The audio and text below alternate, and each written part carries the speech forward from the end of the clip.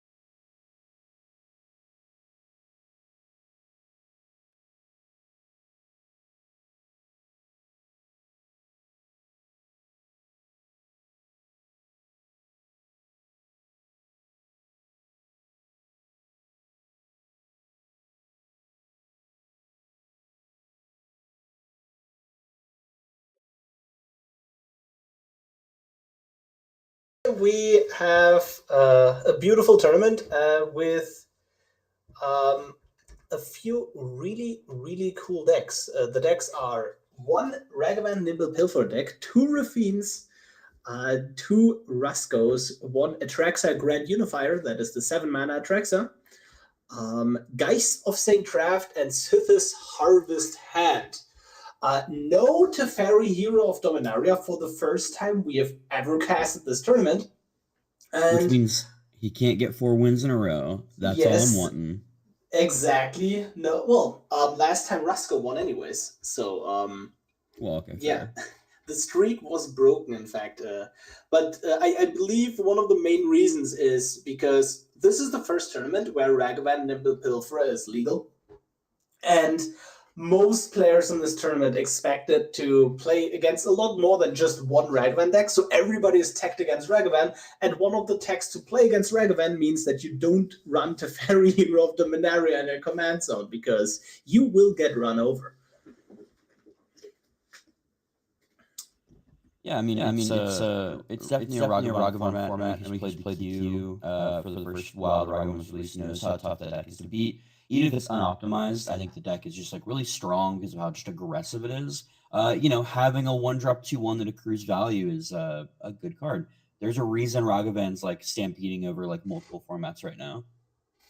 Yeah, and not just since yesterday, to be honest, since his release. The card is really good. I'm sure as the audience you're kind of curious how we're dealing with Aftermath as well, since it just came out. We did allow players to play with it. Very few took advantage of that, and also not the cards I thought they would take. We have a Sythis player in the deck and did not put a Calyx in there. A little surprised. I'll touch on that more later. But it does both our Raffine players did take 1 new card from Aftermath each. What are the cards? Yeah. Mudman is trying the new Thopter, which makes sense for Raffine. I'm looking at the exact name now. It's Goldforged Thopteryx. Yes, Goldforged Thopteryx is a 2-mana 1/3 with Flying Lifelink, and that gives every legendary permanent you control Ward 2, which includes the commander. So Raffine with Ward 3 effectively, yeah, that is in fact a lot of ward and basically hexproof for all intents and purposes. Oh yeah. And what is Flashfan running as in the new card slot? Oh, I see. Yara's Oathsworn. Yeah, which felt interesting to me. It is evasive with Menace, which is really interesting. And then I also like that it, if you can drop that on turn 2 and protect it, it's a tutor. Granted, Yeah, I don't think it'll ever tutor, but it's a for call. everyone who doesn't know the card, it's a 2-mana 2/2 with Menace, and then whenever it deals combat damage to a player, if it has fewer than 4 +1/+1 counters on it, put a counter on it, and then if it has exactly 4 +1/+1 counters, search your library for a card, put that card into your hand, then shuffle, which, to be fair, is really easy to achieve in a Raffine deck. Where you can just swing with a Yaros Oathsworn, discard the exact amount of lands and non-lands to manipulate the +1/+1 counters, and then just get your free tutor. And once you get that tutor off, it is extremely powerful, because once you're ahead with a deck or like Raffine, or even at parity, what you can do is you can just search the perfect answer to the current board state. And yeah, we also see both. No, only Flash Fan running one of the best tech cards in the format, Cerulean Drake. That's a 2-mana 1/1 flying with protection from red. And that just says, yeah, I don't want to lose against Ragavan. And you tutor that against Ragavan, and it is an absolute nightmare. Yeah, and speaking of decks, I think are still here. Would be Rusko is obviously Rusko and Raffine are both the decks kind of coming back from previous tournaments, and both of these decks I wouldn't necessarily have favorable matchups into Ragavan, but at the very least have a commander that comes down early that can block Ragavan. In not like if it does get killed, it's not like super destroying your game plan. But I am surprised at looking at like some of the Rusko lists. The main tech card I'm seeing that looks to be kind of like in there is Ritual of Soot now. A lot more things that go for the low to the board sweepers. Yeah, so that was one of the cards we discussed and earlier. Like that was just directly after the last tournament. All Rusko players sat together and were like, okay, how can we be better against creature decks? And they figured Ritual of Soot is the perfect board wipe in the current meta. Raffine only plays Sheldred as a 4-drop creature. Ragavan doesn't really play 4-drop creatures. Adeline, which is currently not present in the current format, doesn't really play 4-drop. So like every aggro deck that you care about only plays 3-drops and below, really. And your commander being a 4-drop means that it is just a one-sided board wipe most of the time. Yeah, I mean, because it won't take out Kitten either, which is like what exactly you want. Yeah, exactly. That's really, really important. And then for, I believe, the first time, was it the first time, 7-mana Atraxa in the tournament? Or did we already see that at a previous one?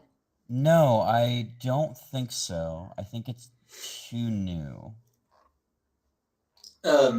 Yeah, because like 7-mana Atraxa Grand Unifier, kind of like old at this point, right? It's Yeah, like for us, multiple but months old now.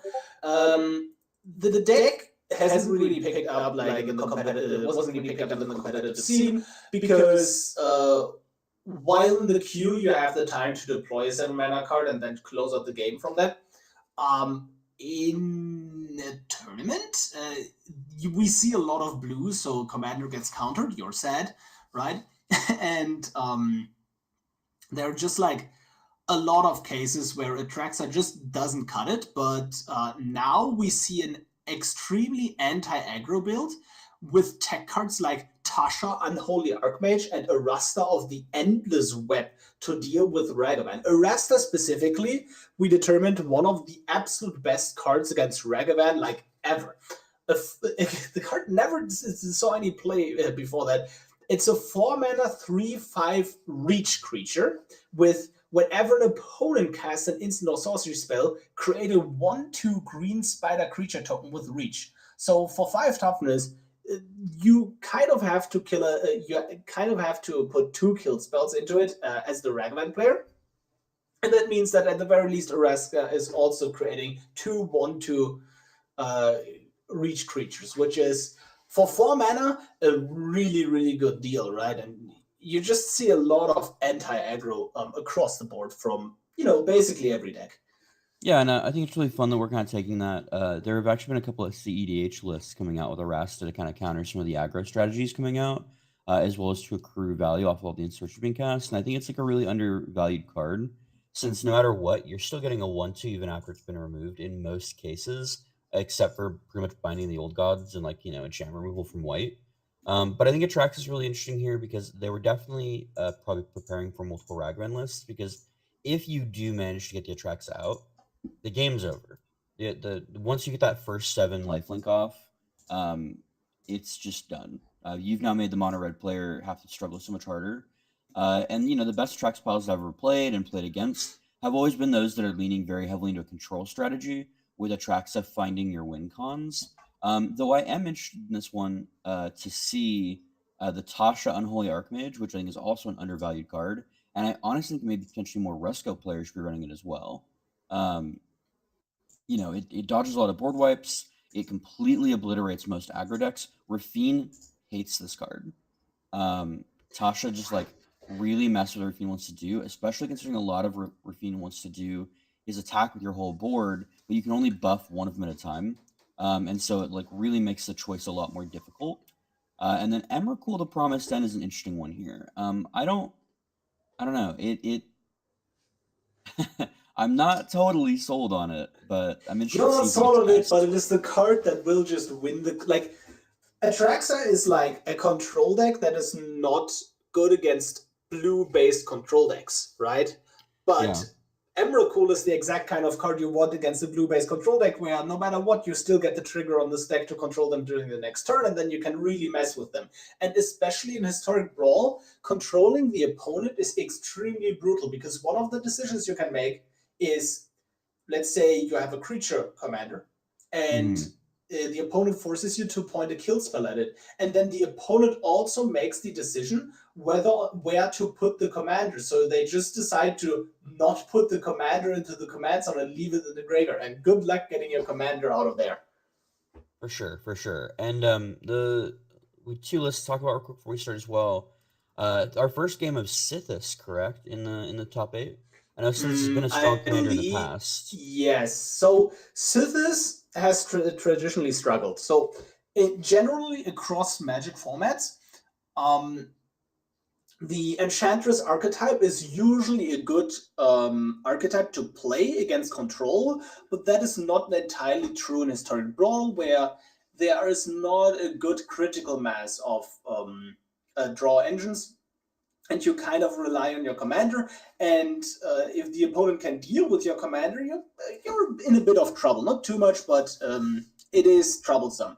With the rise of Ragavan, Sythis playing all these 1 and 2 mana enchantment-based removal effects is really good against Ragavan. Healing up is amazing against Ragavan. You just have a low to the ground anti-aggro deck, and that is the reason why we also just see Sythis here. And I believe the pilot Dozer is also just a huge Sythis fan, anyways. So let's see how it performs, right? Yeah, and I think at a certain point, we're hitting that critical mass of 1 mana protection abilities and 1 mana, indestructible type things. We keep getting more every set. Generally, we get some kind of variation of a green or white one. And some of them, in my opinion, Tamiya's Safekeeping and Tivar's Last Stand are just absolutely disgusting to kind of go along with these, because they protect you from multiple threats on one card. And so I think, if you want to play this low to ground strategy, it's pretty easy to leave 1 mana open. And I just think that Sythis is one of those decks that it will only get better as Historic Brawl gets more cards. I think that once the commander gets more and more card quality, it's just going to eventually become another boogeyman in the format again, like it is in normal play. Do you like seeing the tech card of Rest in Peace, though? Big fan. Yeah. Speaking of tech cards, there are some really cool tech cards across the board, but I want to also focus on the Ragavan deck. There is... So you've been talking about how Atraxa is really obnoxious once resolved for a Ragavan deck. It's basically game over. Yeah. Ragavan decks have some really nasty anti-creature tech with Traumatic Prank, an alchemy card with 3 mana, steal a creature for a turn, right? Like your usual threaten effect in red. But the creature also perpetually gains can't block and deals damage to you, deals you 1 damage during your upkeep. So what you just do against the Atraxa player is you go from, oh, Atraxa resolved, I die, to, oh, Atraxa resolved, now I can hit you in the face with 7 more damage and you lose the game, which is pretty good. And also, I want to go back on the Tasha comment, right? Tasha is Unholy Archmage is really annoying for Ragavan because they have a lot of 1 toughness creatures. For a deck like Raffine, it is not that bad because you can still swing in and grow counters, and it's not that, like, you can't deal with it as Raffine. But it really, I actually heavily disagree with that. Raffine is my most played list. I've got over 100 games just this season on Raffine, and Tasha's like an immediate concede. nah, It's the hardest matchup of that entire deck. For me, I played 200 games of Raffine in the queue, and I went 187 to 13 with a 95% win rate. And I feel like Tasha is just too telegraphed, but I play a more flash-oriented version that plays more counter magic, as opposed to the tournament list right now. So these lists have a rougher time dealing with Tasha than you would usually have. But as a flip side, they get to be better against Ragavan, right? Yeah, I mean that's why I'm agreeing with, because I play a very creature heavy list, very similar to Flash Fans actually. He and I are maybe 3 or 4 cards different. It looks, with a lot of our decision making, and like basically almost all your 1 and 2 drops become irrelevant as soon as you play them. Once you're out.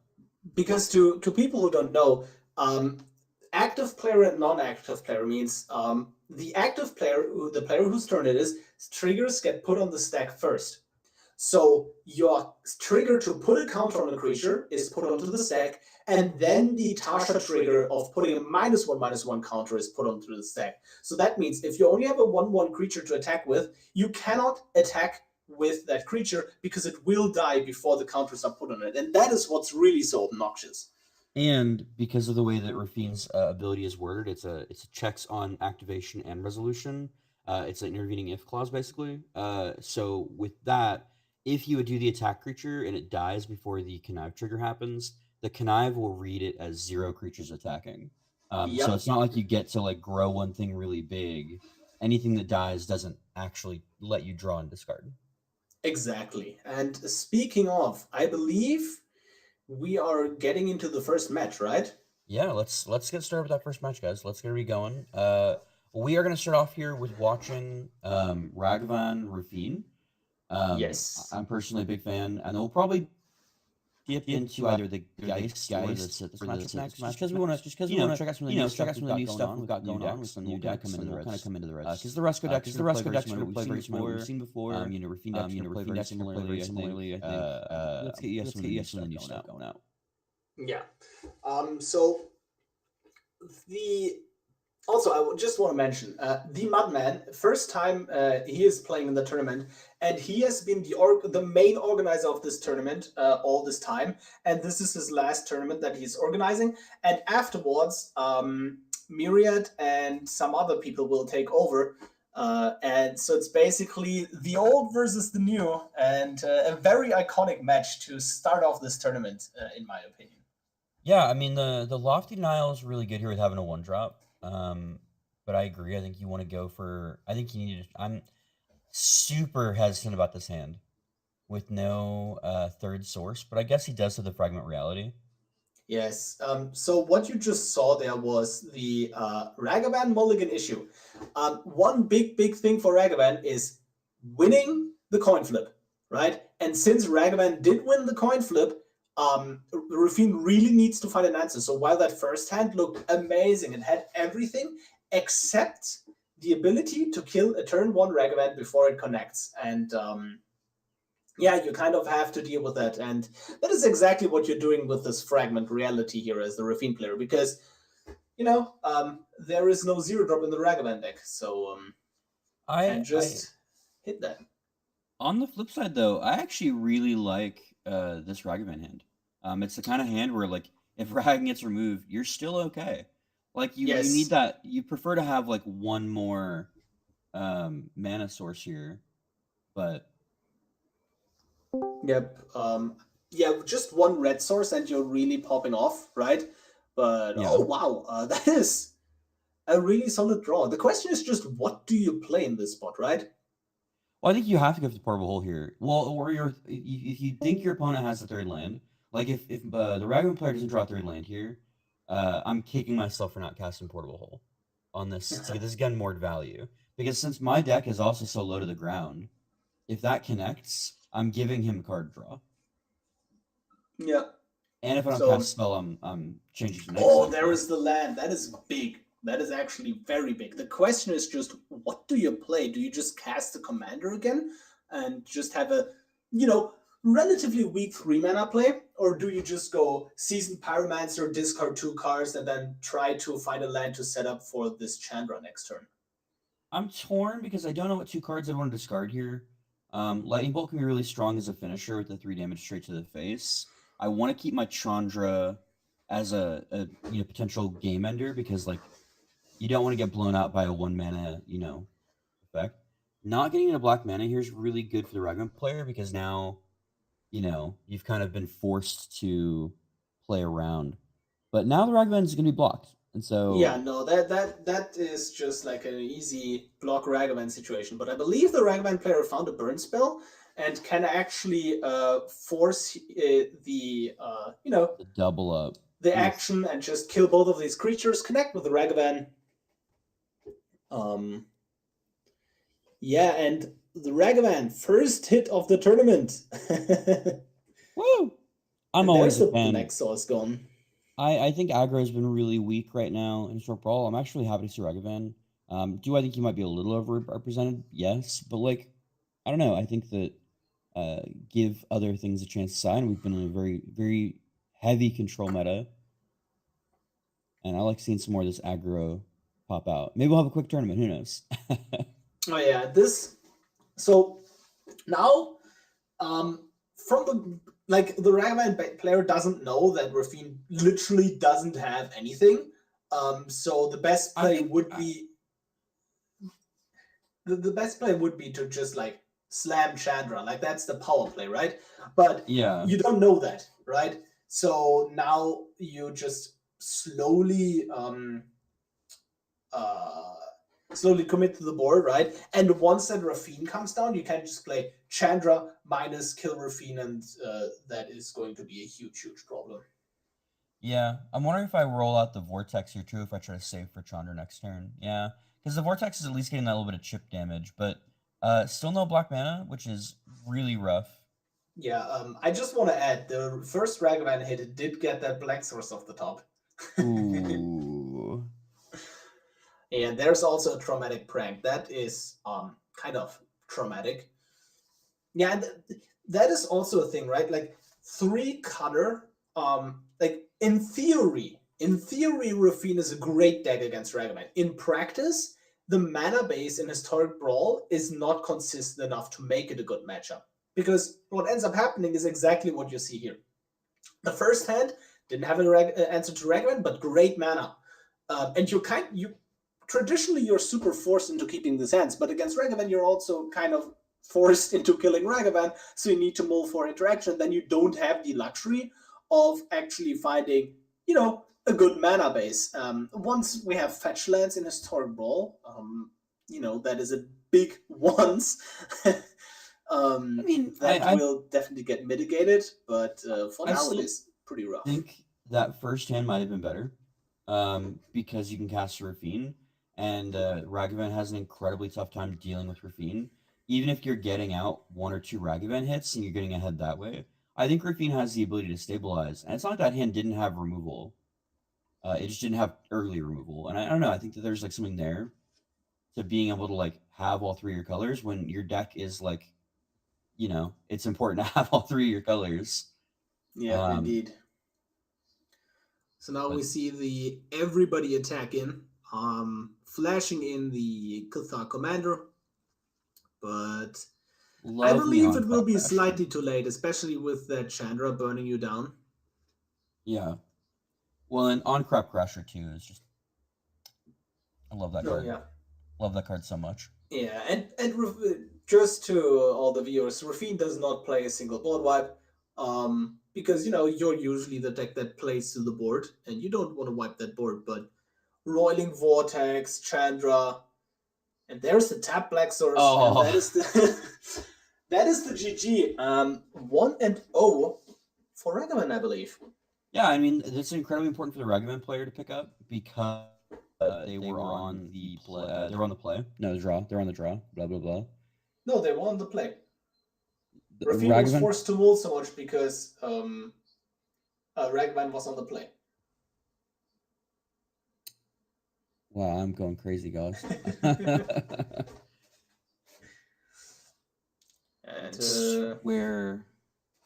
Yeah. Ragavan will kill that, but it is just too much hasty damage. Even the board wipe wouldn't have saved them. Even just like destroy all non-land permanents wouldn't have saved them, because there's still that mutable. There's still another haste threat in the end. Just plenty of damage that Ragavan can push here. And yeah, 1-0 for Ragavan. I mean, you should see what he can kind of pull out here to change things up. Play draw, just in general, is such a huge, absolutely massive factor for Ragavan, right? Like, even if Ragavan isn't like the best deck in the format win rate wise, it is definitely the best deck in the format if you're on the play, right? You still lose a lot of percentage points by being on the draw compared to other decks, but man, are you a good deck on the play. Well, and I think there's also, I do want to point out, I think that game could have been completely different had the Gold Forged Atraxa not been able to stick. I do think Ragavan was able to, with that second removal spell draw, really to go bonkers. By trading the entire board and just getting to open hit for 2 turns. And I just want to add, that is a disgusting ad for the Raffine player. So one of the tech cards against Ragavan is Fungal Infection. Just 1 mana, instant speed, -1/-1 on a creature, and create a 1/1. And that is effectively create a body, kill Ragavan, and now you just have a body, which is so relevant for Raffine. Like, you said you also play Raffine, right? You know how important it is that anything that you do creates a body just to have bodies for Raffine. It is absolutely amazing. I think it's a great tech card in aggro as well. I mean, obviously you're potentially dealing with Ragavan twice. You're gonna 2-for-1 generally. Oh, and there is one of the tech cards Ragavan is running, Weaponize the Monsters. That is a card that I personally haven't tried, but I know other Ragavan pilots have been really high on it. I just didn't find the time to test it. But the idea is that you just make blocking and an absolute nightmare scenario where you just sacrifice the creature that dies anyways, ping the other creature that will die because of it, and you just have a ton of reach as well. Like, oh, you're at 10 life, that means 5 weaponized the monsters activations. So that is a real nightmare.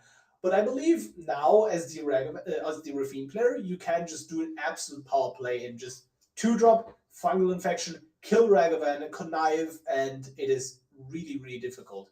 Doesn't seem to go for the connive though. Interesting. I mean, I guess maybe he's trying to, just in case something else happens. I don't know. It's a choice. The thing is, does decide to go for the aggressive play though. You don't really have anything in the hand that and absolutely gets rewarded, right? Like, you don't have anything in the hand that you absolutely need to discard, and now you can cut down the Lelia, and that is absolutely massive, right? Well, let's see. I mean, he can't let it attack, or he can't let it get the trigger. Decides to let the Lelia get the trigger. The thing is, it also just doesn't matter, because Ragavan already played a land in order to play the Lelia in the first place. So, yeah, it just randomly exiles a card from the opponent's deck, which arguably is a relevant thing, because that gives the Raffine player more information about what is not in the opponent's hands. Like, if you reveal a lightning bolt, okay, I know there is not a lightning bolt in the deck. So Yeah, I believe that was actually the correct play to let the Lelia attack. I mean, I don't know. It's definitely tough to say. It's kind of like Schrodinger's Layla trigger. Like if your opponent exiles a land, you're feeling like, oh shit, I shouldn't have done it. If they exile something useful, you're like, great, I'm glad I got it out of there. Well, Um, statistically, for drawing any given card, it doesn't matter. It just gives you additional information as the Raffine player. but I mean, I think the information is like there, but I don't know. I think it's nice to say whether it's optimal or not. It's like a really tough call because it's the do you care about you milled argument all over again, which is still like what 20 years later still being Oh argued. yes, absolutely. So, now we did see an interesting decision. The Selfless Savior was played over Portable Hole, and if you play Portable Hole, you have the decision between Ragavan and Weaponize the Monsters. At the end of the day, it doesn't matter too much because this Raffine right now has effectively Ward 3, so it is virtually impossible to kill for the Ragavan player. Ragavan can't attack in, so you're not really afraid of anything in this WOD. No, I mean I think the Raffine player stabilized. I think getting the 2 early removal spells while curving out a board state, that's it. Like I don't think there's much the Ragavan player can do at this point. Um, and when you're ever playing Ragavan on Q, like this is when you concede and go next. You're trying to get your wins in real quick. Oh yeah, Like and now we see Raffine putting counters on the new aftermath card um, with lifelink, and that is going to be an absolute nightmare. And now you see kill spell, kill spell, kill spell. Um, yeah, that is exactly not what you want to see, and that is very horrifying. And Portal Hole, what would you hit? I think I hit the weaponize here because I can double up on their 2 attackers with Fungal. Oh yeah, Um, and yeah, this is I don't the know. I mean, yeah, game. it's gonna be that quick. It's if you have the answers you can curve out, and it's if the Ragavan player can also find the answers you can curve out. Like it's the aggro, fairly aggro versus tempo matchup, and like can the tempo deck hit tempo plays and like keep you off your primary. But I do think Raffine, in my opinion, is fairly favored in Ragavan as long as you have the and you're in black white. You have all the 1-drop options in the format right now, like to answer Yeah. Ragavan. And now for the real interesting one. Game 3 and Raffine on the draw. Yeah, I think it'll be definitely interesting to see what kind of mulligans happen here because you're right. It's gonna come down to the mulligan for sure. If he gets locked at lands again, or because that is the risk of always playing Raffine, and right here can't. Yeah, that's a hand that you could consider keeping on turn on the play with a Mana Tithe, but Mana Tithe on the draw does absolutely nothing. And like this hand is, I think, interesting, and I think it is worth keeping. You don't have a direct answer, but at least you have a 1-drop to hold off the Ragavan, right? So you force the removal from the opposing side, and you do have a 2-drop. You have plenty of 2-drops to choose from, right? So yeah, we likely see the Siren Stormtamer just to block the Ragavan. The Ragavan player can just kill the Siren Stormtamer, but it is mana that isn't going towards an immediate threat on the board, which is also really, really relevant. Oh yeah, for sure. In this case, do you think you Tithe Taker to always have another blocker after the Tithe Taker leaves if he does get removed? Yeah. Yeah, I think that's exactly what we're going to see, and that is also just what we are seeing right now. And there is one really interesting card that the Ragavan player has the option of playing, and we see that coming out right now. That is Cemetery Gatekeeper. That card is really obnoxious in that it deals a massive amount of damage, and Cemetery Gatekeeper exiled a creature. So now every time any player plays a creature, that player gets dealt 2 damage, which, creatures is how Raffine gets out of the situation. But also, like, you just have that 2/1 first striking body weirdly on defense right now to protect the Chandra, and we can definitely see a game threatening ultimate here from the Chandra. So Raffine has to kind of do something. The problem is just you can't just play Raffine, right? Because that just dies to the -3 of Chandra. Yeah. I don't know if yeah, I'm kind of here as well. The Thopterix coming back is incredibly interesting to me. It's been in all 3 games so far. It's been absolutely glued to his hand. It Yeah. definitely feels like a tech card for this matchup with the lifelink option. While yeah. having like a pretty big butt. So now we see both players having multiple options, right? Like as a Ragavan player, you currently don't really have good attacks. Yes, you can attack with the first striker, but oh yeah, we I think see that plays in pretty well against you. It has the Aganjo. yeah. So block Ragavan with one of them, and then do you even Iganjo the Cemetery Gatekeeper? I don't know. A little torn on it for sure. I don't know if you necessarily need to, but if you are worried about that extra damage potentially adding up, maybe because he has a lifelinker in hand, he's not too worried about it. Yeah, I think that's exactly the reason here. So decides to play to the board with the Fairy Mastermind instead, and also very important, holding the land in hand just to have a land drop next turn, because one of the ways you just lose is not playing enough lands, so you keep the lands in hand in order to achieve that goal. And see, I think he might have decided not to Ganja so that he can threaten the board now. Yep, exactly. Now he has threat on Sonic, so Sonic can't just ult in like a turn and a half. Yep, indeed. Good draw with the invasion here, actually. And now you could just play Raffine and actually kill the Chandra, I believe. No, almost. No. One off, right? But yeah, one off is almost good enough, really, because you just care about the opponent not being able to kill the Raffine instantly, right? So, yeah. Ooh, he could. The tough part here is, does he play the Aganjo or not too? Yeah. Because like Goes for invasion. interesting play. I think you take the bolt here probably, or Pyromancer, because then they're forced to have to uptick Chandra to be able to cast either one of them. Yeah, and then I think we are going to see. I'm not quite certain yet, right? But there is an interesting line where you just ignore Chandra for one more turn and instead kill the invasion of Gobakhan, because that buffs your board and guarantees that the Chandra will die next turn, because you just kill invasion, put two counters on your one counter on each creature, and you also have that option of giving your board indestructible and hexproof. Well, you now know they have the lightning strike, so I don't know if it necessarily like you're potentially trading right away, killing the battle for then the lightning strike to come down onto the mastermind. Yep. So now that happens, and then the question is, do you play Esper Sentinel and hold up, slip out the back, or do you play the Thopteryx? I think he plays Thopteryx here. If he's gonna play the Aganjo, I think you. Interesting. Okay. I don't know. I like the idea of the Thopteryx here to get going for that lifelink coming up, but maybe I'm just greedy in the want to keep my life as high as possible. Yeah. Because I think the slip out the back is less important than like stabilizing.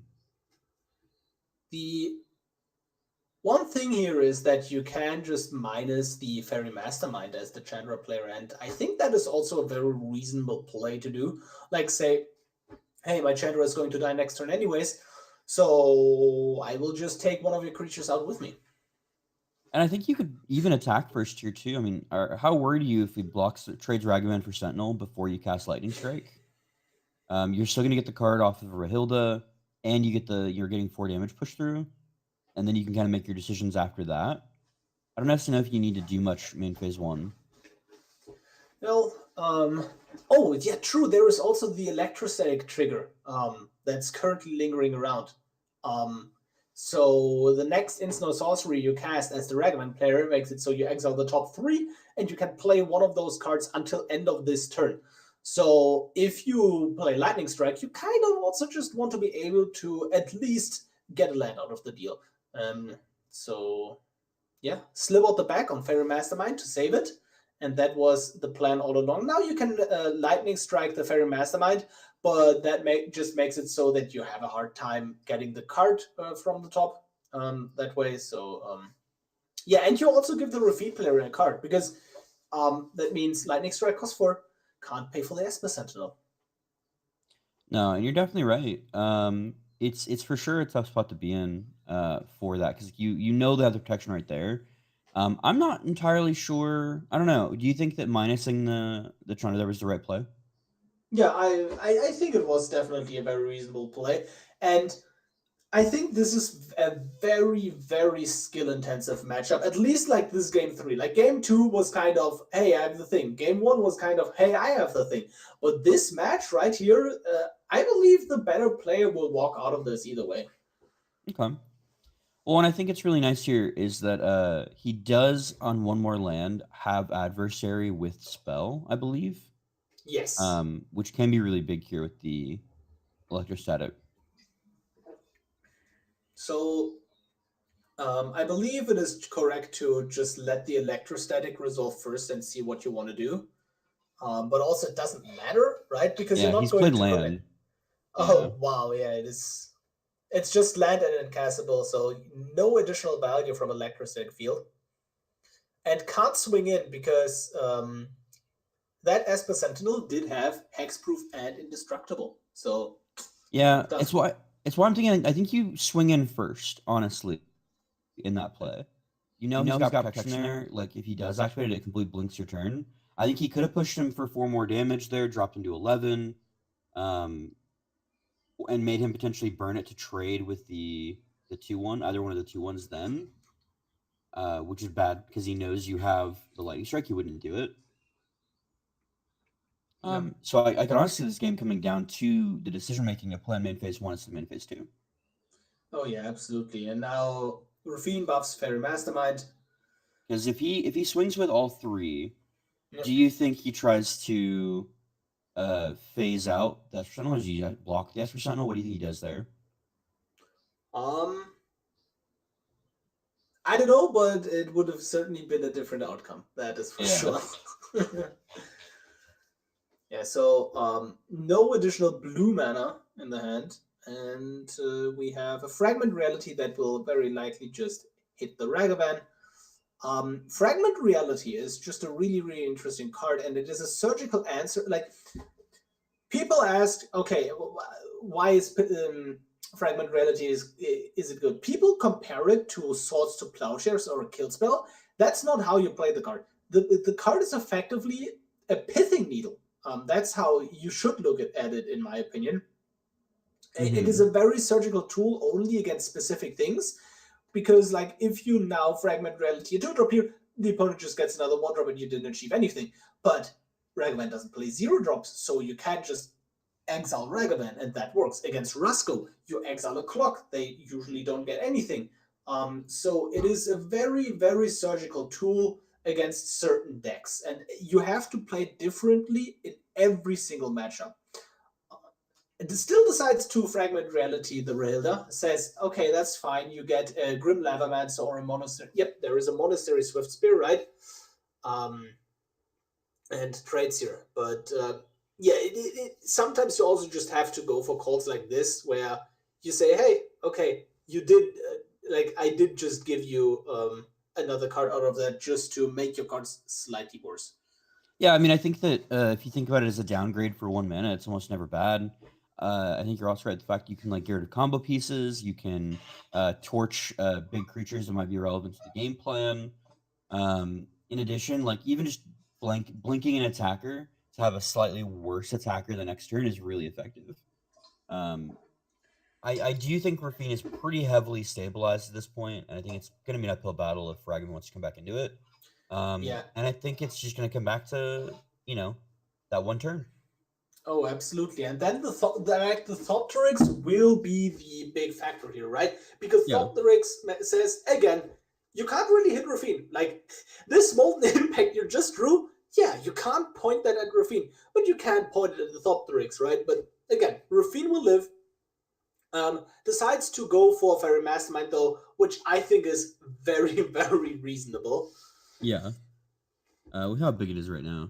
But I just can't get over it, man. I would love the Raffine play right now being at 7. I would just be like, yes, maybe 5. Yeah, that would be... I mean, you're still swinging with the whole team here, right? That is the whole point here. Yeah, I mean, they don't trade with anything super effectively right now. What do you take out here? I believe it is the Cemetery Gatekeeper, right? I'm pretty sure It's Oh, Mutavault. they just kill it. I see. Yeah, I think honestly I would take out Mutavault. Yeah, true. Because you also limit their mana that way, right? And then Yeah. yeah, they're having a harder time cracking the clue here. That's exactly what we see. Down to 7 life, and Could have been 3. Could be within bolt range. I think there was like there were a few different decisions there. Like it wouldn't have been exactly 3, but either way, now Well, I the mean, Raffine starts to swing in with a life linker, which is going to be really brutal. yeah, I don't know if you could afford to swing with the swing with the whole team here to gain Whole more team life. buff the life linker. Is for sure gonna have to cast the portable hole then. I think it's kind of Yes. forced to. And doesn't get to buff the life linker very much either. Yes, but portable hole, you have the cycle on Raffine's tower. There is still it is a nail biter for sure. Is there a way how you ever deal 10 with, well, okay, it depends who picks here. Swift Spear is the most electric because Lightning Bolt is still in the deck. Yeah, so but you need to at least double spell with the Swift Spear, right? What could happen is You're right. you He's talk like short one mana. Yeah, I don't think there's a world where you'd ever double spell with the Swift Spear, right? Right now, so at the very least, it's only 2 damage per turn, which means that the Phoenix is probably the most threatening because Phoenix will get recurred. But like, yes, Well, like if you exile this, you take out another attacker, right? But yeah, I think there are a lot of decisions you can, a lot of correct ones. Season Pyromancer, discarding Chandra, very fair. Drawing 2 additional cards. Yeah, that's it. Losing the game. Phoenix can't block. Gonna happen. Yeah, and I mean, yeah, I think it was a good match. I really liked it. I think Myriad played as well as he could have, but I don't know. I think that just that turn was backbreaking. I think that's the pivotal turn of that game for sure. If I went back and saw that, I'd be like, oh no, got ahead of myself a little bit here. Yeah, and we see Poon's graveyard, all the cards, basking in glory, and Mudman takes it. And Thoptrak's incredibly relevant in 2 different games. Oh yeah, absolutely. Like we saw that card every single time, right? New cards are good. You heard it here first, folks. We're gonna hop on over to Sythis and Rusko. Yes, it will take some time to set up. And Dozer. Yes, and going to that match, what is your favorite? Like, who do you think is favored in that kind of match? I think the sheer amount of removal, I would give it to Rusko. They're both going to be card advantage engines. And, whereas I think I'd like Sythis to be favored, I just think that for every 1 removal you block with one of your ways to protect Sythis, Rusko will eventually pop a clog. Well, and get more. That's also the thing. Sythis has I don't know, 8 different ways of removing a clock. So, there is a lot of game from both sides. Also, we see Sythis with a Veil of Summer. So some a lot of tech here. Well, I mean, against the control matchups. So this is the anti early game Rusko list. So Mob Boss isn't even running the combo. His entire curve is 1 and 2 for the most part. And I think if you're playing this version of Rusko, you get Rusko out and you just protect the clock. Flinging out your instant speed stuff, and I think you'll eventually be able to wear them down. So currently we don't know who won game 1, right? I think we will get to that later. But Sythis got countered by a wash away, which is obviously pretty gnarly. Mana Tithes to to protect the dog. I would call that greedy because now Rusko gets to Immediately hit the pop field. Rusko. Like I'm like, yeah, I would let them. But here's the thing: you let them do that, fragment reality, and hit the midnight clock. There is your pithing needle right there. I still don't fully agree with that. I think looking at like my hand and their hand, you want to. I mean, yeah, protecting the 1/1 is pretty important here, but I don't know if it's like your option to get rid of a turn 4 Rusko. So the question is just, what do? Do you cycle the Rune of Might here, push damage, decides to push damage and go for a shorter game? What do you think? Who is the actual aggressor here, right? Is it just a game of who can go over the top, or does somebody need to be quicker because the other deck has the better late game? I think Sythis has to be quicker. I think just at the end of how it works, with how Sythis gains card advantage versus how Rusko gains card advantage, Rusko will just more card advantage. The thing is, though, with this current setup, you do have a lot of time as the Sythis player. Like, look at it. What? There is nothing happening on the side of Rusko, right? Like, the fastest way you get another clock into play is Auto-Warra your own Rusko and then play it again, which is not a very fast play. No, but I think you're kind of okay blocking at this point. Yep. So now creatures swing in. Because now swings. You block with this Rusko to the dog. You get to play your Rusko again next turn if you want. You have options to start getting rid of things like you're reducing Michiko. Yep, and decides to remove the threats here. Bounce the Paladin class. You can play the Paladin class again or just not do anything. I think it's a very interesting decision. Because now with the Sigil of the Empty Throne, that is a card that can just win the game against a Rusko player. You just play Sigil, have another 1-drop to play, and put a 4/4 into play, and that is going to be really threatening. There is a Displacer Kitten, though. That was spicy. That is a top deck. Yeah, I mean, at this point, I would even potentially Spell Pierce the Paladin class just to get the blink off. Oh, absolutely. But I believe we will see the Sigil of the Empty Throne coming down, getting Spell Pierced. I don't know. I think it's tough to say. I know he wants to go for it, but like with that one blue open and knowing what's in the Rusko list, I might have tried to go for the Paladin class first. Yep. Like, we have the option that says, hey. You could have made it safe to resolve by leading on the Paladin class. Because I think Paladin to Sythis also isn't bad. Oh, yes. And now you really got punished. Oh, yeah, because you could have just Paladin into Sigil anyways, because you have the Spring Leaf, yeah. Exactly. I don't know.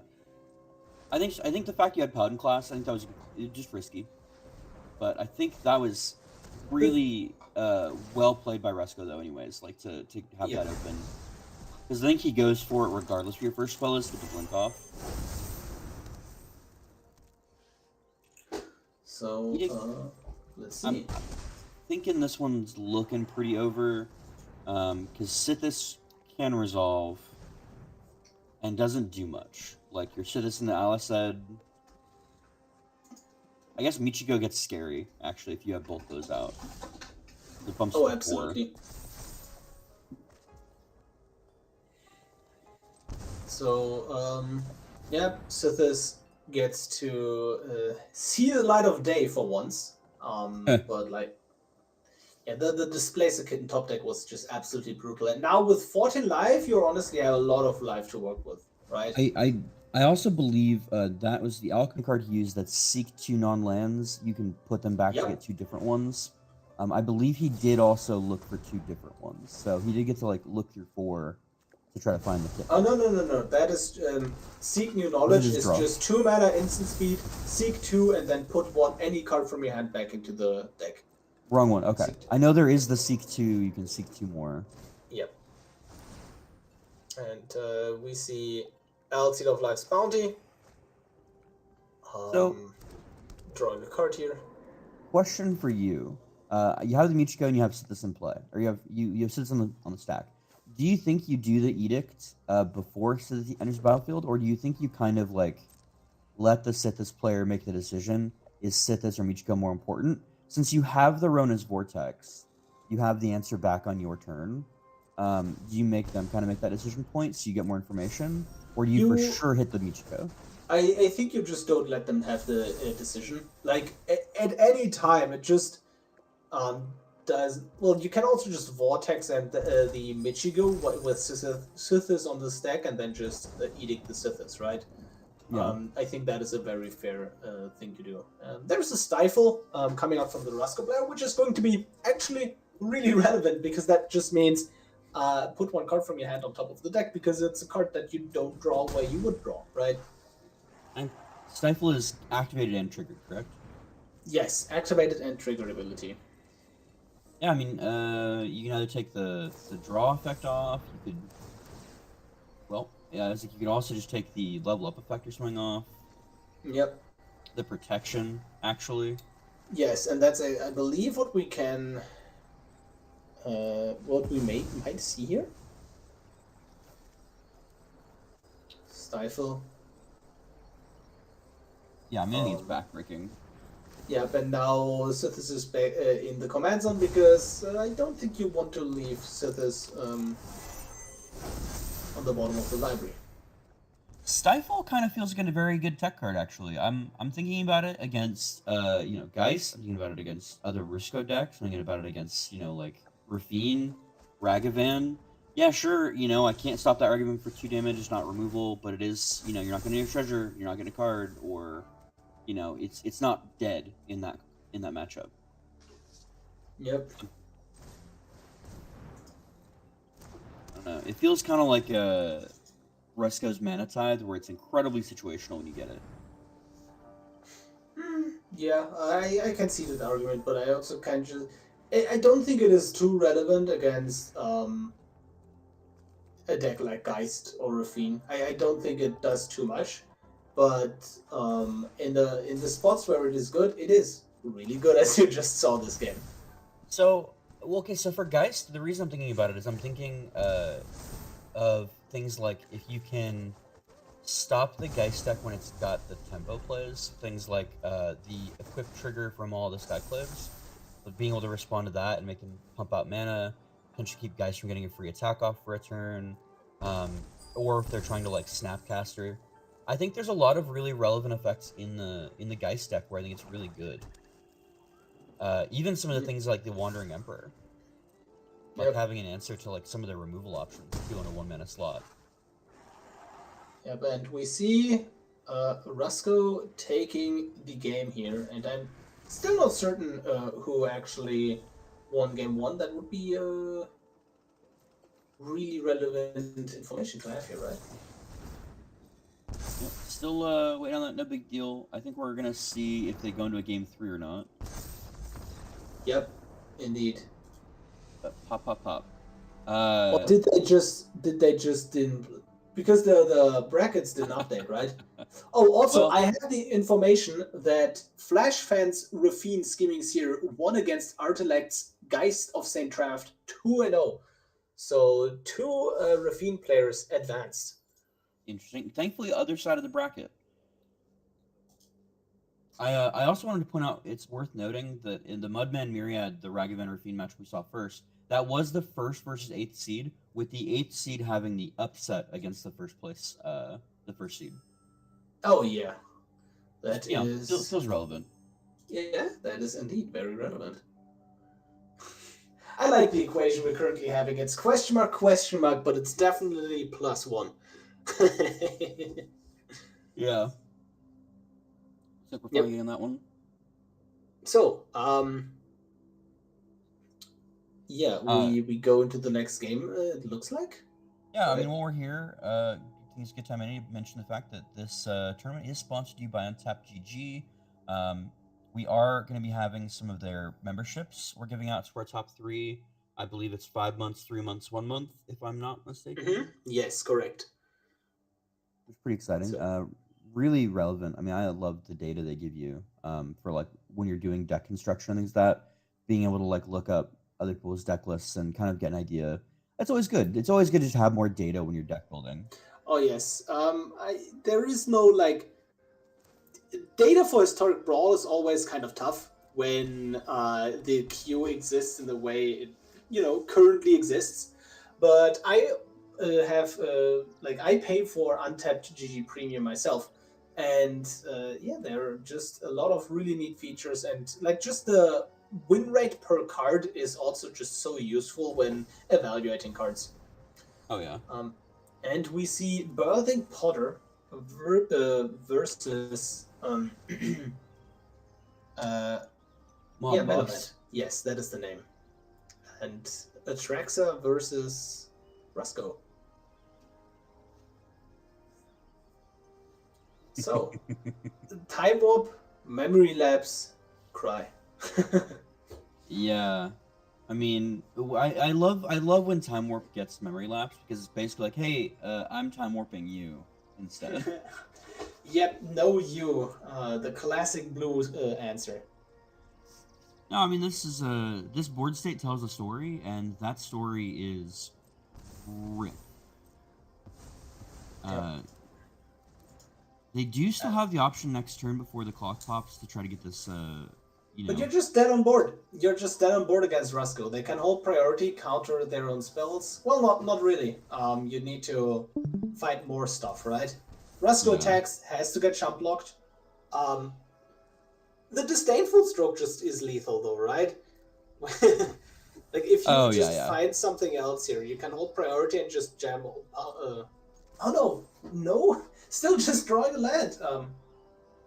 Yikes. Yeah, unlucky. Well, now you're at 3 though. Like, do you have to get rid of the Rusko, or do you? I mean, because realistically, you make a food here. Yes. Which is why I'm hesitant to block with my bird. I feel like the thing is, you just don't have the mana. I think you're forced in this position to go for the extra turn. If you go for the extra turn, you only have 2 mana left over. And if you do that, I would rather crack the food instead of creating the second one. Fair. How much do you value the 1/2 on board though? I'm not very much. So yeah, I think it is also just fair to say, hey, I'm gonna block with the Informant. Because, I mean, it does swing okay. Doesn't even make the food. Yep. Okay, wants to go for the Agent of Raffine instead. Yeah, just to clarify again, Mob Boss won 2-1 versus Dozer's Sythis. So Rusko versus Sythis, Rusko won 2-1. So there was also a game that got stolen by the Sythis player. Really cool. Nice. I'm here for it. I think it's it's gonna be definitely a round. I think as things kind of go, it will just start going. I'm excited to see these decks kind of pop off. Wanting to see what this one sort is here, but I mean, yeah. I mean, what do you do? Honestly, I think this is I think this is an easy time warp because your current hand doesn't answer the problems that you currently have, so you need to find another card. Something along the lines of Farewell would be pretty good, but turns out there is plenty of counter magic. And it is going to be difficult. Yeah, I think he was going for counter magic removal from the Risk player's hand, though there is something to be said that if he'd made the food and kept the bird, he could also binding this turn. Well, he wouldn't have the land. Never mind. Yes, that is very true. He wouldn't have had the land, so 1-off anyways. Tough spot. Tough spot. I believe that is... Well, okay. Almost somewhat... It is currently not lethal. With the information we currently have, it is not lethal. But it's close. It is definitely close. Activates Agent of Raffine in response. That's a Narset, which in theory is a great card against Rusko. If you ever played Rusko mirror matches, it's who gets their Narset on board and can protect it, right? Yeah. Any kill spell is lethal. Any just card that you can proactively cast is lethal because you can counter your own spell with the Mystical Dispute, thus draining 2. I believe that's at 9. So. Hold priority. Yep. Oh, didn't. Oh, messed it up. Didn't hold priority. Well, I mean, still has the dispute against anything you do. Yeah, anything you do will kill you. Exactly. Anything you do. Yep, midnight clock. And Might as well run it. That is the game. I mean, we're sitting here waiting. We're like, is it? Is it happening? Yeah, you got an Agent of Raffine here because, like, what are you? Like, you need to find something, right? Yeah. And that does do it. Hitting some good things with fading with the Agent of Raffine though. I've been pretty happy with, like, you know, one land. He's gotten other lands, I think, 2. Yeah, Watergrave. Well, Watergrave might be his own. I can't tell if that's like made or not. No, I believe that is his own Watergrave. Fading Hope gets countered. Even though you can pay for it, you're still getting drained, and you lose the game. I believe that's game 3, with the Rusko player winning 2-1. Oh, wow. And I believe that has concluded all the matches of round 1, right? Yeah, so let's just real quick go through the bracket. We have Raffine beating Ragavan 2-1, Rusko beating Atraxa 2-1, Raffine beating Geist Saint Traft 2-0, and Rusko beating Sythis 2-1. So that means that we should have... I think there's a poker hand that that can describe what's happening here. Yeah, 2 pairs. Raffine, Rusko. That is the upper bracket. And it's good. They're at least going against each other. So we have Raffine Rusko versus Raffine Rusko. Yes. And then we'll have Ragavan Rusko. No. We will have Ragavan Atraxa. Yes. Sorry. We'll fix that. And then we'll have Geist Sythis. Geist Sythis, indeed. So let's have a look at the low bracket. Which one are you interested in? Sythis Geist or? I want to see Geist. I think Sythis Geist. We can see a lot of other of those decks. Yeah, let's do it. And I have a feeling that well, if Ragavan gets out or Rusk gets out, somebody in the audience is going to be happy. If y'all are there in chat, like, let us know what you want to win that match, and we'll check that out second for sure. And then we'll just catch whatever Raffine Rusko's doing after. Oh, absolutely. With that note, do you want to take a break? You want to take a 5-minute break before we go to the next round? Yeah, I'm in for a 5-minute break. Let's have the let's give the audience a break after these amazing games, shall we? Also, thanks again, Untapped GG, for sponsoring our tournament. Our top players will receive a subscription based on their performance. 5 months for first place. Second place gets the 3-month subscription, and then a 1-month subscription for third place. Thank you, Untapped GG. I personally use it. I actually pay for it. It's a great service. And let's have a break. Woo!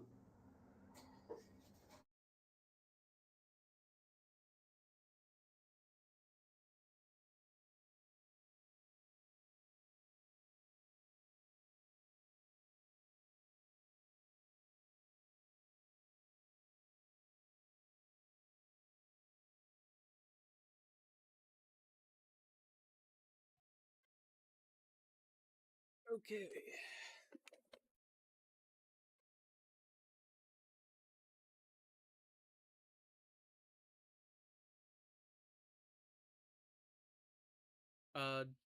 Do we know which players that I'm going to be watching after first? Artelect versus Dozer, okay.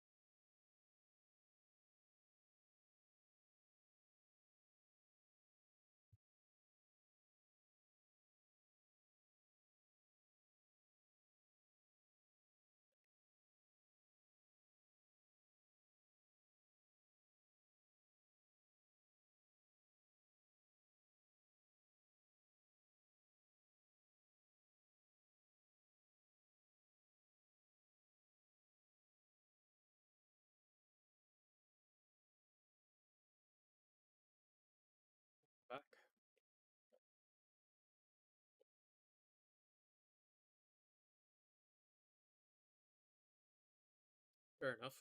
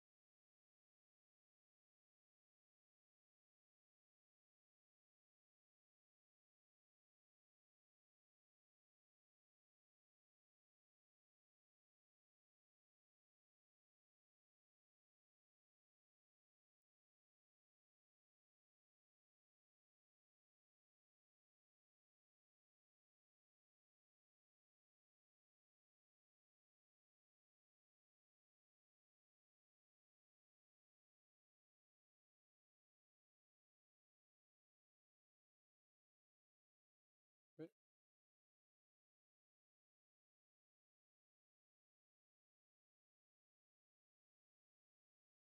I am ready.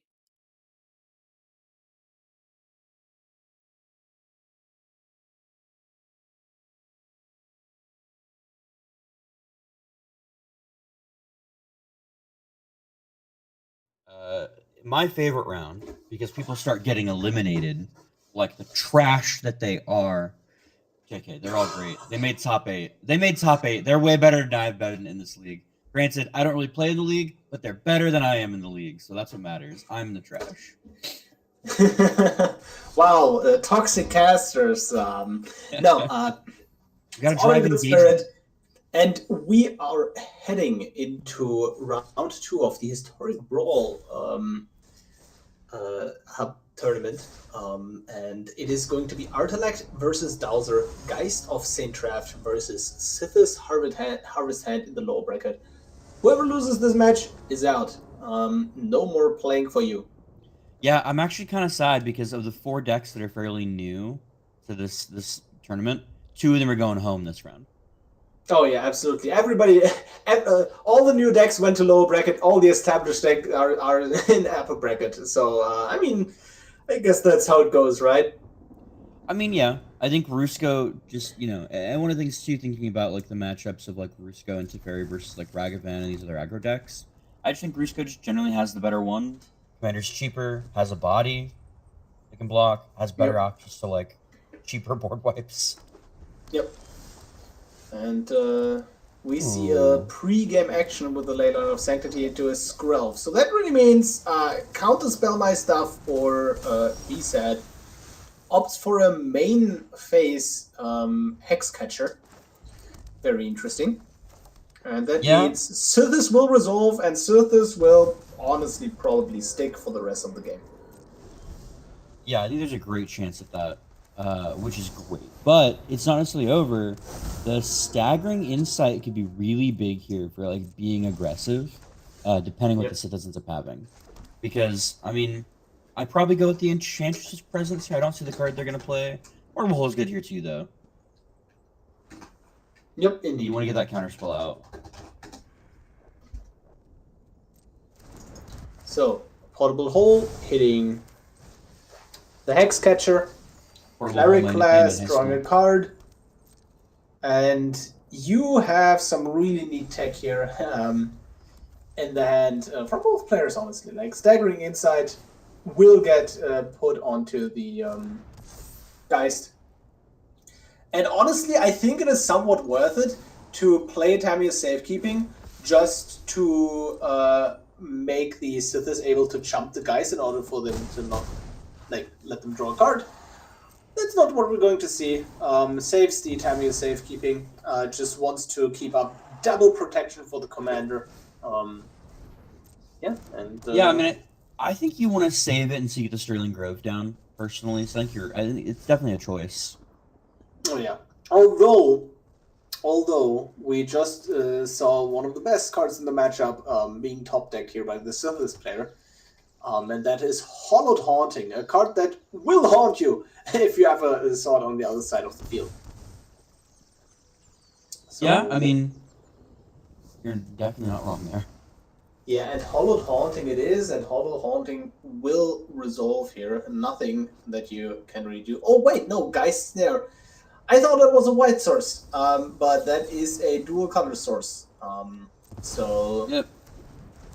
And Geistner only costing 1 because you control that enchantment and you control that spirit. That is a really neat tech card in the more enchantment-heavy lists of Sythis, of Geist. So, my question right now to you is the ley line. Do you think it's clearly a tech card, but I'm struggling to see why it's super relevant. So, first and foremost, it is just a free enchantment, which somewhat matters for certain cards. And also like Devotion for Heliod and whatnot. But it is here to play around Edict and hand takes. Like, those are the two things you're going to hit with that ley line. But the issue with that is one of the most popular edicts right now, Sheldred's Edict, says each opponent, so that doesn't even get stopped by ley line. That was my thought process. Was that, and like maybe some to the face burn, but I feel like if you're the Ragavan player or burn player, you're burning this every time. You're not saving anything for face most of the time. Getting his own Scrove. No, I think that's a pretty quick game 1. I think that the Geist counterspell just like really. Don't count the Sythis player out yet. They have a cleric class. Every enchantment they play will net them 2 life, and they have a tutor. So you can still go into lines where you just absolutely buff up one creature and give it lifelink. Like if you have like Heliod plus Ancestral Mass, you give your card that you chatted with Heliod with Ancestral Mass lifelink, and it is likely over versus Geist. So don't count them out just yet. They only present 8 damage a turn, and 8 damage a turn, like. You can just play 4 enchantments a turn to go neutral in life as Sythis in this spot. Besides to push 1 additional damage. Interesting. I mean, I guess they feel pretty confident with the fight as 1.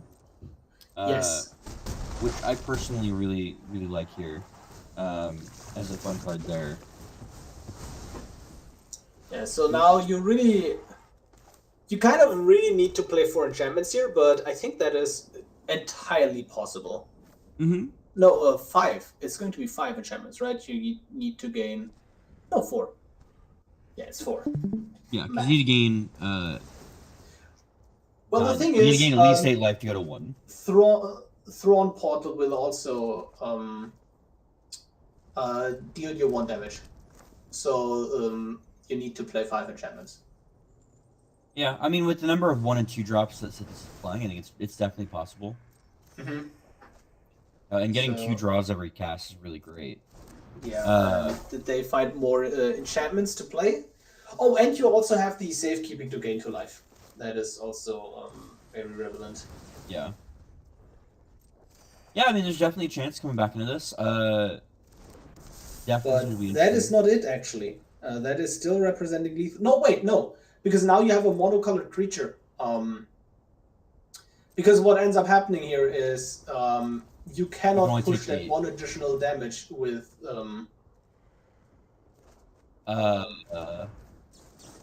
Right? Yeah.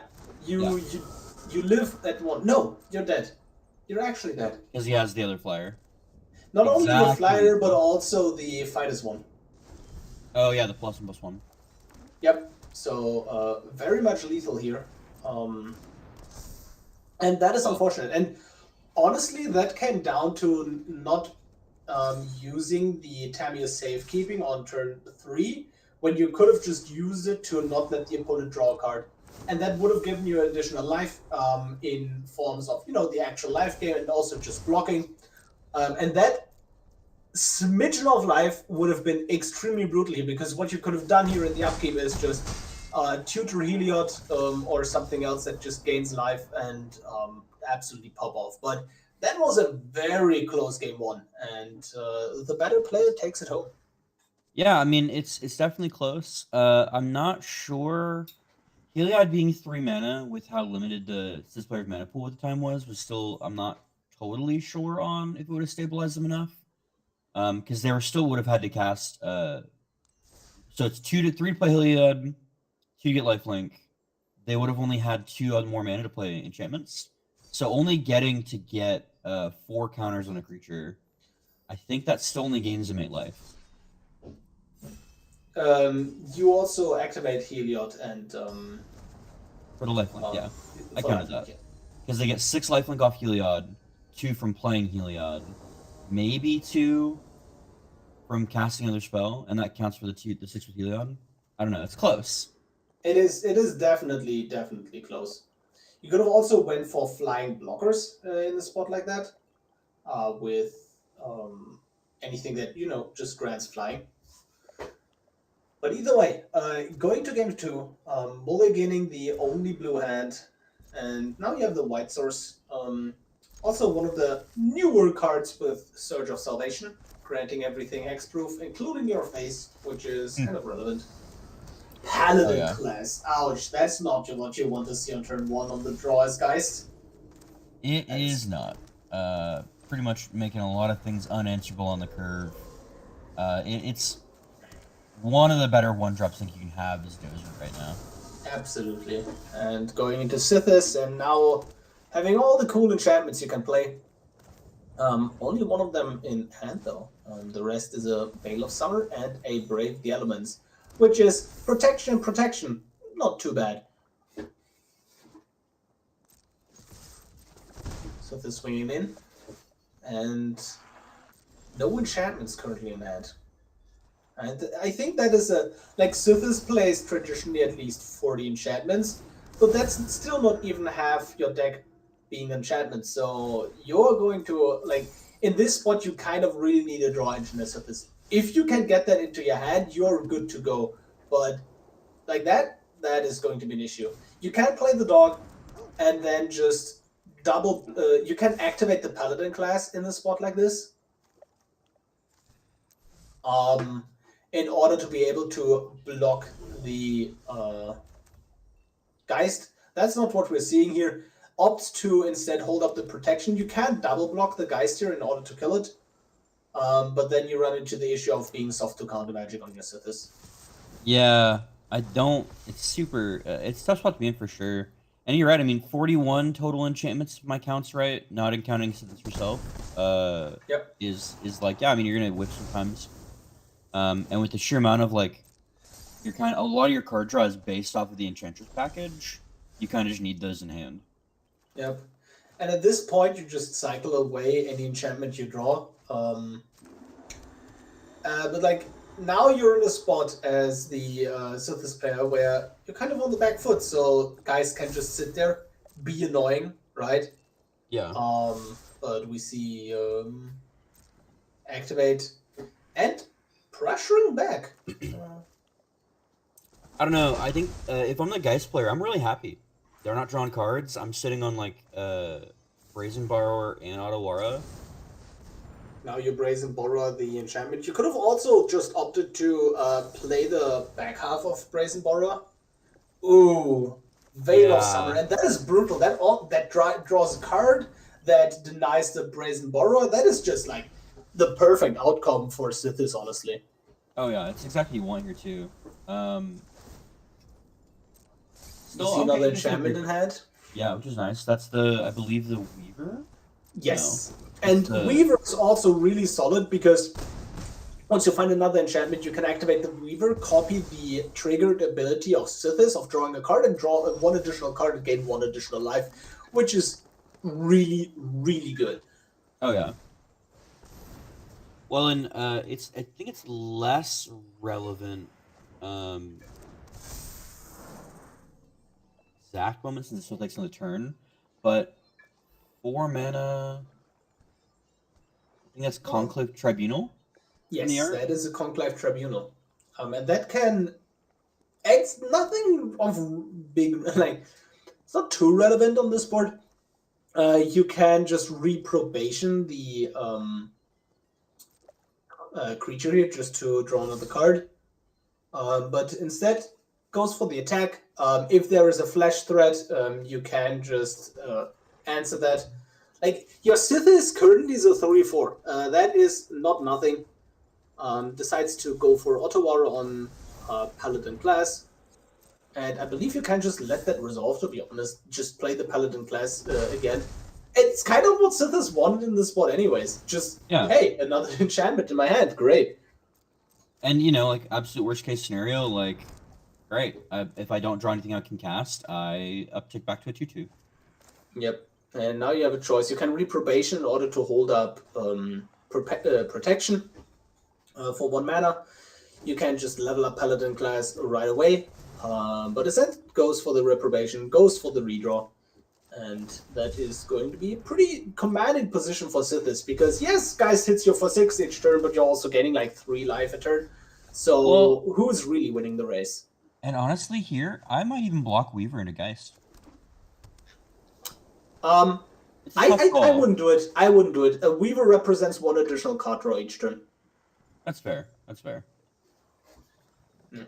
I guess, and it also gets the trigger if you do level up Paladin class in the final chapter too. Yep, indeed. Because like Geist has nothing going on right now. Sythis probably analyzes that, you know, there is nothing going on right now. Well, if you want to block like this, you want to first resolve your protection spell in order to see if it even resolves, because it's not going to resolve, right? Well, here's where I'm at. Geist can't be recast if he does negate here, which buys you 2 turns. Yep. Which is like exactly what you want. True. I think either way, you're going to be in a good position as this player. Yeah. Yeah, and in there you see you've got the Selfless Savior, like you're just... True, you effectively trade Selfless Savior. Yeah, I didn't think of that. And also, yeah, so that, I think that block was definitely correct. Because Selfless Savior is a card that's not going to hold a lot of value against a deck that doesn't really have destruction effects. So do you think it was worth to negate there, or do you think you just, seeing the Selfless Savior out as well, you just recast your commander? I think I would have recast the commanders, hold the negate for another draw engine. Was a perfectly fine play as well. Because the other option is you recast your commander, your opponent can't negate through the Paladin class as well. I mean, they're still 1 mana short, but they can't counter at that point. They're 5 mana down. Yeah. At this point, so I've been in this spot as well as the Sythis player a lot, where you just have a lot of enchantment-based removal, and the opponent doesn't have enough cards. And then you have enough threats, and then you have the decision, do I hold these, or do I just cycle them away? Yeah. I'm trying to figure out what that last card is in the Geist player's hand. Surge of Salvation. Thank you. That's the new indestructible... Not indestructible, just hexproof. It gives your team and your face hexproof, and red and black sources can't deal damage anymore. Okay. Ooh. Wow, that is some chunky damage, and it is currently Sythis beatdown, and that was lethal too. It needed to jump there. I also never thought about the interaction between Heliod and the Coward card. Cowards,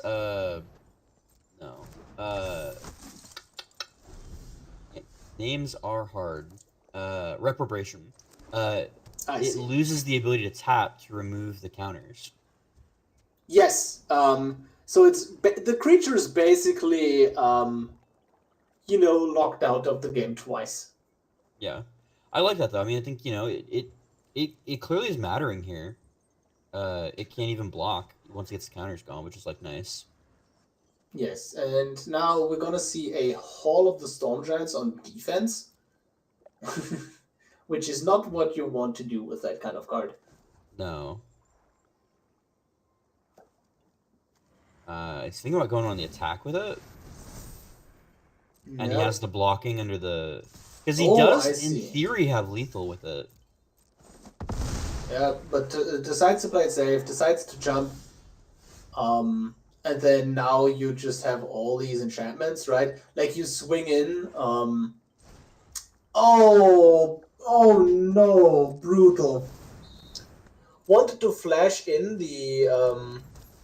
But it costs one more. the pirate, but the pirate, but it costs one more. But it wouldn't have mattered. Like if you played main phase, it just gets removed, so it was lethal either way. Yeah. No, I mean Paladin class, MVP of that matchup right now. MVP of that one. Yeah, absolutely. I like it though. I mean, I think Sythis had a better showing.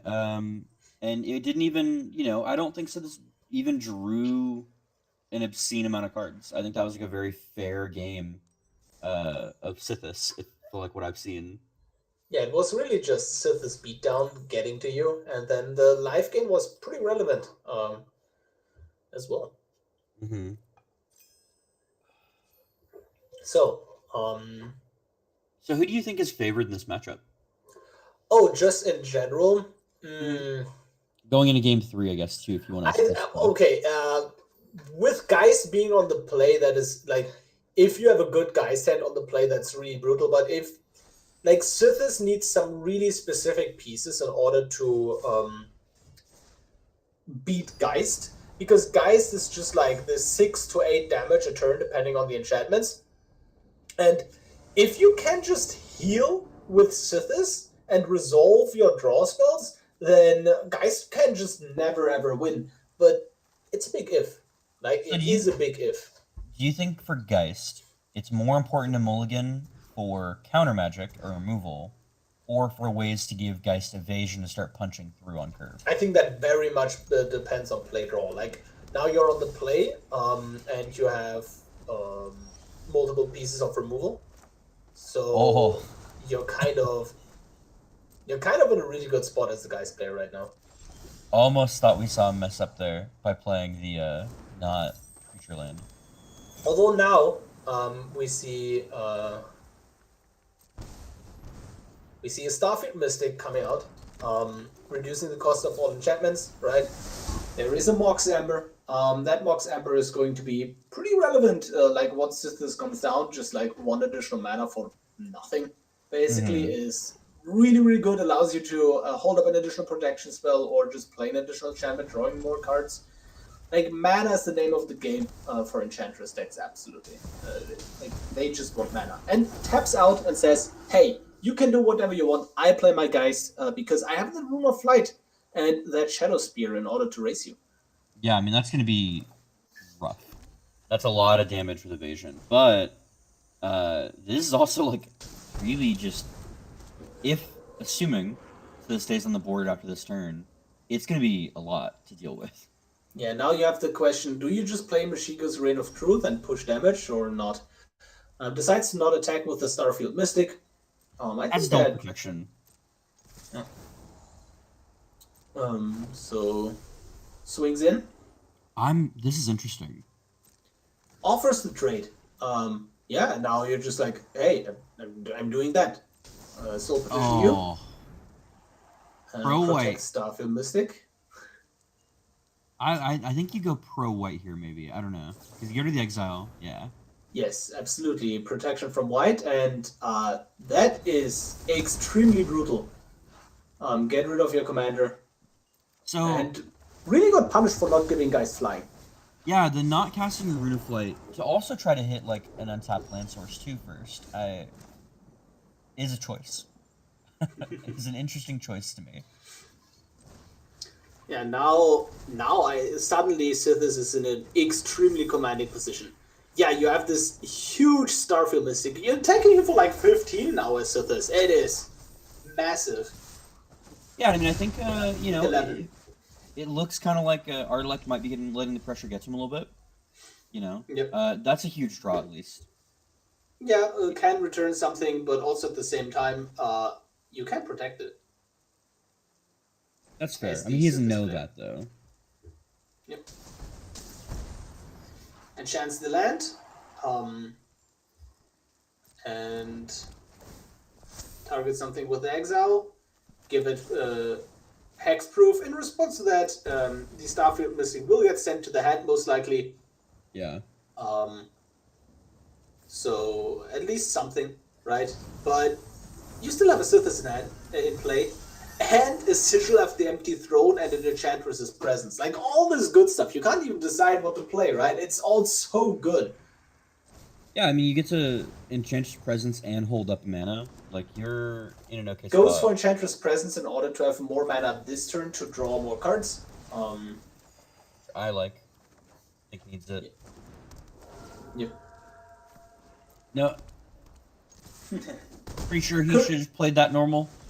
Yes, so in that spot you don't want to put the land into play because you haven't made your land drop yet, and you could have had an untapped white source in this spot. And, Sentinel. But it also just doesn't matter. For sure. Right now. No, you're not wrong. But you could. Oh, wait, it does matter. It does matter. Yep. Exiles Sythis. But still, there's just this Enchantress's presence. And the Michiko, too. Misclicked.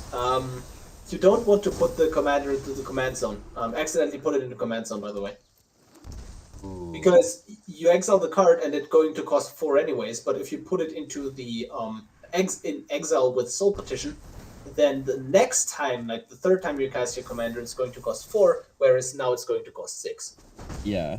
I mean, it's one of those things. So both those are like making some misplays this matchup. Do you think it's a sign of tournament quality going down, or do you think it's just these guys being pretty nervous? They're in the loser's bracket right now. I think it is just like everybody here is just like kind of in I don't want to lose mode, right? Nobody wants to lose in a tournament, especially with this many people watching. So it is completely fine. It's completely fair. But these guys have definitely earned their spot here.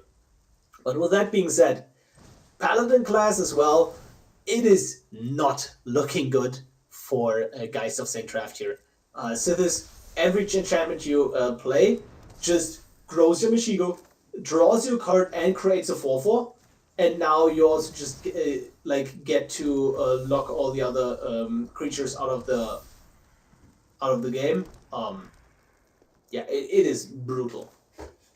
Yeah, that is yikes. Game disruption on the Snapcaster Mage. Yeah, just like everything. Get everything. I did just block the 8/8. I did also just notice an interesting line that could be taken earlier too during the Lauren's escape. I don't remember if he had Shadow Spirit out or not, but he could have Shadow Spirit instead of having to do the petty theft. Yes. Although, no, yeah, you're completely right. It's rid of both things it does. Yep. So yeah, I mean, a nice 2-1 for Dozer. I mean, really happy with him. Obviously, Artelec, I'm sure you'll be back in top 8. Not your first time, probably not your last. Yeah, definitely not the last time for Artelec. Yeah, man, thanks for me. I mean, hey, you know what? Tied for 7th is still pretty damn good when you think about the fact of how many people we have playing every month. Yep. Usually around 30 to 40 people join each month, just consistently. So you have to beat a decent field to be able to compete here. Well, I like Geist. I think it's still. I think the list needs some refinement. Geist hasn't been out that long on Arena. 2.5 months, give or take? I want to say. Also, I quickly want to add, by the way, people, if you want to play this tournament yourself, it is, free to do so, but you just have to qualify. So the way it works is you join the Historic Brawl Observer, you play a month-long league of 12 matches in total, and then if you're in the top 8, you can just play in this tournament, and it is great, free to join, and it's amazing. And we are spectating Raffine versus Rusko. And it is going to be one of 2 Raffine versus Rusko matches.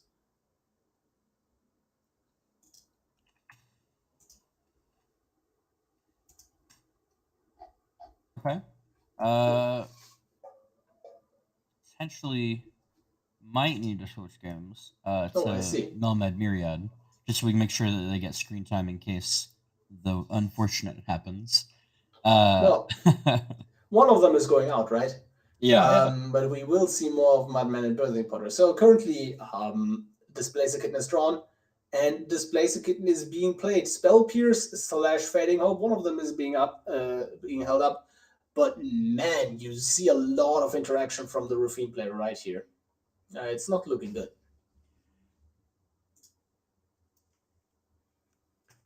So, yeah, it is currently 1-1 Ragavan versus Atraxa. Yeah, these games go quick. Yeah, I mean, I like it right now. This seems interesting here with what they want to do with the Rusko matchup. Obviously, right now, I would say we're slightly favored into the Raffine, just having a board state. We're going to actually swap over to Atraxa versus Ragavan. Obviously, we want to make sure to give Dex some screen time. It's one of these is going out. We want to make sure to get, make sure he's gotten at least a good chance to be cast and see their stuff up here on Twitch. And then I'll show you guys the decks. And I really feel like with it being 1-1, I want to make sure Atraxa gets some screen time because, you never know what's going to happen. And honestly, it's Atraxa with Ragavan. I desperately want to see Atraxa get cast and then Ragavan steal it and get the win with it. Wow, totally biased, I see. Oh my god, and there it is. Oh no. The Atraxa of the Endless Web and Ragavan looking at the board. How do I ever beat that? Easily. Weaponize the monsters. Yes, but it is still like just a huge investment to get that card off the board. I don't know. I mean, it's one turn. You make your new dude, block, sack the other 2 dudes after damage, still push through 2 damage, and kill the Atraxa without giving any spiders. How did we get here? I wonder. Because then Atraxa just entered the turn. 2 of these tokens attacked, but Atraxa doesn't have damage. I'm going to assume... I don't know. Maybe he didn't want to block in case he had I see. Didn't want to block in order to... whatever. Not Molten Echoes. The 2 mana 4 damage one, though, to a creature. Yep. So we're going to see Arcane Signet, and then Binding of the Old Gods, and if you hit that Weaponize the Monster, there's not a lot Myriad can do, but it seems with the rest of them, right? Yeah, I think you're right. It seems tough. Like, I think you're worried because the board is looking scary. But I do agree. I think Weaponize with the Legion War Boss is like really good. Yep, indeed.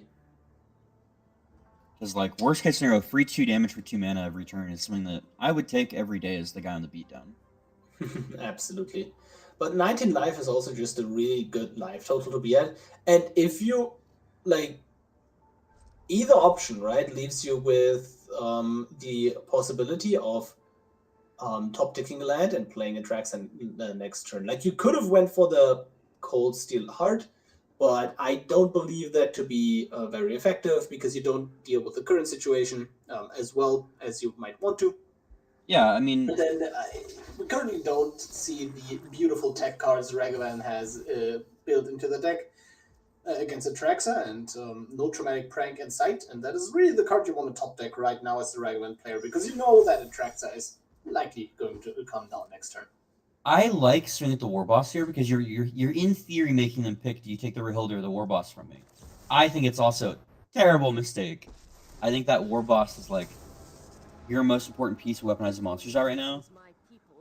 And this is brutal. The thing is, what you can do now is shoot the Atraxa with the Rehilder, shoot the Atraxa, like let the damage go through, shoot Atraxa again with a 1/1 after it has dealt damage. Yeah.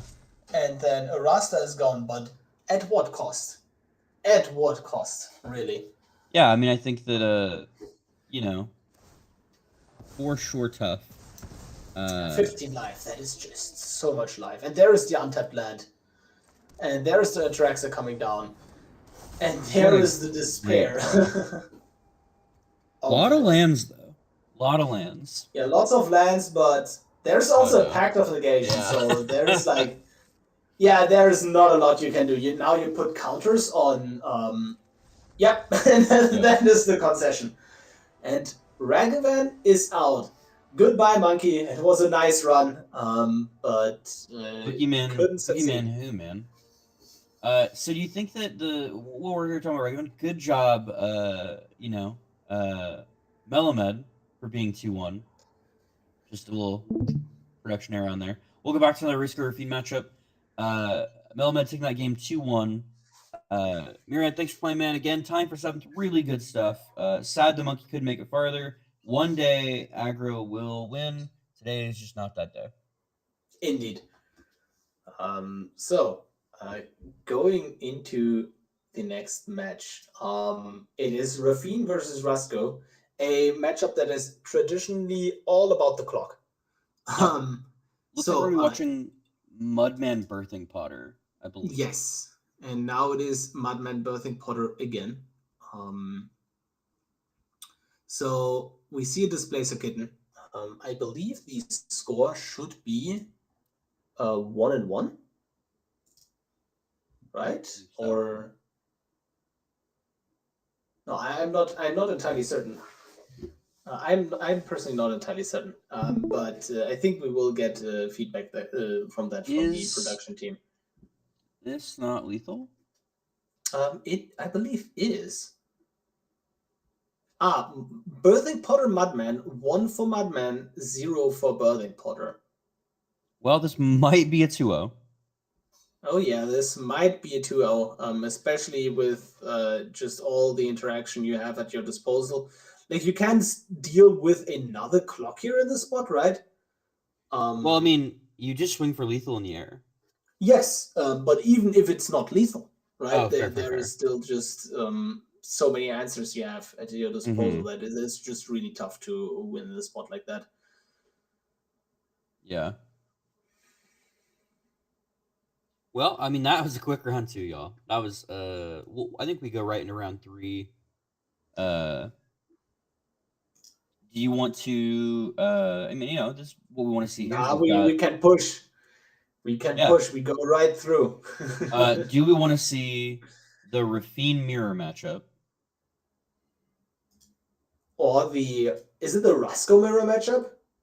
Yeah, it's Raffine. No, Rusko are on both sides of the bracket, so it'll be Rusko versus Atraxa and Rusko versus Sythis. Oh, I see. So it's going to be a rematch of those two players back against the people they eliminated. Oh, wow. Oh, that's so tough.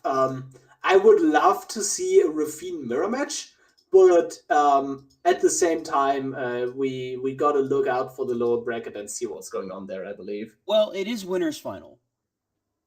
So I think it's still important. Final. Yeah. Yeah. Because whoever wins that match is going straight to finals. Yep. So let's see. Let's have a look at the Raffine versus Raffine-ish. Yeah, okay. So we'll be doing we will real quick just want to make a note. We'll just go straight into that should be Flashfan v Mudman. And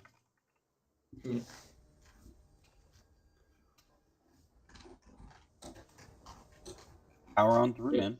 Real quick, just put a note so we can all start. We'll get everybody going for the next matches.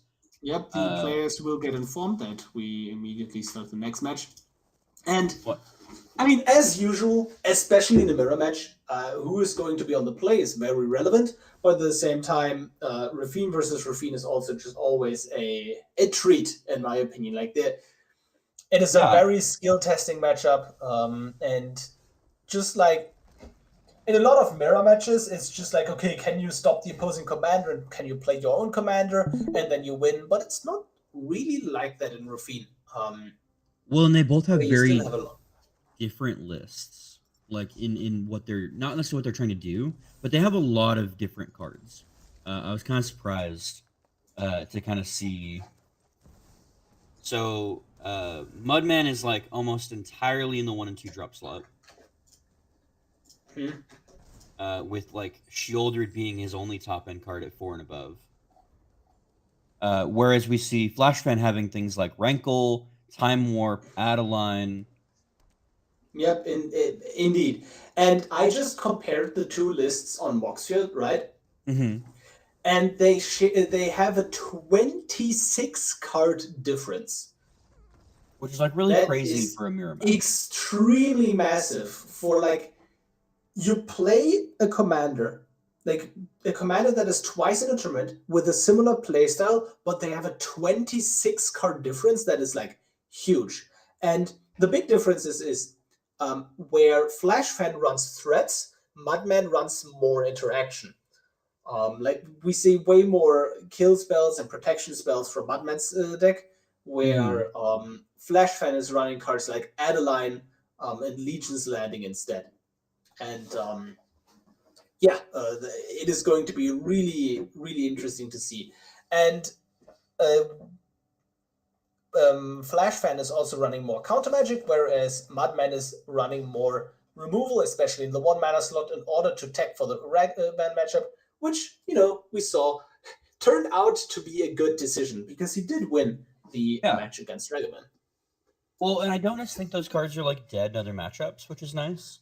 But I mean, at the very least, it's got him this far. Which, like, absolutely. is great. And also, there are slight differences in the mana base. But in overall, both run the same.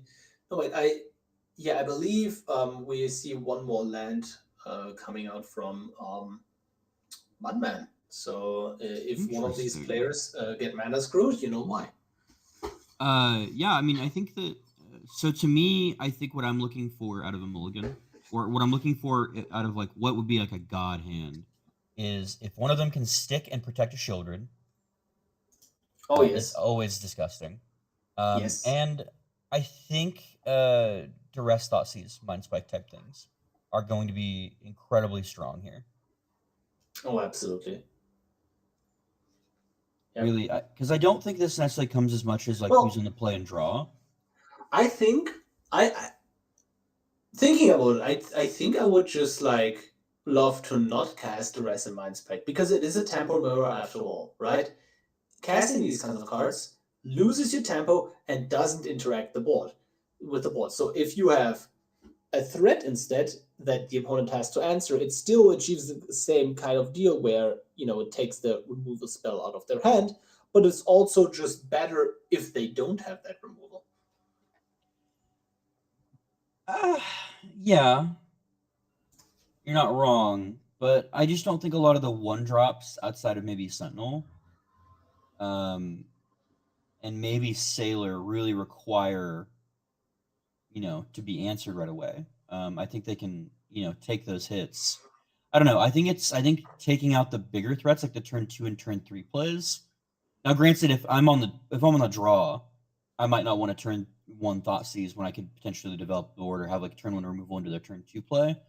But I think if I'm on the play, I'm more than happy to go for that, to maybe get removal or to hit like a key piece that might disrupt me. I don't know. I think that the disruption is really important in the matchup, but that's fair. I think you're right. I think that it is a tempo loss. It'll be definitely interesting to kind of see. It definitely is going to be more of like the decks are going to like kind of dance together a little bit. Yep.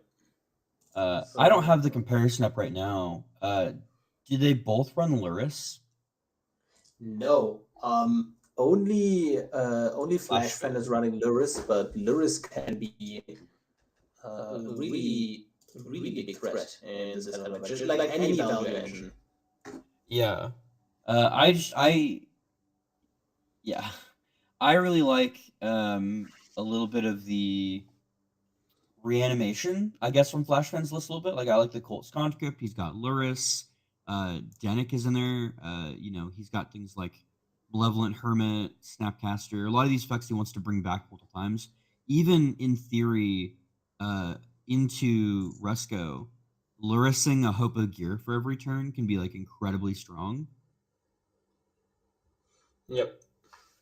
So we will see how it turns out. I am not sure when the players are ready. I think it will take some time, right? Yeah, I mean, I think we're 6 or 7 minutes. They're starting up now. We wanted to give them like a few minutes between the rounds so players can have a second to like step away. But they are starting up right now. We're just waiting for them to get logged into the game so we can switch over to their view. An interesting card that I'm kind of curious about as well that I think is up there with Shoulder in this matchup. How important do you think Gix is? So I think in the mirror match, traditionally in the history of Magic, right? Mirror matches have been always who does their own thing better, right? And that usually includes slightly bigger cards, or in the case of combo decks, being more linear, right? But here it is going to be slightly bigger cards. And Gix is one of those slightly bigger cards that just doesn't necessarily always make the cut. But Gix is really brutal in the mirror match. And I think you're all obviously if you're losing on the board too hard, it doesn't matter. But at the end of the day, it is going to be who draws more cards, right? Like that is the absolute biggest thing. Who is drawing more cards?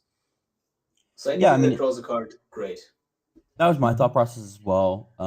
Is I think that it's going to come to card draw, and just I think some of the card quality is one of the other things too. Is it's going to be down who draws the better part of their deck, but with how different these two decks are, like it's really hard I think to evaluate it at face value. Personally, I'm looking a little bit more. I personally think I'm leaning a little bit more towards Flashfan's list. I think it has a lot more synergies available to it in more of a mid-range style matchup, which is exactly like it. Like, if you can stick, say, Ruthless Sniper, you've got just some really gross options. The being able to bring things back from your graveyard with a little bit more recursion. Whereas I think I would definitely favor Mudmans against like aggro and maybe even against control to some degree. Now you have a decision, and you play the Ledger Shredder. Like a card like Ledger Shredder is so incredibly strong in this kind of matchup. And you see the Kitesail Freebooter taking out a card, and I would argue you take the Invasion of Gobakon here because that card will ruin your day if it flips. Well, because then like okay, choices made, but I think you're right. I think Gobakon is like so good here, but your opponent has Ledger Shredder and like could potentially just hold up options against you here. I don't know. I don't know if Lofty Denial is an interesting one to me, because it is basically a hard counter spell with the Ledger Shredder out. Your opponent is clearly still fine playing Draw Go. Yep. And funnily enough, you can swing in here if you discard a non-land. I mean, I think you're fine to discard a land too. No, because then you get double blocked by the. Yes, it has flying. Yeah. Yep. Everything has flying in this matchup. It just doesn't matter. If you're not flying in this matchup, the card effectively says can't block. Oh, and there is one of the really cool tech cards in this matchup. And that's also a card we discussed earlier. The Ninja, the newly buffed Ninja, of which the name I don't seem to remember. What's its mana? Swarm Saboteur. The cost Ninjutsu 1, and if it connects, it has Death Touch, and if it connects, it creates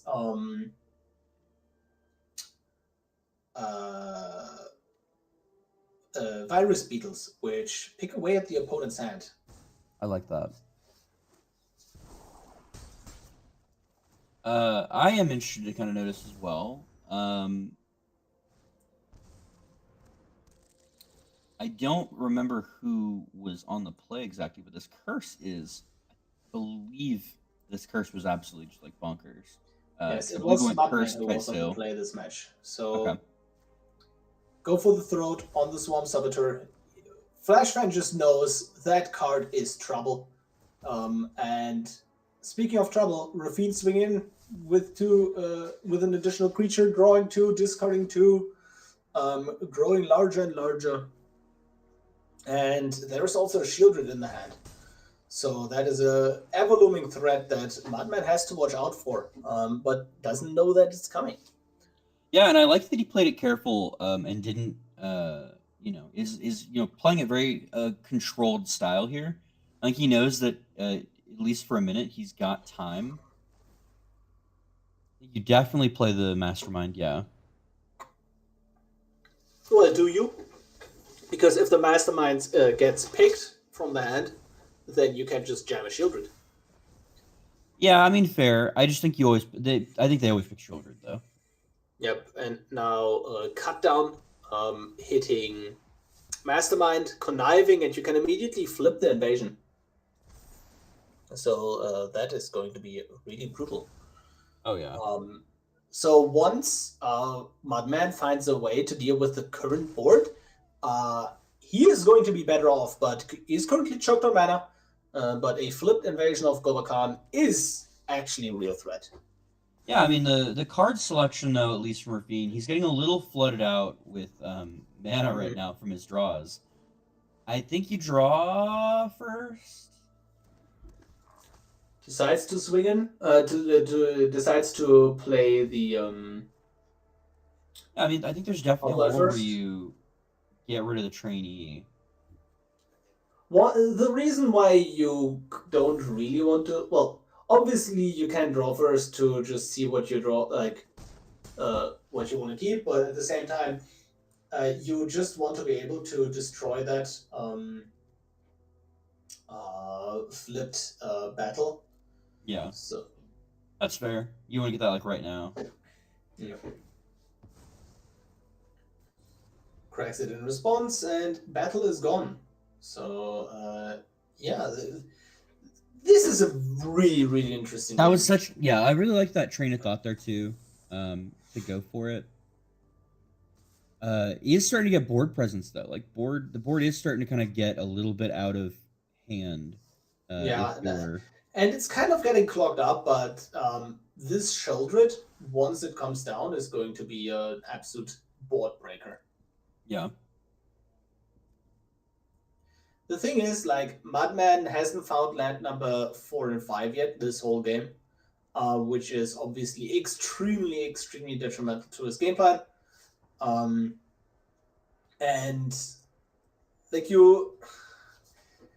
like the person who has Raffine in play is the person who can just freely attack and just filter their draws and get incremental advantage. Now discarding Danik, being able to flashback Danik, just being able to do things is so, so good. But now you just have the untapped land, can jam a Shieldred, and now suddenly the other player is in a lot of trouble. Yeah, I mean, it's goes really for Danik funny instead. Because all the lands that Flashfan just wants to stop drawing, I think he's pitched 4 or 5 lands as well, and also pretty poor quality cards in the matchup, I feel. Yeah. Mudman's over here like, I would love some of those. Honestly, you can just memory lapse this because Mudman just doesn't draw lands, and you can guarantee that he's not going to draw an additional land in this spot. So now just memory lapse, know that there is just no land coming. Jam Shieldred, swing in. Do you fungal infection here just to try to connive to get a land? You mean in response to the counterspell on the stack? That is, I think, a fair assessment. Because, I mean, oof. Decides to just push more damage instead right now, instead of going for the Shieldred. Can definitely respect that. And decides to only swing in with 2 creatures here. I think he's got the Shieldred, like he can take it a little slow. The 3/5 is a really effective blocker. Mm-hmm. Indeed. Yeah. Doesn't even decide to go for the Shieldred, which is also like just interesting to me. I really feel like that would put the clock a lot more. Because then you can even potentially even purposefully have your opponent connive to generate damage. Yep, indeed. So, how will blocks? Yep. I think you can just Okay, decides to block like that in order to save damage on Raffine, but gives up a Virus Beetle instead of a 1/1. And while there is one of the best cards in the mirror match, honestly, that only Flashfan is running, and that is the Archer. If you ever whenever you discard a card, you can pay 1 mana and then put a -1/-1 counter on something. Just anything that is a 2-for-1 is really, really big in this kind of matchup. Yeah, and I love Ruthless Sniper. I definitely have. It's not always been in my Raffine list. I've teched it. I've tried a couple things with it. It feels really good and it feels really bad. It just depends on like, I don't know. It's such a weird flex slot. But I do think it's interesting when you look at Raffine lists because I'm also looking back at the last tournament Raffine list we had, and they also have like an incredibly different card selection. I think that one, there's different players playing them. There's different matchups. I'm wondering if there's a lot of variety in Raffine compared to a lot of the decks we've seen. Do you personally, having played a lot of Raffine yourself, do you view it as a deck that has a pretty flexible build pattern? View it as it is absolutely flexible, and part of what makes Raffine so good is that you can build the deck in a way where if you know exactly what you're up against, you can tech for that, you can play around that, and I don't think there is any matchup where you're ever like, wow, that's an absolute nightmare for me if you're playing Raffine. Down to 5. Oh, wow, that is brutal. At least you're on the draw to draw an additional card. Yeah. And I mean, do you do... I mean, I think about maybe hold up the memory lapse. And that's exactly what we're going to see. I assume you just memory lapse the first thing that comes out here. Doesn't do it, because like the thing is, you can just memory lapse the Fairy Mastermind, but you can also just memory lapse the Raffine, right? You can't guarantee that they play Raffine here, and then if nothing happens, you're just going to be super punished by holding up that memory lapse. Yeah, and that's exactly what we're going to see. Ruthless Sniper. Yep. And now you have options, right? You can Mana Tithe, you can Memory Lapse. Does nothing. And I think that's interesting. I think I might have Memory Tithe that. It feels like a really strong... With being at 5 card start, it giving you... Even if the Raffine just never hits the battlefield, in theory, I don't know. It's like one of those things where it's like a free thing you can Mana Tithe. Yep. But I guess it's not flying. And now Invasion of Gobakhan, look at that ant, gimme, and says, hey, I want to send it back to the top, please. Yep, Memory Labs, just buying that additional turn. And now Raffine will resolve, because you have that Mana Tithe up, we know Flashfan has nothing, but even if there was like a wash away, you could Mana Tithe that. So now Raffine swinging in and holding up Mana Tithe. Decides to put the counters on the Lifelinker instead of the Fairy Mastermind. The issue with that is obviously that you're giving up the Mastermind in case the opposing Raffine gets to swing in. Yeah. Because you can just put a -1/-1 counter on the Mastermind. But at the same time, you can actually play around that. If you just Mana Tithe right now, if Mana Tithe right now, Flashfan does not have the mana to pay for the Ruthless Sniper actually, and saves the Fairy Mastermind. Which is exactly what we're going to see. Yeah, I think that's definitely the play, because it also opens up Otawara onto it as well. And you got to discard a non-land. Luckily, only non-lands in hand. Rankle's nice there, though. I did notice something kind of weird that I might need to do some testing on. It looked like when he was going to counter the battle, he couldn't Dovin's veto it. It didn't light up. It looked like he even clicked on it. That was the reason for that is that he just didn't have mana to cast the Dovin's veto. Black doesn't cast the veto. Oh, that's just black? I thought that was a... Yes. That's all the art of that specific land. Okay. I was like, I know he had the Atakar Wastes and whatever the hell is to the left of it. Yep. And I just assume everything's two-color until proven otherwise. So there's a lot of hand-height here, but do you even care about it? Yeah, I mean, you have just also plenty of lands that you can discard. So as long as you discard one non-land, you're fine. Otherwise, Raffine will just eat that Fairy Mastermind. Yeah.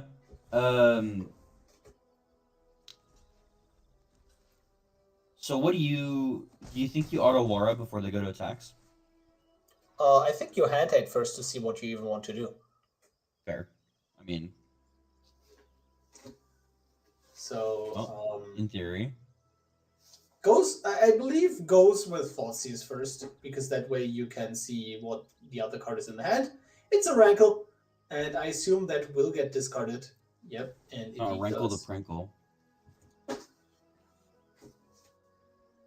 Yeah, this Ruthless Sniper triggers a lot here, but not actually doing anything because you don't have the mana to activate it. Oh, there is a really nice card in Skyclave Apparition that is able to take out the...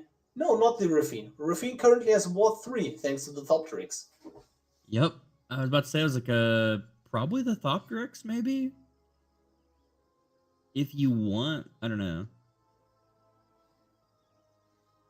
Yeah, we see an Otawara bouncing Raffine in the attack step. So, yeah, that is going to be an issue because now you can't swing in, you don't get your discards. Well, you can swing in, you will swing in, but you don't get the discards, and that is exactly what you kind of want in this board right now. Yeah, and I mean, I think that was important. Apparition. This hand, like, is very much, I have to have the Raffine. I'll get the card selection from these two, maybe some removal, and we'll get to, like, figure out what I want to do from there. And I think just taking that choice away is really good on Mudman's part. Yeah.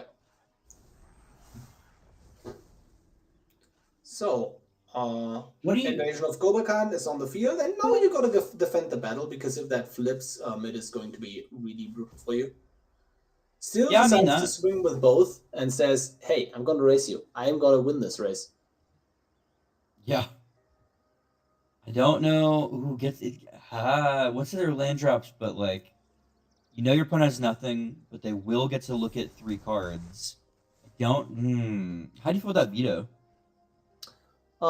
There was an argument to keep it in hand, but first you gotta see the Mind Spite, redrawing the card. Healer's Hawk. What do you even want to veto? A removal spell? Because counter magic is not going to cut it in this spot, because you're losing on the board. Yeah, I mean, I think, I guess pushing the 1 damage is important, but I would probably try to do against removal. Because I think right now, keeping your creatures on the board is, like, the most important thing, with, like, what your board looks like. The thing is, you're not going to lose your creatures to a non-creature. You're going to lose your creatures to that Ruthless Sniper right there. Fair. Yeah. Thankfully, he can only target the 1/1, which also seems like a reason maybe discard the Hawk over. Yep. And now autopay, destroy the Hawk. I'm wondering if, because of the containment construct sticking around, is there a chance that you think Flashbang has stabilized his board state? I think, like, the containment construct will draw a lot of cards in this spot, that is for sure. And you do get the Invasion of Gobakan. And now suddenly, decides to just play the Hive instead. But now suddenly, Mudman tried to be a bit too fast, tried to be aggressive too quickly, and didn't think that they would be in a spot where they get out aggroed. But lo and behold, there is the card of the matchup, Sheldred, the Apocalypse. And honestly, with this low of a life total, you can't even swing in with your creatures in order to find an answer. Yeah, I mean, he'll be dropped down to at least 7. It'll be very interesting to kind of see. I don't think you have a block with Raffine in this spot, but you kind of have to. Well, I mean, I don't know why you wouldn't. It's not like they have a card that's like do 3 damage. Like, I think you block at least there. No, that I'm talking about the Mastermind chump block. And now you're at Oh. 4. Now you're at 4. Now a Shieldred gets played, and you're looking at the board. Okay, top deck removal or lose the match. Lose the game, not the match. Yeah. And that is not removal, and you lose the game. Yeah, I mean, it looks like so Thopterix. Just want to put this out there. He drew Thopterix, won the game. Mudman might have a little Guardian Thopter dinosaur thing in his fucking deck. And there we go. Lots of triggers put on the stack, but it is going to be too late. And honestly, Thopterix giving ward 2 to Shieldred. They kind of hard. Yeah, and honestly, Thopterix being a 1/3 flying life for 2, like I'm just realizing how effective this is in the curve of the deck as well. Like, it might be my favorite addition in a while. It's just incredibly efficient, and 3 toughness is so good. Yep, and that was game number 2 of the Raffine mirror match. I just absolutely love this. There are so many interesting points, like interesting decision points from both players, and you really feel like these players don't just draw cards and play them. These players are thinking about everything they draw and make so many very important decisions throughout the whole match. Well, and I also want to point out, too, that felt like a really close game, even though Flashman went to 5. Oh, absolutely. Yeah, it was the reason why he was able to get all this value back is from these engines, right? Like anything that can go 2 for 1, you want to do it in this matchup. So Containment Construct is good if the Raffine sticks. Like, remember, Mudman wasn't able to stick the Raffine until very late into the game. And you also you're also in a spot as Mudman where you are ahead, but you're only ever so slightly ahead. It's like your decisions are still more important than the cards you draw. Yeah, no, for sure. And I think that he did show the engine. Like he got together the damn near perfect engine you want of your Archer, your Containment Construct, Raffine. Like absolutely. I just think it's like match number 3 starts. And I mean I think there's I don't think I have a favorite among their 2 deck lists, but I think being on the play is really nice here. Oh, absolutely. Swords to Plowshares, Mystical Dispute, really good in this matchup. It's effectively a second copy of Washaway, to be honest. Yeah. And an Adeline that can, like, if you just stick that Adeline and it doesn't get removed, it will take over the game because it is just, like, 4 toughness in this matchup could very well be 10. Mud getting that Ledger Shredder off the top is actually really good here. That hand was looking incredibly suspect until right now. Oh, and now you do have the... So, do you lead on Ledger Shredder, or do you go Esper Sentinel, hold up Spell Pierce? I think you go Esper Sentinel. I think you went down a card. You need to, like, start building up tempo. Your opponent has open mana. You know his deck list has answers at 1 mana. And if your opponent is, like, being mana efficient and trying to, like, swords your Esper Sentinel, you're drawing a card, there's no way they're doing that. Yeah, but now Adeline comes down, and that is the thing I talked about, right? Uncontested Adeline. How well is that going to be? And now you have the big decisions. You can remove Adeline, hold up Spell Pierce. You can just play Raffine, but Mudman just goes for the absolutely safe play, right? And see, here's where I'm. Yeah, well, here's where I'm at too. I was like, I thought he was playing the Adeline to Raffine, hold up counter magic to protect, in the mirror matchup like that. But it looks like he's not. And just gets, like, super punished. Super punished for not playing the land first. Wow. That is huge, because now the Esper Sentinel lives. And the question is just, can you afford of playing the Raffine here? There's a really interesting article about a game. I believe it was a Gabriel Nassif versus Reed Duke game way back in the day, where Nassif gets punished in a very similar manner, and decided to then write a good 15-minute read article on why that was a mistake and always play your land first. Playing your land is not giving your opponent information. Well, there is also going to be spots, especially with Raffine, at some point you just don't play your land first. Because you gotta be flexible and see, hey, do I want to maybe just not play the land in order to be able to discard it? I don't know. I mean, I think you've got you have another top land in there. You're playing a land that turn regardless. I think at this point, looking at his mana base, you're more likely to sack the Raffine's Tower than you are the island at that point. Because worst case you're putting it playing on top land anyways to crack the clue. But the mana difference is staggering right now. Yeah. And that's with Mudman running the extra 2 swamps. The extra 1 land. Well, it's 1 swamp. Flashfan is also running Castle Lochthwain and Plains additionally. Oh, it's basically a double face lands and Agademes versus just another basic. Yeah.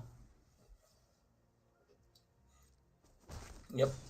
So now we're at the point where both Raffine players don't care for each other and try to punch each other in the face and see, maybe I'm winning this game, maybe not. But Mudman is really choked on mana in this kind of spot. Portable Hole getting the Thalia out of the way. And then Fatal Push. I feel like there was also a different sequencing, but this way you puts the counters on the on the Juggernaut, and this is actually really cool. Look what he's doing here, right? He says, trade it, draws the land, and Flashfan is not going for the block. That is so huge, because if the trade happened, Fatal Push would have been active to be able to pick off the Raffine, but now that is just not happening. Wow, really, really cool. Which is good, because I was actually kind of surprised. I was thinking originally that the play might be to push Thalia into exiling the Tithe Taker. IOK coming in so big here. Oh, absolutely. Because you're going to lose one of these. Yep, and you got to cast the other one right now. You got to push the Tithe Taker, right, in order to stop the opponent from attacking right now with one additional creature. Yeah. That's exactly what we see.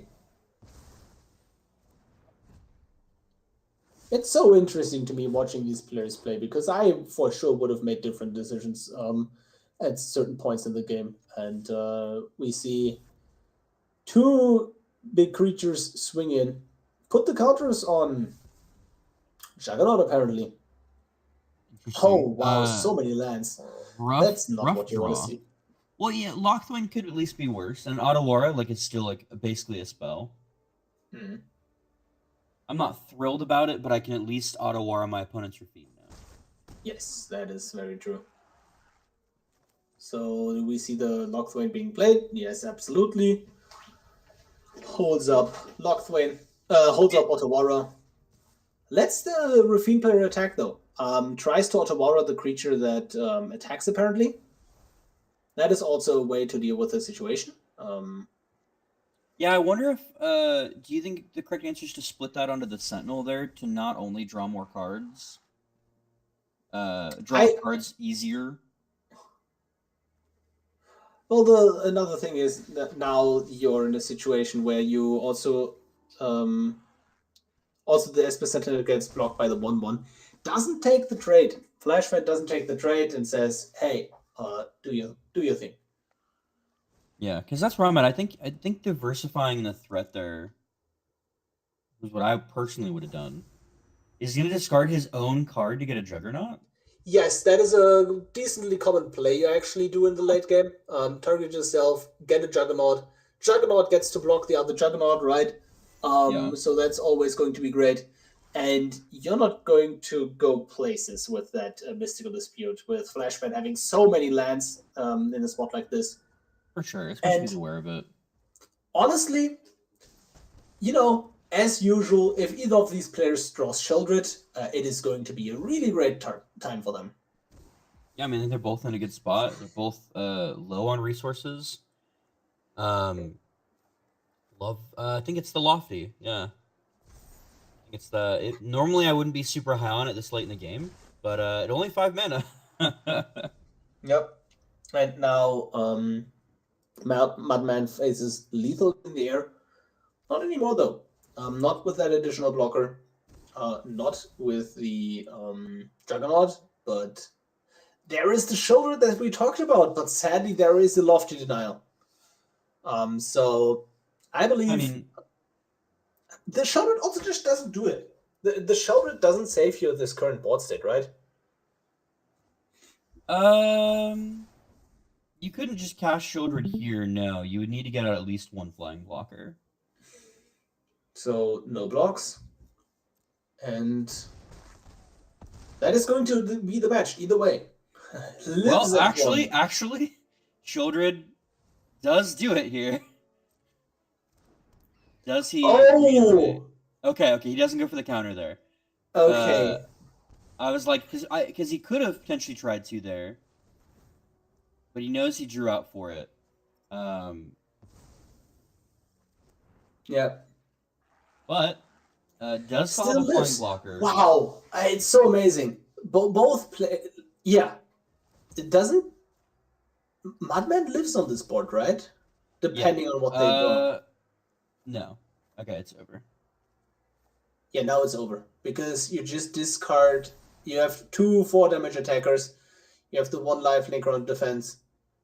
And exact lethal here. It is. What an unbelievably close match. No, wait, it is not.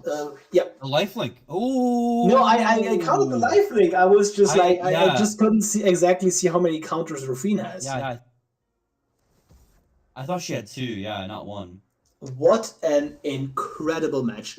That is the reason why Raffine versus Raffine matches are so amazing to watch. Both players had so many interesting and important decision points, sequencing, all these subtle things, playing the cards, when to play the cards, right? And wow, Mudman takes it and is in the finals of this beautiful tournament organized by the Mudman. This is the last time Mudman is organizing this tournament. Afterwards, we still have this tournament, but other people will organize it. But Mudman was the main driving factor of, organizing this tournament in the first place. Thank you, Mudman, for all your work, right? Yeah, I mean, I want to say iconic if he takes home the victory. I would love it. I think he'd be really happy. But I also just want to see him fall.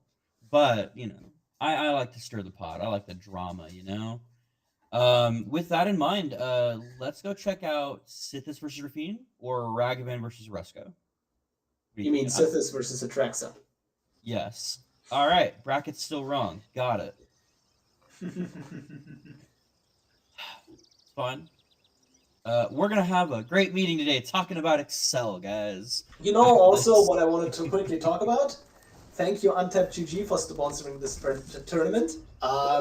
They are offering a 5-month subscription for first place, 3 months for second place, and 1 month for third place.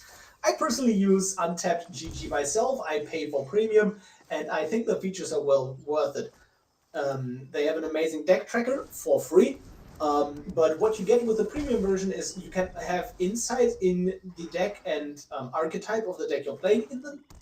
For Historic Brawl, that means commander. So you can click on any given commander, see all the popular decks for that commander. You can see all the cards played by those decks and sort those cards by game in hand, win rate, win rate when drawn. All these really, really cool stats. And it personally helped me make better Historic Brawl decks overall. So if you really want to get better at Magic in general, or even other games, because I believe they do also just have deck tracker options for other games, check them out. They're amazing. And with that in mind, you can also find ImNotFine right above me on YouTube. Great YouTuber, big fan of his, uploads very consistently. You can also find me on YouTube. Okay, that is a stretch. When you look at comparatively, I don't think I've updated in a minute since before March of the Machines. I am on a sabbatical, but I will be uploading again soon. Yes, Super sad though. check him out. Yeah, but it's always fun, especially when I end up having to play an ImNotFine deck. It's always a time. I'm just a filthy mid-range player. Well, this looks very one-sided right now. What is this?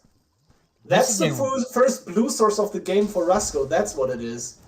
And it looks like that was a really strong 1, 2, 3, 4 curve. Wow, with the Nykthos as well. Yeah.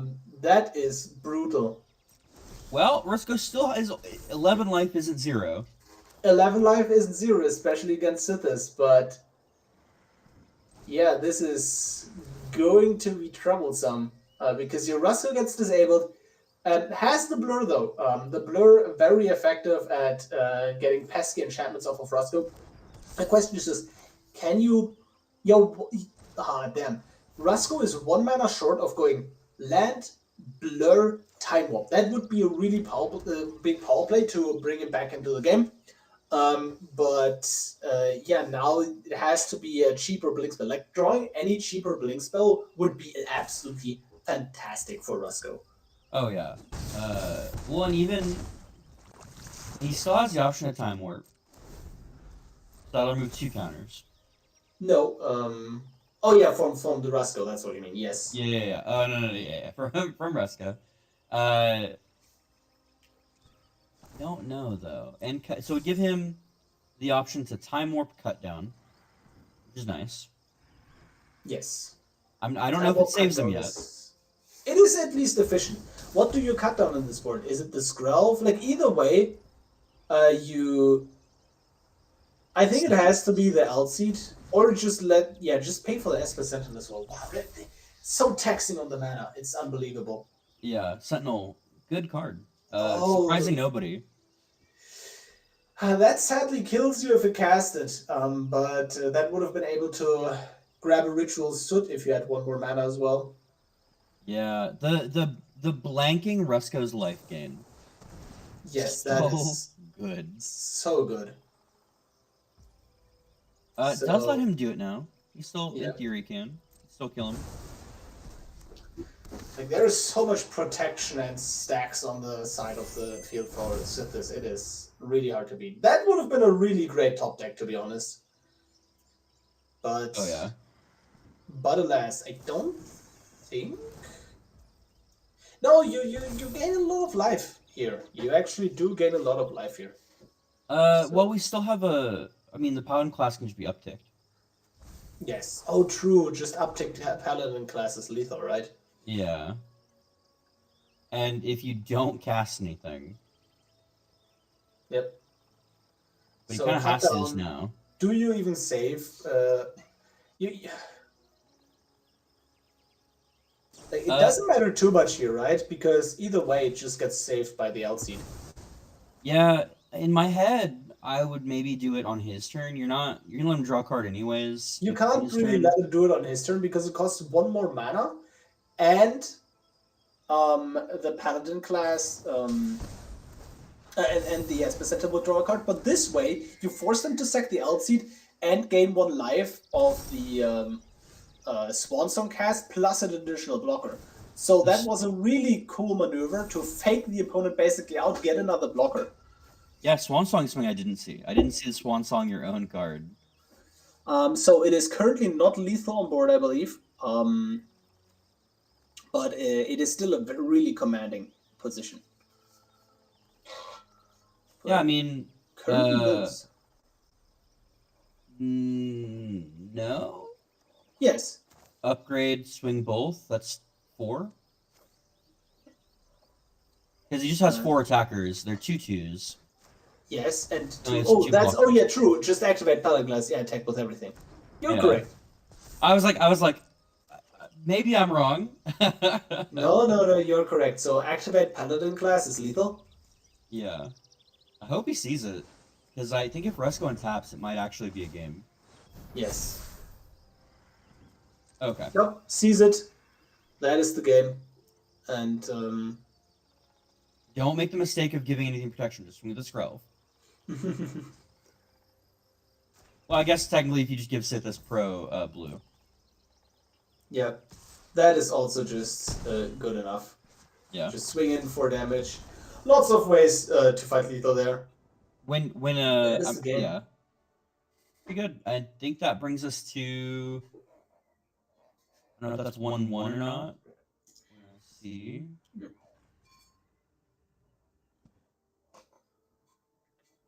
Yep. And Dozer takes it 2-1. Oh, Dozer takes down Birthing Potter, kicking Birthing Potter out of the tournament. Thank Yep, you, Birthing Potter, for participating. But you're sadly out. We'll check Mob Boss versus Myriad next. Yes, now we see Mob Boss, the other. So if you think that the blue Yep. source he picked up was an Underground C, do you think that with 3 more life, different game? Oh, well, the Underground Sea is there over a swamp, so that wouldn't have been a blue source at all if it was a swamp. So Maybe it's their first swamp, but just in general, like I know that's one of the Yes. things to think about. That if you'd drawn another blue source, Oh yeah, no. I mean, just in general, like if you had drawn just any blue source way earlier instead of turn 4, that would have looked completely different for sure. you know. Well, I mean, hey man, that's a tie for 5th, I believe, 5th and 6th. So we'll say 6th. 5th sounds nicer. Good job, Bridge Potter. I think this is also your 2nd in a row. So I mean, nice. I'm trying not to be gleeful that Rusko's gone, but Ragavan, help me out. There's still more Rusko in the tournament. There is I still know. more Rusko in the tournament with Mob Boss. Mob Boss, by the way, the player who took down the tournament last time around. Oh, Let's they see may if be we can- done. They're done. I'm looking now. Oh, Oh, I see. No streams anymore. I believe the players are done. Mob Boss versus I believe that means Mob Boss beat it. I'm just trying to find the. I'm very confused about these brackets because it says that Myriad won versus Atraxa, but I thought Atraxa won the match over Ragavan. Yeah. What happened there? Don't Okay. worry. Let's do a quick break, anyways. Yeah, we'll take 5 minutes. We'll get this organized out, guys. Yes. But yeah, perfect, guys. Thank you all for watching, and we will be back. Yep. Okay. Don't know.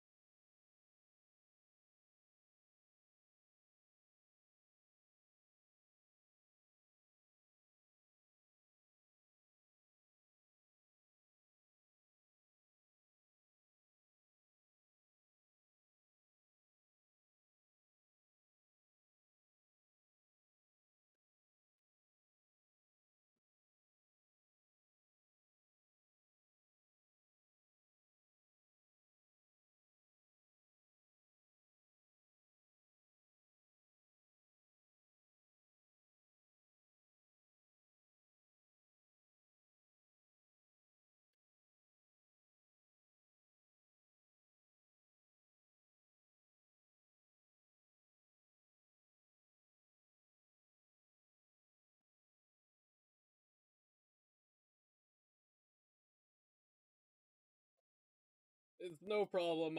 I'm just scrambling. It's a bit of information overload because I'm using 4 screens to do this. I don't have room to look at who's piloting what deck.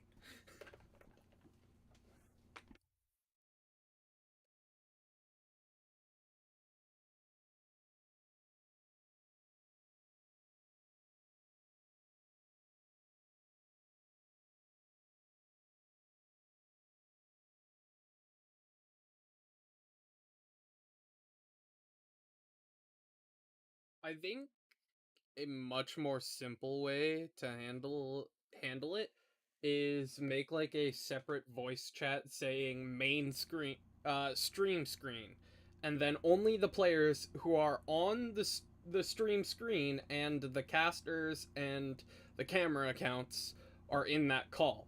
And then when you get told you're on the main screen, you join that voice chat and put your screen up, and then I swap it over quicker. That way I don't have to filter through so many different streams to find the right person.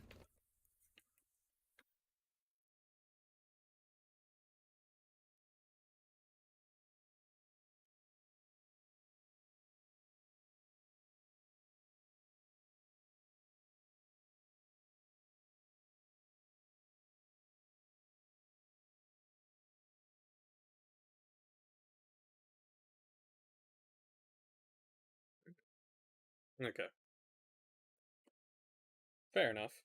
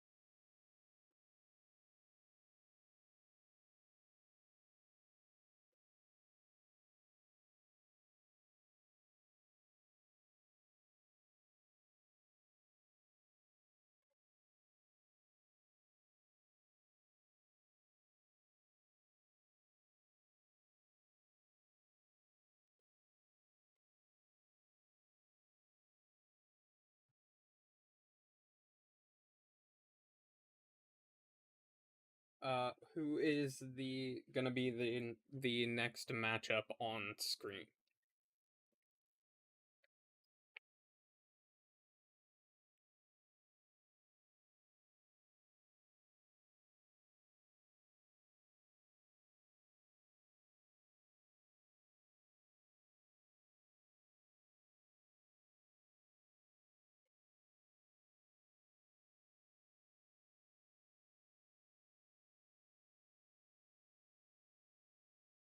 Melmed?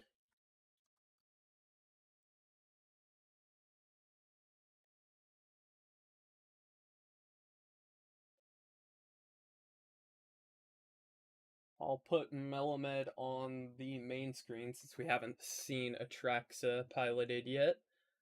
And then it is Dozer will be on top hand. Okay.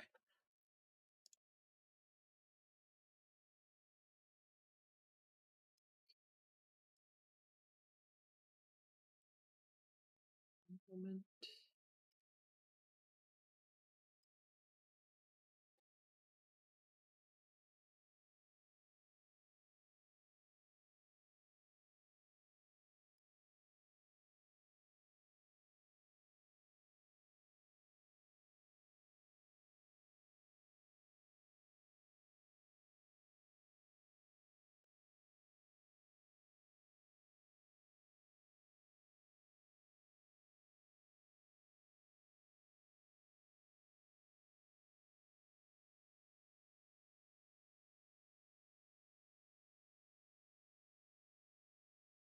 One second.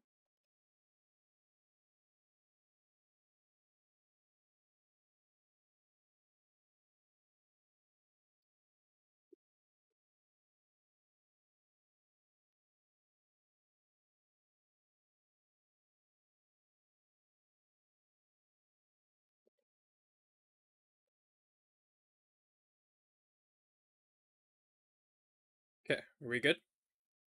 All right. 3, 2, 1, go. Welcome back, everybody. We're back. The round is ended. We're on to the next one. Round number 4. We're in top 4, guys. We're in the top half finally. And that is Raffine, piloted by Mudman, Raffine, piloted by Flashfan, Atraxa by Melamed, and Dozer by Sythis. Also, it is Grand Unifier Atraxa, just in case you're catching up. Technically different. Yeah, so it is going to be Sythis versus Atraxa, and whoever wins that has to fight through the Raffine gauntlet in order to take the title. And oh boy, what a time to be alive. Yeah, I mean, neither of those decks has had to face a Raffine yet. Not only that, but neither of those decks never ever came that far in this tournament. So I would be very, very excited for one of these decks to win. Also, while it is not impossible to win from low bracket, you have to win 2 best of 3s in a row without dropping a best of 3 in order to win. Whereas the person coming from upper bracket, that is Raffine, piloted by Mudman, only has to win 1 best of 3. It is not impossible, but damn, is it difficult. So, Melamed versus Dozer, Atraxa Grand Unifier versus Sythis Harvest Hand. It is going to be Value Pile versus Value Pile. Who is going to outvalue the opponent here? And lots of interesting decisions here already. Yeah, I mean, just looking at like the deck lists, who do you think is favored? I think I think Sythis, knowing that there is very, very, very little counter magic coming from the opponent, you can just play in a way where you only play your value engines once you can actually play cards alongside them in order to pull out on value. On the flip side, Atraxa just says, hey, I'm just going to get 5 cards off of my 7/7 Death Touch ETB, Lifelink, Soup, whatever, flying, entering the battlefield. And that is also just incredibly valuable. I think it is all about mana and who accelerates faster through this game. Sythis doesn't run a lot of ramp because you have to play a lot of enchantments or critical mass. And this is, like, we already see a very ballsy play. Sythis coming out with no immediate value and saying, hey, I don't believe you have the removal. I'm just going to play my commander. If my commander sticks, you are in trouble. Well, and see, I agree with you. I also think that the Sythis player knows they do not take the late game. They don't outscale. It's very hard to match the value that Atraxa gives you. But I also think Atraxa is a very interesting deck for Sythis because Atraxa is the list that actually interacts with enchantment out of all the top 8. They have the most things. They have the most things touch enchantments. And with that in place, also exile them. You can't necessarily get them. That was gross. That was really gross. From both sides. That's going to be a turn 5 Atraxa phase, but the Sythis player is just going to go enchantment, and I have 1,000,000 mana. And I'm not even kidding. It is going to be around about 1,000,000 if you actually count it. Yeah, I mean, you've got the ethereal armor, so you now are able to start swinging in with your Enchantress. You have to be a little careful where you want to put this and like what point you want to do it for. Do you start swinging now because you do need to get that damage in before the Atraxa gets there? The Death Touch on Atraxa also not necessarily as good in this matchup because a lot of the Sythis cards give indestructible, not just like Hex Refresh. Not only that, but a lot of the Sythis cards are like this. The first strike here is really good against Death Touch as well, right? Yeah. And a Monastery Mentor is just an amazing card to have here. So if you don't block the Sythis, you can just play a turn 5 Atraxa, which is not something you would expect here, like Reliquary Tower into Atraxa. Like, that's not a very predictable play in my opinion. Yeah, I mean, Phyrexian Tower just being able to like bulletproof you forward out of nowhere 2 lands is really good. Until we get Ancient Tomb in the format, like it's just it's hard to play around because you're not expecting it at all. There's definitely also a line for the turtle potentially too. I don't like it. I think that you want to put the tracks out. I'm wondering if he maybe also could have missed it. Maybe he's like worried it'll get blanked. Mana Tithe would be. We know there is no Mana Tithe, but Mana Tithe is maybe the card you're scared about because you sacrifice a creature in order to accelerate to that Atraxa, and then it gets countered, and you're sitting there. I'm never casting this again. Yeah, I mean, you're definitely right. It is also important to note for you, the viewer, that the players get to look at the opponent's decks as well. All the deck lists are open, they're registered. So, if I was in the top 8 and I knew I was going against deck, if you don't think I had that person's deck list pulled up right next to me the entire time I'm playing, you have another thing coming. You always do deck reviews beforehand, and I personally like even keeping notations, like when I'm playing, of like what are important cards they've played, taking a look at them whenever I need to. Trying not to abuse the fact that we don't have a timer per se, but knowledge is everything. Yes, there is no real timer. Well, there is somewhat of a soft timer, like we try to not let rounds go past 1.5 hours or like 1 hour, but so far that didn't really come up. Like maybe once in a Teferi versus Teferi mirror match, right? But even that was fairly reasonable and over quickly. Actually, the fact that he just drew 6 cards of the Atraxa.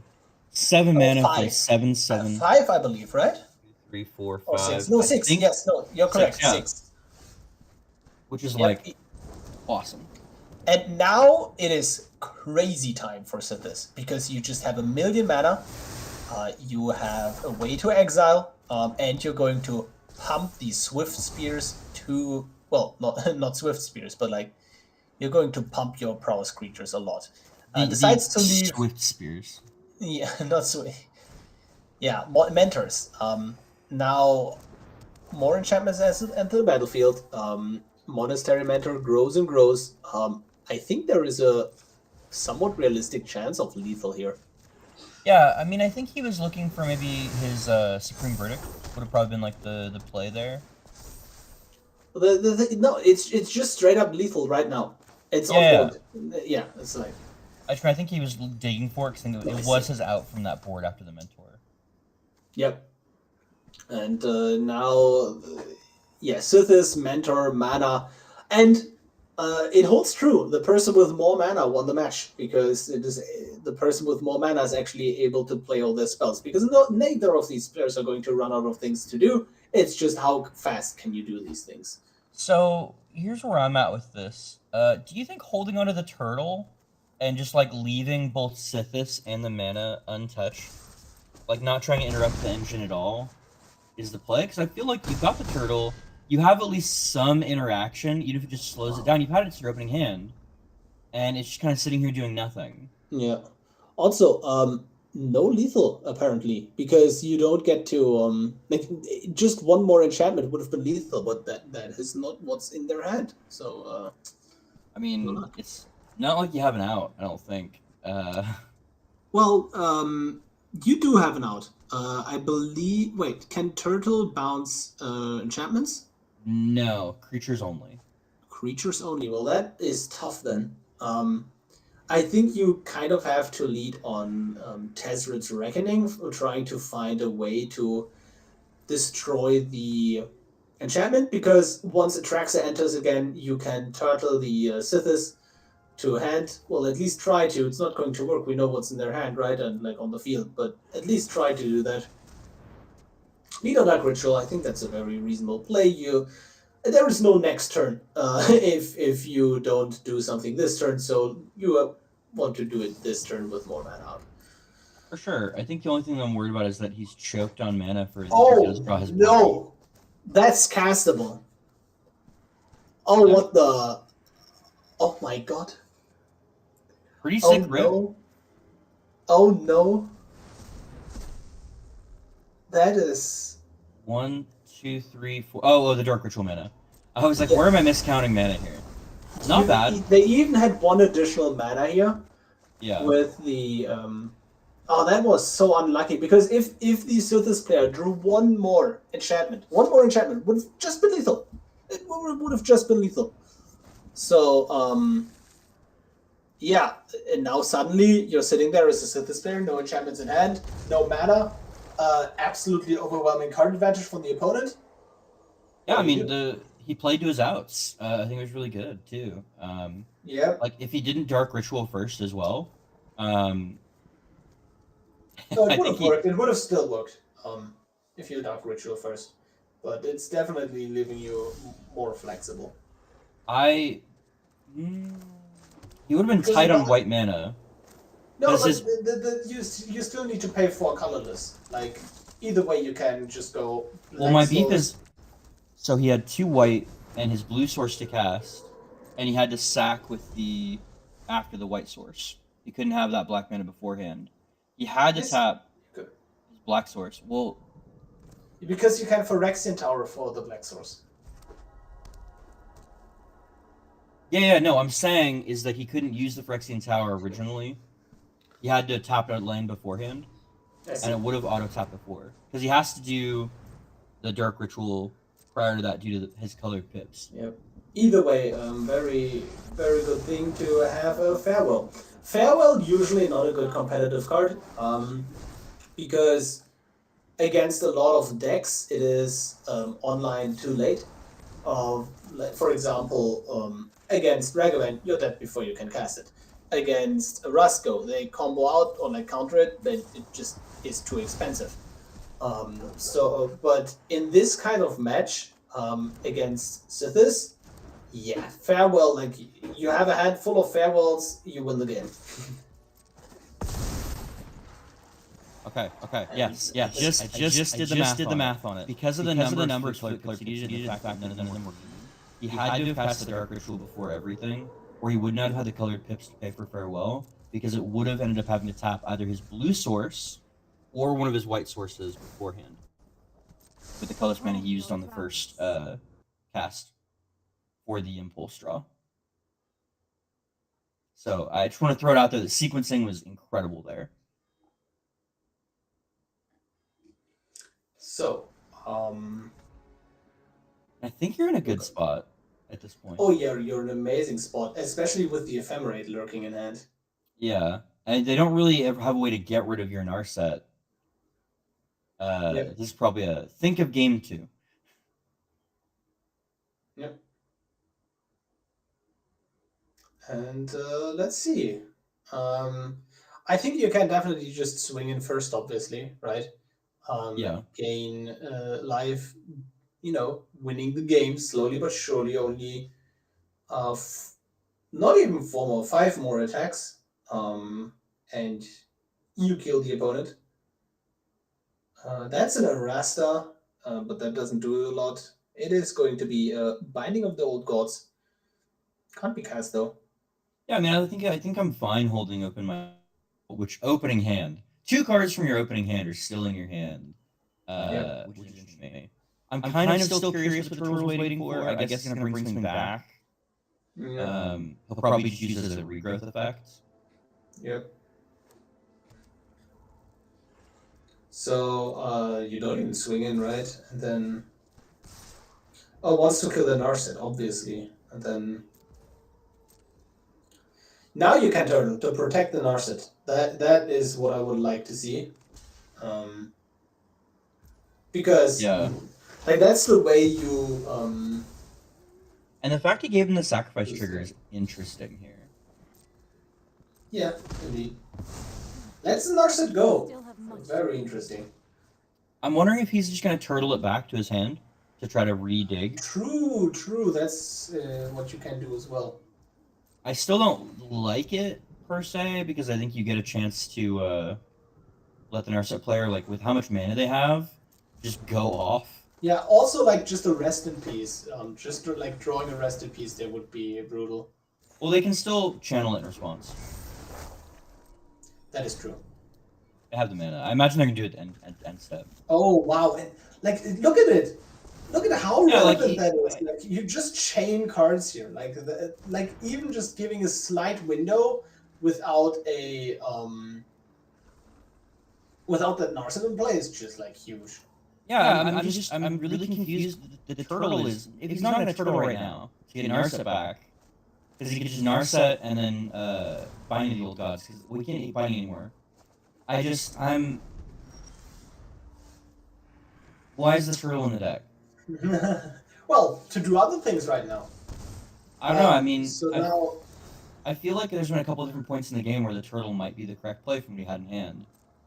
Where he had mana open to do something to interrupt the engine. I In the early think game, the players have their reason. There is an Emrakul though, and you can control the opponent's next turn. that's at least pretty good. And you know what? You can turtle back that Emrakul. I don't think there's going to be a turn after that, but fair. Maybe. No, but now you get to swing and crash the opponent's commander.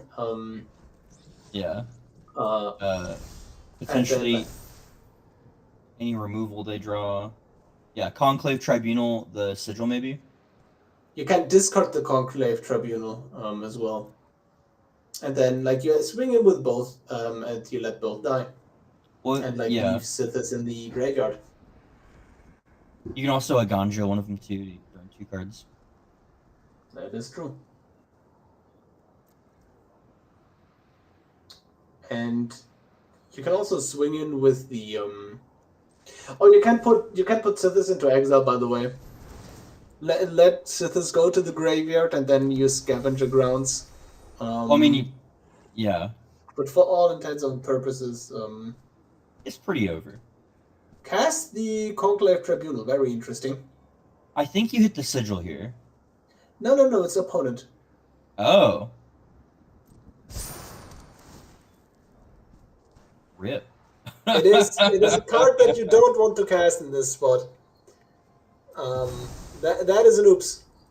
I guess you could target Atraxa Ephemerate if you wanted to keep the Ren and Runbreaker, but yeah. Passes, decide, yep, swings in. And Sythis will soon be out of the game if they decide to leave in the graveyard. It's an easy thing to misclick though. Now you got a decline. Yep, yeah. And there it is. I always love the UI for this. Oh, absolutely. Oh no. Yep. Ancestral Mask. And that is an issue. Yeah. I believe that's lethal with a turtle, right? Yep, that is. Yeah.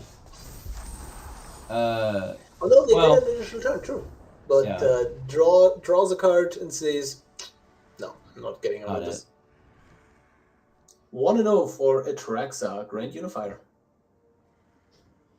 Very nice game. Good. I think it stabilized really well. I mean, it did exactly what I was going to do when I went into the game. I mentioned that Atraxa has to be have a way to stabilize, and you know, on the flip side, Sythis is going to be the beatdown, even with like very little ways to do that. Yeah, this wasn't in. It didn't look like it in the end, but damn, this match was incredibly close. Like the heart of the cards lined up there for Melamed, where not only had the Sythis pair whiff on enchantments, but also you were in a situation where you needed to find basically Farewell out of the deck. Yeah, I mean, Farewell Divine Purge would have also done it, I believe. Does he have Divine Purge in the deck? I think so. He does, yes, yeah. I think it would have also, yeah. And I think Supreme Verdict, though I don't think he could cast the Supreme Verdict if he hit it. He only had the 1 blue pip at the time. Yeah. Would have at least stalled the engine. Yes, it was uncastable at the time. Okay, what are we going to see next? I mean, this is an okay hand. You kind of... No ramp or second green. It's more about... If you mold and have bad lands, you're on 6 and you're forced to mold to 5. Fair. And Thoughtseize is nice here to try to pick off maybe protection or something. Ooh, what do you grab here? Well, you have the option of just denying them resources, right? Like, Sythis just mold down hard, right? So if you just take the card draw, they're left with nothing.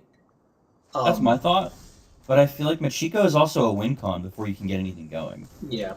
So Sythis comes down with Skrelv protecting Sythis, and then you have the card draw coming up next with the Spirit, and you can try to get something going there. Yeah, I mean, with looking at the wow. hand, like it still looks What like, a great oh my draw. god. What a great draw. Reduces the cost of all the other enchantments by 1, and now you just draw 2 more cards here. Jakai Naturalist and the Spirited Companion, is this standard? Yes, everybody. Oh, that's what you mean. No, it is stock standard for a Sythis list, but you meant the different kind of standard. I see. Yeah. No, big fan. Looking really good for Melamed right now, or for Dozer. Sorry. Yeah, for Dozer. Because I think that, like, you know, looking at the hand, that Tells End is a little late. Yep. He just gets to draw a card. And the 4 life is going to be relevant, though, I feel. Yeah, there is just so much draw here, right? Like, you have the Unbridled Growth, that just draws 2 cards on this board for 1 mana. You have the Ancestral Mask to just kill him. Yeah, it's there. Oh, wow. Well, it's not before, I believe, but it is... I think this is time to top deck a board wipe again. I'm getting a deja vu here. Yeah, I mean, for sure. Yeah. I like keeping Scroll back there. He has protection for it. But I mean, there's no card draw. Does he top deck it? It does. No, it does, that but it's doesn't not. Oh no, that does. Scroll, That does Scroll, work because of the Scroll, Tails End. Scroll. Ah. Yes. Your Tails End the Skrelv. And that works, but it's not something you want to do, to be honest. No. Well, and like, he has to do it on his turn. Yes, yeah, he has to do it now, because if he passes, he loses to all those protection spells in the hand. Yeah, so I wonder if he'll think about that or not. Think about the fact his opponent's tapped out, and he has to go for it now. Or if he doesn't, you know, because Sythis didn't play a lot of protection spells last game. Yeah, no, if you can, just always do it now against Sythis. Otherwise, you're going to get punished. And yeah, it looks like they're going to get punished. Yeah, I think that it's just being unfamiliar with the opponent's list, because all the protection spells are not part of like a traditional stock Sythis list. Oh, I believe some of them are. I see a lot of few. Yeah, but Dozer is definitely playing a higher density of those. Like, I believe 2 more than what is usually played. I just briefly looked up some stats and then tapped GG. Okay. The top Sythis I was looking for ran 4. And yes, that's what's standard, I believe. Let's just count up. Okay. 1. We got a minute where they're getting for game 3, because that was pretty gross. Wow. GG 1-1. But yeah, wow. Doing the Untapped GG, huh? That must be a really good website. We're sponsored by Untapped GG this tournament. They are offering the top players monthly subscriptions based on their performance. And it's also a service I pay for myself. They have a completely free deck tracker and stats tracker and whatnot. But if you go the extra mile, pay premium, you get insight into a lot of additional stats. So that is something I highly, highly recommend you doing. And with that in mind, he's currently running 10. Most average lists run Outside of Life's Bounty. Wait, 10? Yeah, Selfless Savior, Brave the Elements, and Karametra's Blessing. And he's running 6 in additional to that. Now, granted, Veil of Summer is quotation marks protection spell. I believe. Oh, no, I'm. Because that's Veil of Summer. You know, that force is a bit low. I think I'm personally running. If I didn't count the LC and the Selfless Savior for some reason. No, but I think I'm personally running the 7 at this point, so it's somewhere in between. But 10 is definitely really high. Yeah, the Brave the Elements specifically is Brave the Elements, Fight is one, and Chirometra's Blessing are the more niche ones in my opinion because they don't protect in every spot. Yeah. I do like the 2/2 for Chirometra's Blessing a lot too, because it can sometimes be very relevant. Yep. So now, lots of lands. We see a turn 2 Sanctum Weaver, which is a lot of mana. And we're probably going to see a Tasha Unholy Archmage right now. Not a card that's good against Sythis, to be honest. Sythis doesn't really care too much about the plus effect, and the -6 is not something that you care about too much as the Atraxa player, where most of the creatures in the deck synergize with enchantments, and guess what? Sythis probably has more enchantments. I do think it's not dead though, and only because of the fact that like a lot of the damage this has gotten in early has been chip damage of like 1, by 2 or 3 creatures. A lot of those utility pieces have gotten in for good chip damage, and by just upticking, you're potentially buying yourself at least another turn, which is not nothing. Conclave Tribunal on the Tasha, which I think is a very interesting line. I think there was also a world where you're just going to Conclave Tribunal, the Pilgrim. Like, just say, hey, 1 mana is more valuable than the Tasha. Decides to not do it, though. Yeah, I mean, I think it's tough. It's a tough call for sure. I think looking at his hand, he doesn't have like a ton of options to get in for chip. So, but maybe he's scared of just like leaving the Planeswalker there to accrue value. I'm not sure. The Boseiju is going to be a key card in this matchup, though. The issue with Boseiju, though, is it ramps the opponent by 1 mana. And mana is everything in this matchup.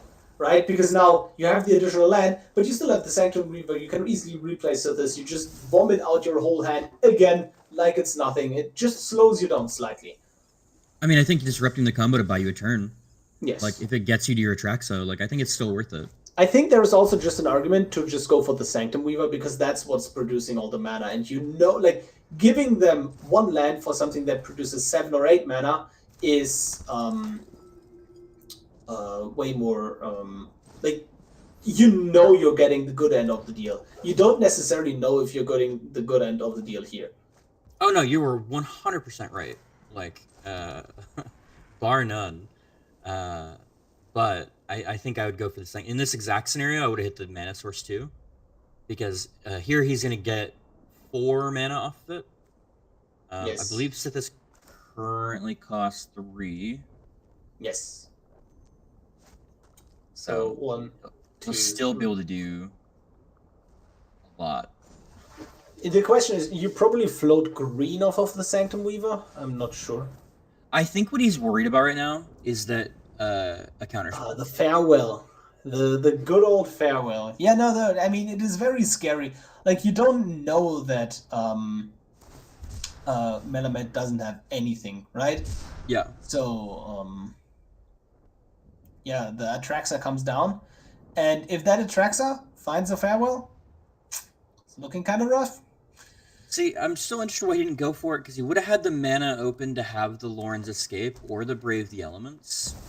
Both of which don't save you against Farewell. Well, I mean, I don't think you can really play around Farewell in this matchup. Like, you have to just, like, if he draws it, he draws it. I think if you take your time to try to play around it, as the deck that needs to be on the beatdown, I just don't think you're in a good spot. But that's a draw 6 from the Atraxa ATB. Pretty good. Yeah, I looking at his list, I numbers, like, obviously he's getting really lucky hitting 6 every time out of only having like 5 artifacts and like 2 enchantments. But I think he's got a really good split on like instant sorceries, creatures, planeswalkers, and lands to like consistently hit at least 5. Oh yeah, for sure.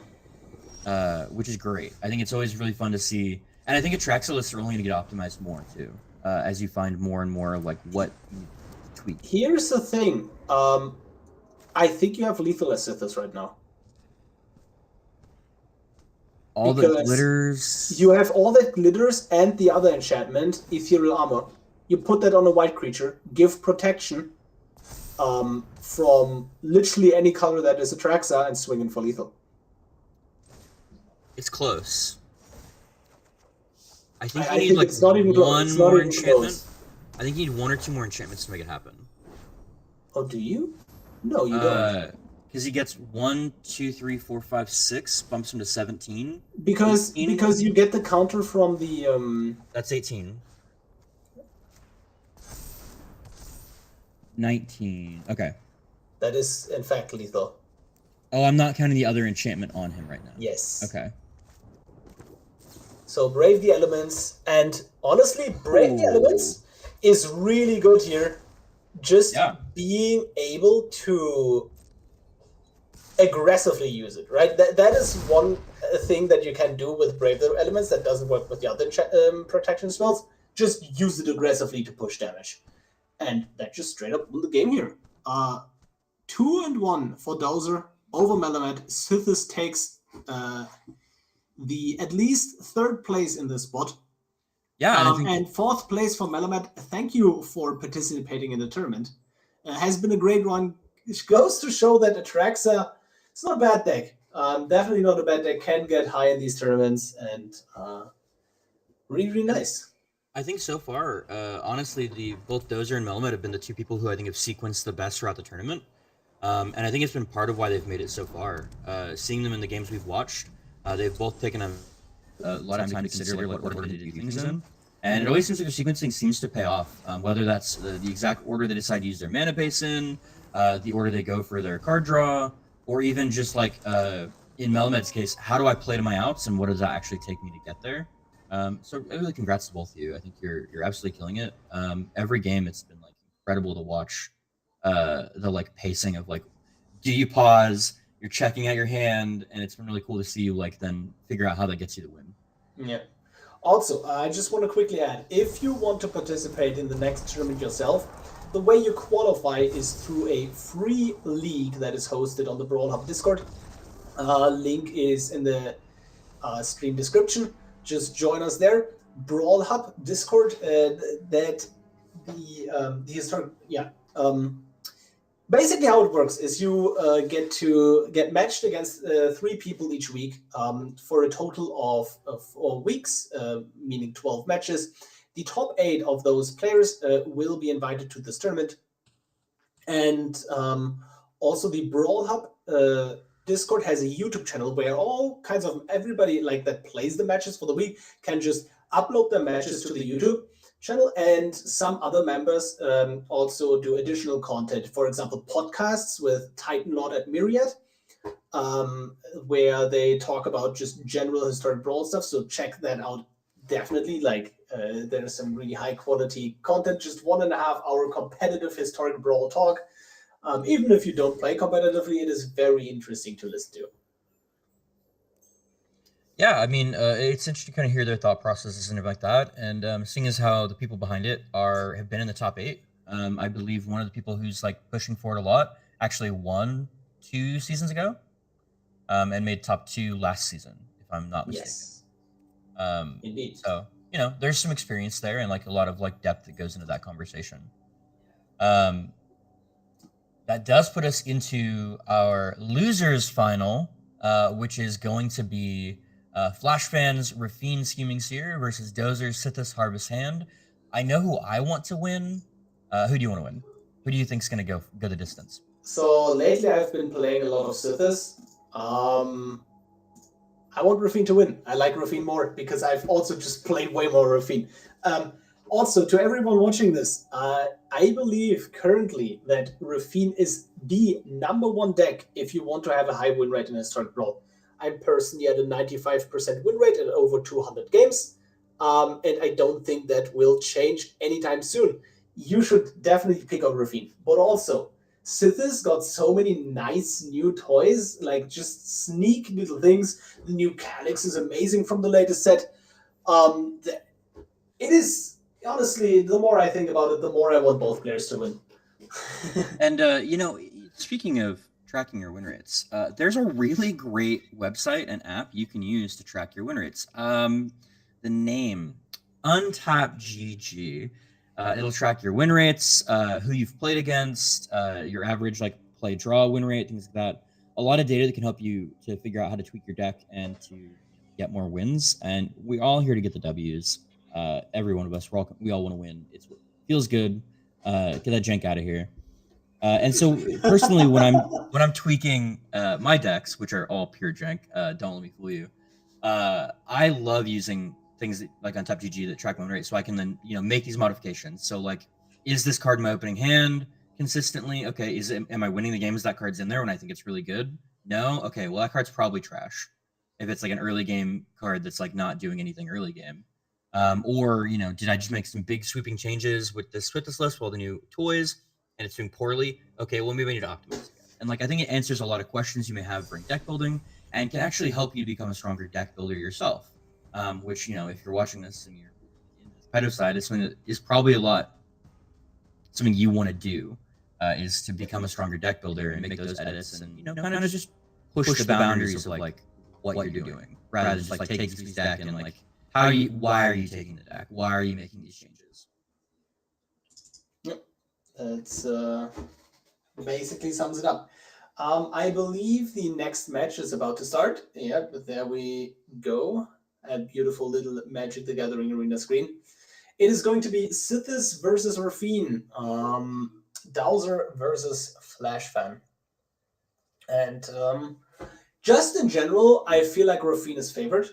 But there are definitely starts, like, if the game goes long, Sythis will win. So Raffine has to be somewhat aggressive. Luckily, the deck is built to do exactly that. Yeah, I think the only thing I'm worried about with Raffine lists up against Sythis is how do you if you accidentally let something like a Hollowed Haunting or a Sigil or an Archon of Sun's Grace resolve and stick for a turn, I think you're in a little bit of trouble. But there are definitely some answers you can have for enchantments. Like, Raffine is basically a Swiss Army knife. You have an answer for everything, and then you can do it again with Snapcaster Mage. That's how it goes. Yeah, I mean, I would normally tend to agree with you, but I'm looking at the list, and like, there's not a lot of options for enchantments. You know what also is good against Sythis? A Sheldred. I mean, fair. Yeah. They don't have a lot of answers for that. Well, okay, there are a lot of enchantments that remove creatures, though. So, but fair. Just in general, like the Sheldred sits there and says, "I'm gonna kill you." Well, and honestly, probably the strongest card that Raffine can draw here in their opening hand would probably be Patriarch's Humiliation. Patriarch's Humiliation to just permanently disable the Sythis? Yeah, make them use one of their own removal to get rid of the Sythis because you're racing against 1 damage a turn. Oh yeah, definitely. I am personally very excited about this upcoming match because, man, it can go both ways for sure. Mm-hmm. I do like the starting hand for Sythis here, though. You can play the turn 1 Selfless Savior, turn 2 Sythis. The question is just, if Raffine just passes with counter magic up, you still get the Sythis. One thing I might want to add, Leyline of Sanctity is going to be really annoying for Raffine in some spots. It just says, you do not have any Thoughtseize effects anymore. The issue with that is, Raffine is really, really, really good at discarding dead cards for any given matchup, which is the reason why the deck is so flexible. You can't cast your spell, discard it, get a new one. And Raffine is just really good at making every card count, even if you can't cast it, because you can't just replace it with a different card. Yeah, and I mean, I think that like it looks good here, at least what you've got. This seems like a pretty decent curve. If you're kind of hoping your opponent's picking hand hate. This Leyline gets to make it a dead card, at least for a bit. Getting to like keep that disruption from hitting you is really nice. But I think even if your Raffine gets countered, if you can get out this Enchantress Presence on 3, I think you're still in a really happy spot. Yeah, indeed, very much so. So I think it's not so much about the Sythis. I think it's mostly about this Enchantress Presence. Yeah, because I mean, there's think I just counted like 2 or 3 ways to really interact with it that weren't countering it. That's the only thing I've got, because I think the Raffine decks are not teched to deal with Sythis in like a lot of ways. Because both of them are running some removal, but not a lot, against enchantments. And they're also running some counter spells, but not a lot. And a lot of them require them to halt their curve. Yep. But I do think that they're both teched in a way that could potentially out aggro the Sythis player. Like, I'm thinking in this exact case, both Raffine decks, if they play against Sythis, play like they're on the beatdown. Yes, very much so. There is one card in Flashfan's list that Madman isn't running in his Raffine version, and that is Hopeful Initiate. That can really turn the game around. Like Hopeful Initiate is a 1-mana 1/2 that effectively can remove +1/+1 counters from anything and then destroy enchantments. So repeatable enchantment removal on a body is really going to be extremely brutal if we see the card go through. Also, just something like a Thalia is a real nightmare for Sythis. Yeah.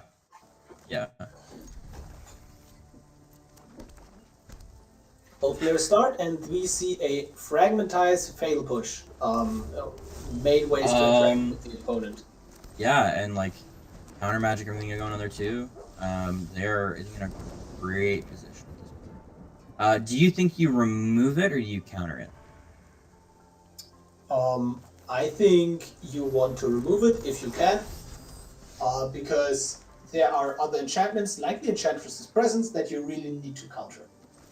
Okay, and I do think an interesting choice I think will be important is because they're gonna have to exile it because Fatal Push won't work anymore due to the dog.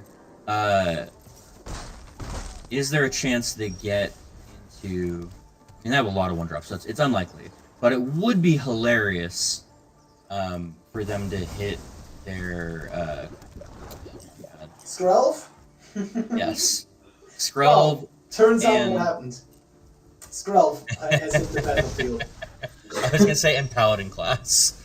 Yep. Oh my god. So this is incredibly important. You cannot jam this Enchantress's Presence right now because you can basically guarantee that it resolves with this Veil of Summer. And Dozer is being very disciplined right now and is doing exactly that. Counterspell, that is fine. But now, like, you can't just Veil of Summer this, to be perfectly honest, because what else are you going to hit with a Veil of Summer? But decides to keep it around for the Enchantress's Presence for additional protection, which I think, in the end, is going to be the correct choice here. Yeah, because I think, you're Veil of Summering into a deck that's both those colors, like, you're in a great spot, I feel. Oh, absolutely. And then there's the big question.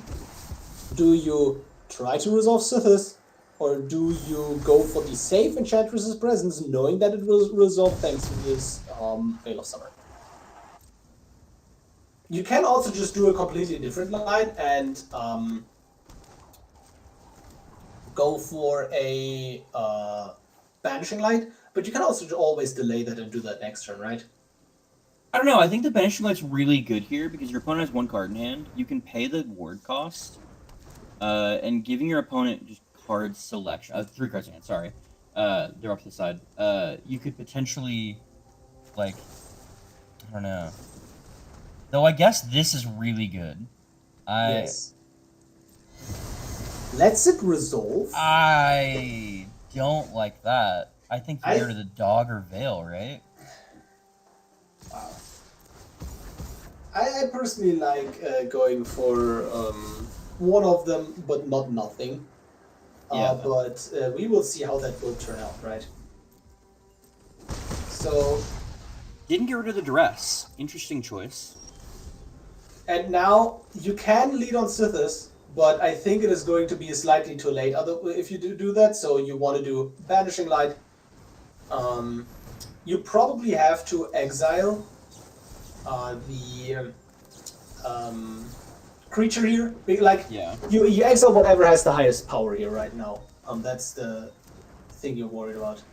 Well, no, Those- I think the fact that you just drew into another pseudo removal. Okay. And then make them tap out. Yeah, if they get I into see. it, like I think this is good. So now you can jump block. I think you might even still take it. Just because I think we clearly value the Self Savior a lot. Yes. And that lets you have a chump blocker next turn, and you have the cowardice. Okay. Now any untapped land would be amazing. No such luck. No. But you can definitely just go ahead and exile the Raffine, and that is going to be a very, very annoying thing because this Raffine will take ages to come down again. Yeah, I like it. There's a chance. No, still has some tough blocks open to him, I think. The issue though is that I think you don't take the Raffine, you take the Scrounger, because it can't attack or block, but it still has the abilities, and the ability of Raffine is what's so annoying here. And now you can go ahead and Ancestral. Now you have a huge life linker, and if you don't draw 2 pieces of removal, or just an Otawara, that works. Well, and yeah, that's unfortunate. I really hope he has patience not to try to go for all the glitters here.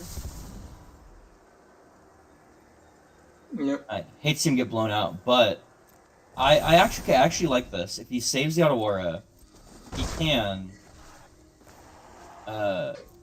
I don't think you can save the Otawara. We have seen time and time and time again that just 1 mana X-Proof just ruins your day in this kind of spot. Sorry, I mean like not save the Otawara, because Otawara only costs 3. He can Luris this turn, Costs 2. Otawara. Yeah, Otawara, and still have other stuff to cast, yeah. Yeah. So, yep, goes to hand. And you currently kind of face down lethal here in the air. Like, if Flash Fan draws 2 out of 3 not lands, then that is lethal in the air. But you can lead on Sythis in this spot to gain life. Decides not to do that. Yeah, which I think is an interesting choice, because I think the Sythis gets you to 5.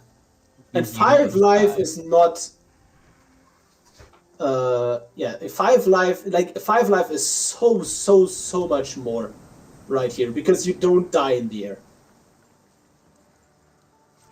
Yeah, I don't think you can go for this. Like, you still just die? Yep. Maybe he sees something I don't. Yep. So exiles the graveyard. If you get one mana removal spell. So he'll block the Luris. Yes, but then it's still dead in the air. Lifelink. Because Raffine has 4 power if you discard 2 non. It's a 2 damage. Oh, that's what you mean. I see. So he can no longer swing with the Luris here. So a kill spell, no, a bounce spell off the top. Kill spell too. Oh yeah, it depends on what kill spell. Yep. I think it was. This is the crucial turn. This is the crucial turn, but that's not what you want to see. Well, I was like, you could try to swing with both Luris and Raffine and try to draw into his swords. Yep. But not what is happening, and I think this is the point where you stabilize. Yeah, you're gonna gain 15 life minimum. Yeah, so around about that number. No, way more. Well, he's only got like with all 6 enchantments currently. 1, 2, 3, 4, 5, 6. Yeah, 6, 7 with the Sythis, 8 with all that glitters. Yeah, you can also 9 with. Oh yeah, that is just way too much life. Yep. Yeah, and without the removal option for like. Oh, you can give trample, but I think just being super safe and saying, hey, even if you draw the removal, I'm tapping out, I'm getting my 20 plus life in this spot. You are in the mud. Yeah, and it's lethal, has to block. I might have also swung him with the 2/2, but I'm greedy. No, Can't block I think, yeah, those definitely saw a line there that we didn't see, and it paid off. And yep, that seems to be the game. And game one going to Dowser with Sythis. Maybe we will see Sythis in the finals. I'd be Who down. knows? I'm here for it. Again, I think that the Raffine decks are checked against everything but Sythis for the most part. So I think it could be. I don't know if he played a lot of Sythis prior to this week, but I think the fact that the decks were clearly tech for Ragavan and control matchups. I think Sythis just being having more pieces that are more difficult to interact with, since very few pieces removal right now currently target enchantments. Like, what are they going to do? The thing is, the way the two Raffine decks at the top currently tech against Ragavan is a different approach. The approach of Flashfan is I am attacking against Ragavan by being an aggressive deck myself and playing more threats. The way Mudman has decided to tech against Ragavan is by playing more cheap 1-mana removal. And that cheap removal is coincidentally also good against Sythis. So I believe currently that Flashfan has the weaker of the two lists against Raffine. Maybe, I don't know. I mean, we just saw As this only got Sythis. cast one time, and still making it through this thing on board. Yeah, I think you're right. I also think that Flashfan might be a little more tech for the Rusko matchup. Yes. In addition, like decisions were definitely made. You're for sure going to see at least one Rusko. I don't know if you're going to see a Sythis. So Sythis coming down, and the thing is, if you draw a kill spell here as a Raffine player, you can still get to kill the Sythis thanks to the Tidedecker, but no such luck. So now make everything uncounterable with a Destiny Spinner while drawing more cards. I'm a big fan. And immediately there is the Joven. land. Love me some good old Joven's veto. Being uncounterable, can't counter anything. Yep, indeed. So Raffine comes down, and now you just decline this Curse of Silence trigger because you know you can just remove the Raffine again. And that is exactly what we're going to see. Yeah, Swords is really nice here, though. Oh, absolutely. Swords is nice, but the question is it enough? I don't know, I mean, you've got Swords and Otawara. I think that if you can make it to your untap. And now... Oh. You have a decision. You definitely have a decision to make with this Hollow Taunting. The question is just like, you play this Hollow Taunting, the opponent has removal for it in the form of Otawara specifically, you are going to get blown out. If you lead on Starfield Mystic, then you can also just... I actually like this a lot in getting another land. Decides to get a Restoration of Aganjo, and then you can act, since you didn't play the Starfield Mystic, you actually cannot cast this Conclave Tribune. That's a really good top deck here. Oh, absolutely. The handheld is so brutal here, but now you also know, hey, there is a combat trick lurking with the Iganjo. Yeah, I mean, the good news is it means that his attacks for how if he wants to pop this turn are a little different. Yep. Yeah, 'cause he has to go all three in there. Yep. I don't think there's a world where you trade the Destiny Spinner. What do you think? I don't think so either, but I don't think you can also just... I believe there is also the possibility of just Flashfang using the Fragment Reality before anything like that can happen. Gives the opportunity to block, though. Just doesn't block. And lets the invasion pop. Could have prevented it, but decides to hold up interaction here with Fidus 1. Fidus 1 giving indestructible, though not hexproof, so that is an issue. Yeah, I think that if your opponent knew that Phytogen was a problem, they would have pitched that instead, so you couldn't have cast it that turn. The thing is also, here's the deal, right? If the opponent has a destruction effect, you can't just let it happen in this exact kind of spot where the restoration can just bring back the Sythis. But instead, we will see probably Sythis coming down again. Yep. Yeah, I mean it's gonna be a tough spot just because of the fact of like the amount of power on board is just tremendous. Oh, absolutely. So now you have the Brave the Elements up and running. The question is just, do you... You can Conclave Tribunal in this spot on a card here.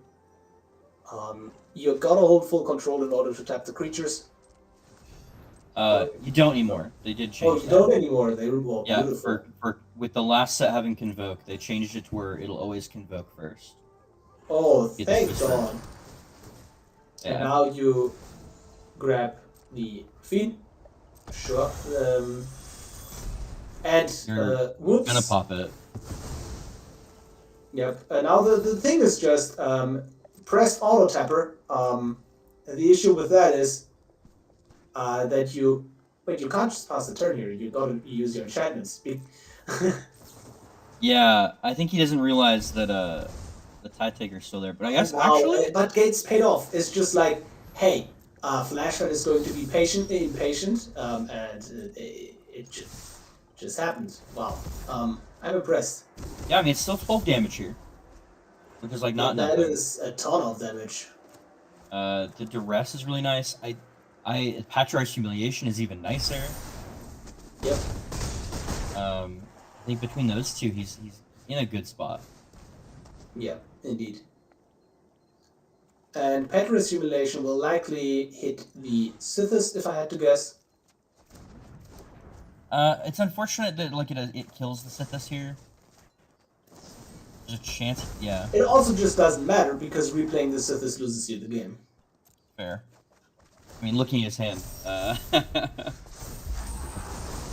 Okay, the thing is, is the Hollow Taunting able to save him? And the answer is no. 2 more enchantments would have been needed in order to, It's 6, right? It's 7 enchantments. It's 6 He has others. enough.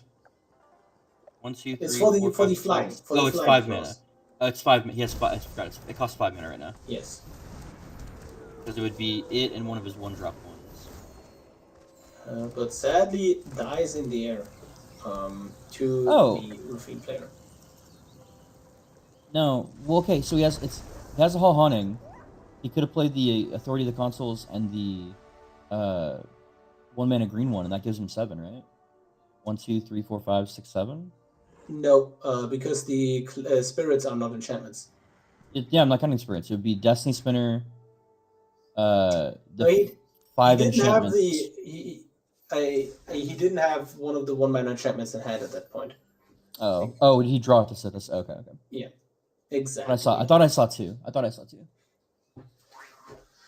Okay, and 1-1, Raffine versus Sythis, last match for these 2 players. One of them is going out, one of them will advance and will meet Mudman's Raffine deck in the finals.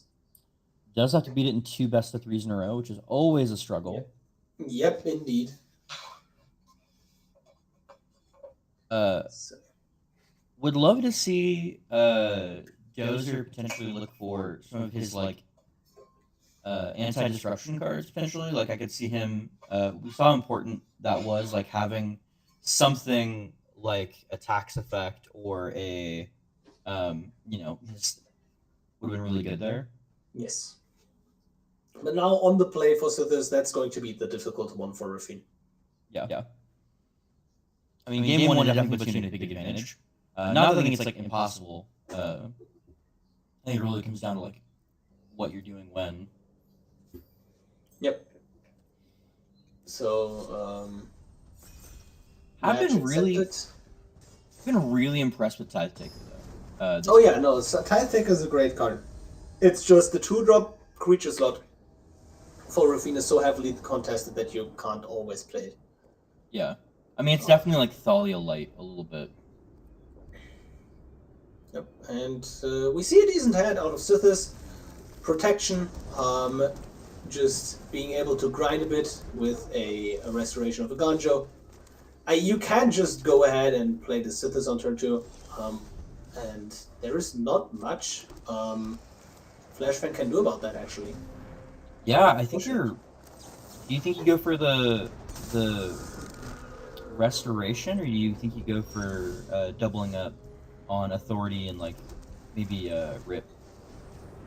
I personally like getting the restoration up and running as soon as possible, because that is a actually pretty big body against the ground creatures of Raffine. But Okay. decides to go for authority plus. Well, Portable Hole's a lot better. Yeah. Yeah. That was a really good 1, 2, 3. Because he draws 2 1-mana spells with a 3-drop. And this shows Flashfan that there is no additional land in Doze's hand, which is in of itself kind of scary. No, that was his. He played a land. No, Kami. Kami was the last card. Yeah. So discards a bunch of lands. And you can actually go ahead and kill this, but I don't think it's worth it. No, I don't think so either. Because I think you're just going to, yeah. Oh, Punish. Helios Punishment is so good on Raffine. Just disabling the card completely for a set amount of turns is so absolutely massive. And now you just hold back. I wonder if swinging was the right call there, because you have a 1/1 flyer and a 2/2 you're probably not blocking. So Lawrence's Cape on the dog would be a nice option here. Decides to let the dog go and hold up Lawrence escape instead. Very fair, because the dog cannot save you from Assaults to Plowshares, which was really, really relevant last game. Yeah, I think between Swords and Otawara, the hexproof is so good. Oh yeah. Oh my god, and this Rest in Peace will absolutely destroy the Lurus. Yeah. Very, very brutal. And you now have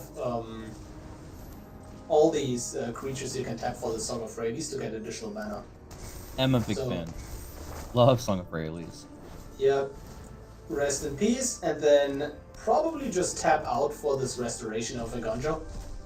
I could see him leaving the Lawrence open and just going for the Mystic. The thing is, you just play around one single top deck, right? And if that one single top deck is a removal spell, you can maybe just recast Sythis again. Decides to just completely not play anything, just leave up all that mana. That's fair. I mean, he does have a lot to kind of deal with as far as the board goes, too. Yep. And you're not under a lot of pressure, right? Like, you take 6 damage a turn with a deck that currently gains 2 to 3 life per turn, and additional life if the opponent plays creatures with this Authority of Consoles. So you have a lot of turns to work with, and now the quest is find a draw engine. Yeah, and well, where I'm at too, like the reason I wasn't highly on the restoration is because your own Rest in Peace keeps you from getting that much value. The second chapter, so it's not super immediate. The second chapter, yes, but at the same time, it also just doesn't matter too much, right? Yeah. So land into hand, play the land, play an Outseed, and you can still play this Springleaf Drum as well. And now you're running out of enchantments, right? Like, that is the issue if you're running cards like Starfield Mystic. Yes, they reduce the cost of your enchantments, but they are not an enchantment yourself. And in this kind of spot, you don't need the mana, you just need more enchantments. Yeah, I mean, I think the good news here is that we also finally get the turn where we're actually holding up counter magic, which, if he does draw into an enchantment, like, could be very relevant since it's an ETB trigger on a cast trigger. Could try to shut down his draw right there. So Dozer decides to not block the Lurus here, Lure is still crashing in for 3 damage a turn. That is going to be definitely threatening. But, oh, true, you don't block with anything, just that so you can... oh yeah, my bad. You don't block with anything, so the Song of Freylies pops and hits all your creatures. Sweet, sweet counters.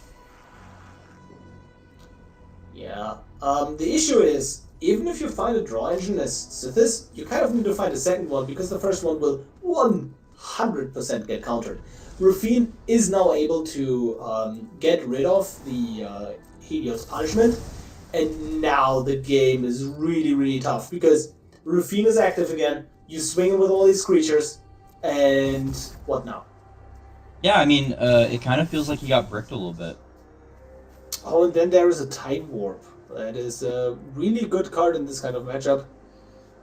It doesn't quite put the game over, but it does like allow you to just do whatever you want. Because you also have your archer now. So he's keeping it so he can play the archer in Time Warp, which next turn allows him to like systematically pick apart his opponent's hand or his opponent's creatures. Yes. And remember, everything that gets discarded is going to get exiled. Yeah. Oh no, archer doesn't work. It's just discarded. But it gets exiled instead, right?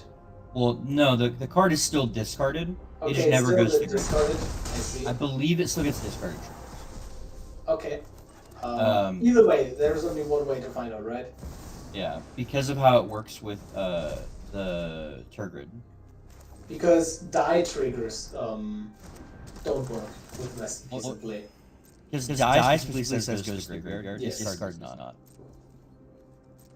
So Discard is an action from the hand. swings in with a bunch of creatures, draws a bunch of cards, discards a bunch of cards, and now it's kind of looking really rough for Sythis in this spot. Yeah, I mean, he gets to pick apart his entire board here while holding a counter magic. He'll have one creature from whatever the Alice protects. Yep. Well, he can have 2, I guess, if he has Lorens as well. So you wait for all the triggers to get assigned, and then you do your thing.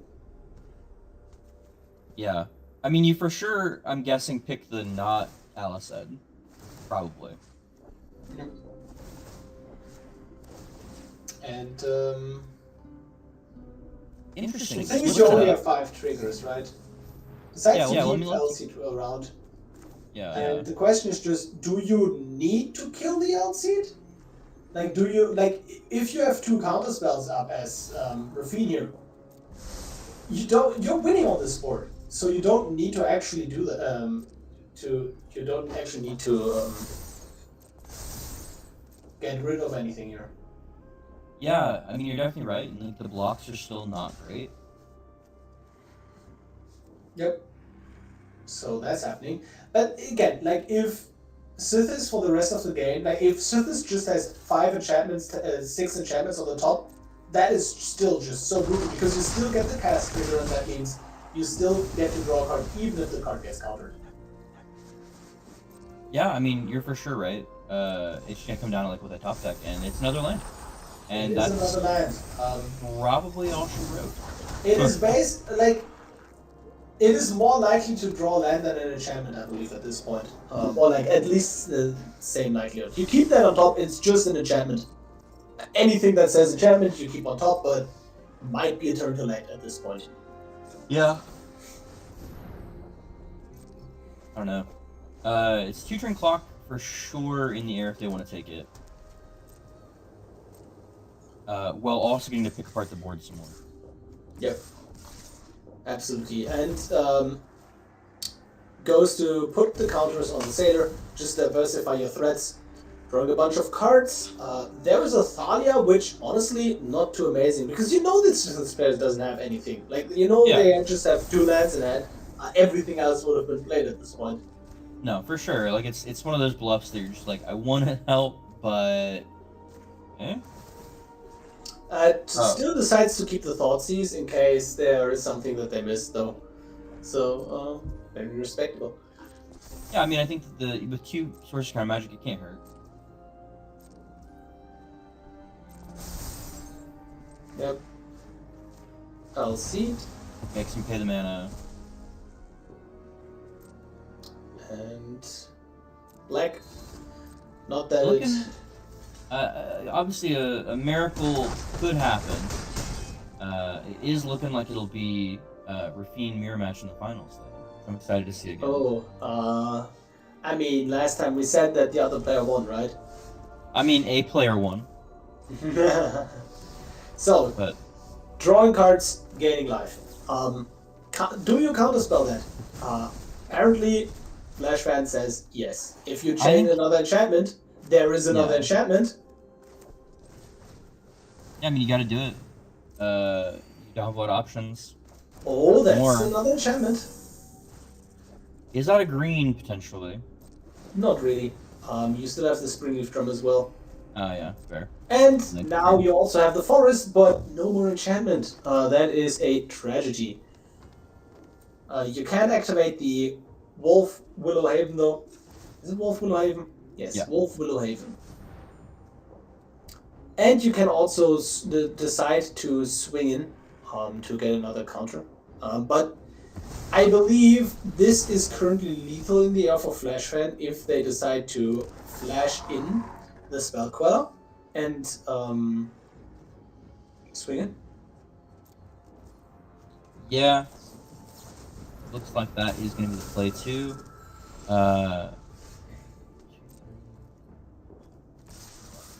Yep, swing in with all the flyers.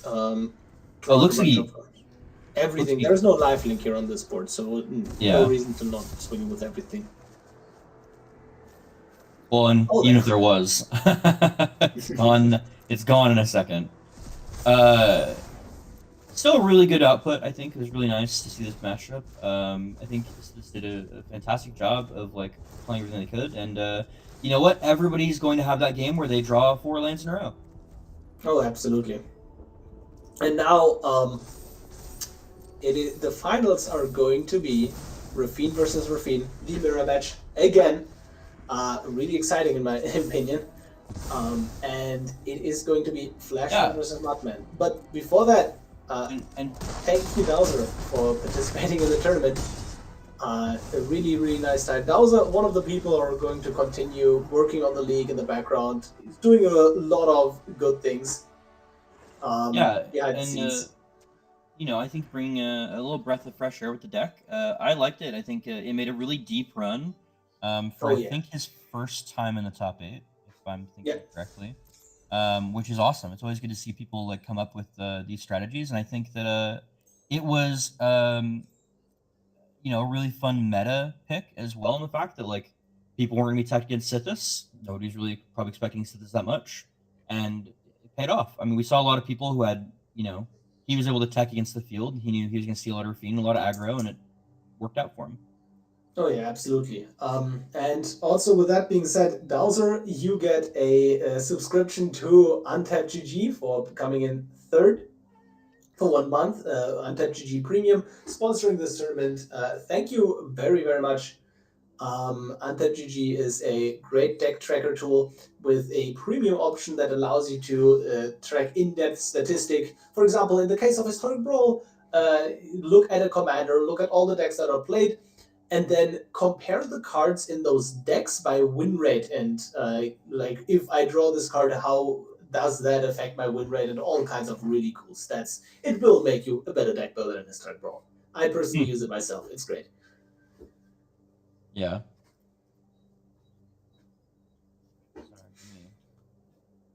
Second. So, what we can do, since this might, we'll take just a few seconds to make sure that everybody's good to go, and then we'll get started right into it. I figure we'll take a brief, like 2-minute break, just for everybody to get a reset. We'll come back. We've already done a deck tech for both these players, so I don't particularly know if we need to go into them again. So we talked very clearly about their deck's differences and like relative strengths. We can go straight into the final round and see if they can get that comeback on. Let's do it. Well, in just a few minutes.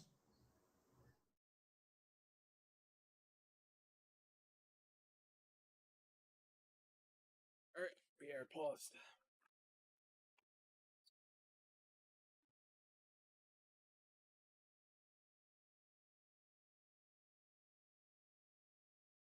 Good job getting through all of this talking, guys. You have been talking non-stop for around about 4 hours now.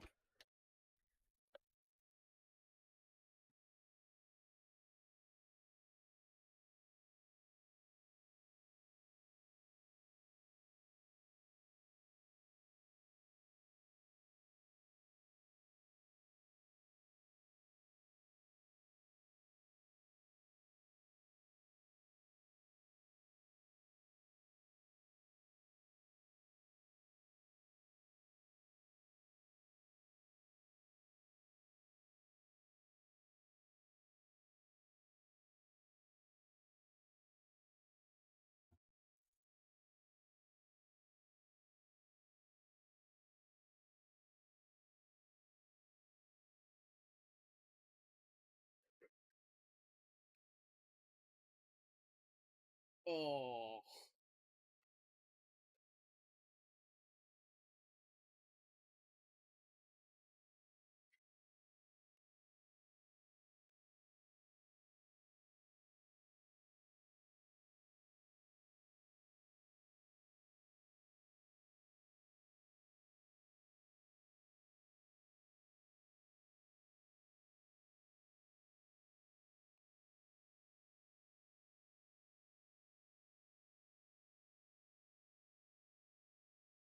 How much are we at right now?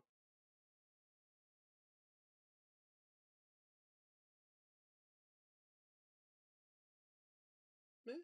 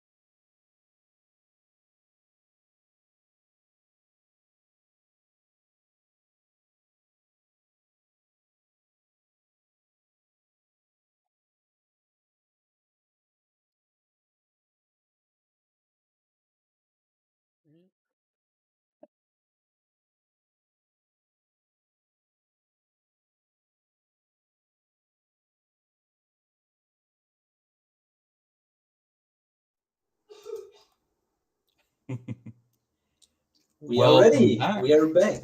Yeah, I mean, 2 minutes just flies by, right? Like I thought that was like at least gonna be like an hour longer, but that was only 2 minutes. Ugh. Man, wow, finals already. Didn't think we would be here this quickly, but that happens if Andrew becomes more popular, right? Yeah, I mean, and considering Ragavan was out by round 2, Yeah, wasn't his 70. fault. Wasn't his fault. Maybe just do we just have quicker tournament days when Teferi's not involved? Because the Rusko players are all playing fast. I'm just saying. Yes. No, that is an actual fact. If Teferi is not involved, the tournament goes shorter because this is like a 4-hour mark, I believe now. Give or take, yeah. And traditionally we were here at 5 hours or like 4.5. So first tournament without Teferi goes pretty quick. I mean, I'm a fan. Are you a fan, chat? Put in the chat if you're a fan of Teferi not being in the tournament. And, I wish I would just see every single deck of the tournament. In the top 8 tournament, all 1,000 decks in historic Brawl in a top 8 tournament. That's how it works. No, we make them randomly select a deck from a pickle wheel. Everyone submits deck lists and you just gotta randomly pick one. That's an idea. Nobody take that. Nobody take that idea. But yeah, we're going pretty much straight into it. Mudman Flash Fan. That rolls off the tongue like butter. Mudman versus Flashfan. The rematch. Mudman sent Flashfan to the lower bracket earlier. And this is an iconic match for Mudman, a very important one for him, because Mudman is the person that is pushing the tournament. He is the reason why this tournament basically exists. And he has done a lot of work in the background in order to make it happen. And this is the last time for him that he is organizing the tournament. After that, other people will pick up the torch.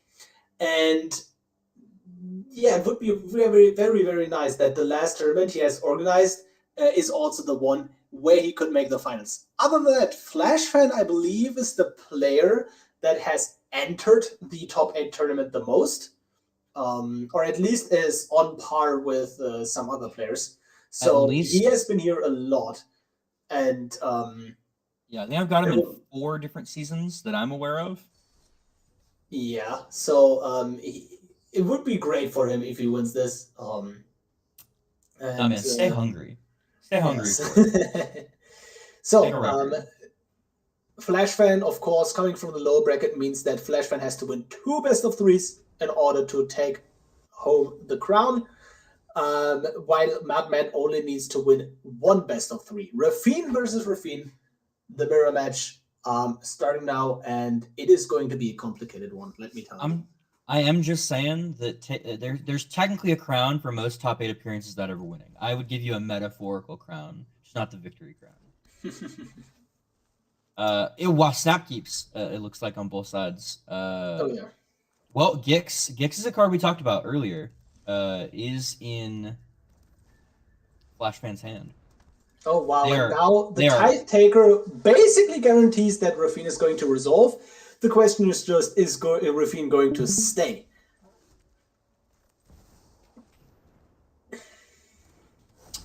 So the thing is, yeah. Our point on the wrong side. We're getting it fixed, guys. Don't worry. Fatal push. Nice. Fatal push on the Tithe Taker. And then Flashfan will be able to also exile the Raffine with a Fragment Reality, I believe.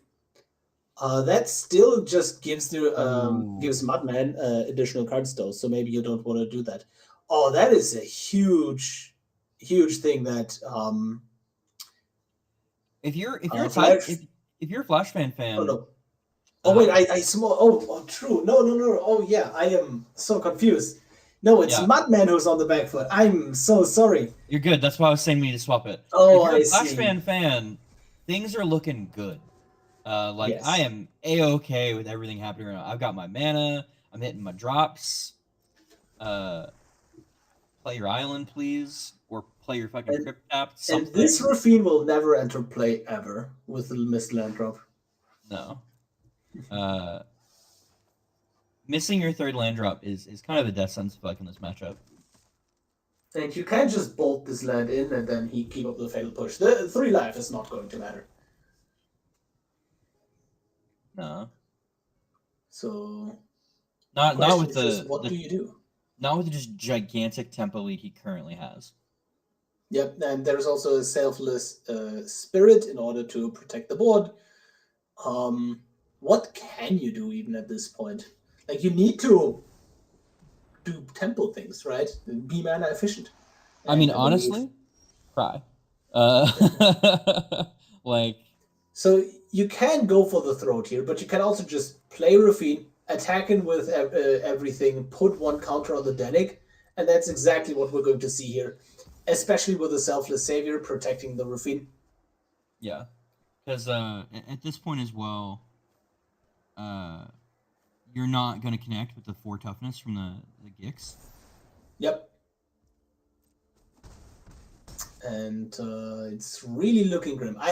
This matchup is decided really early usually, but then there is a point in the mid game where the other player, like the player that's currently losing, is also just able to crawl back.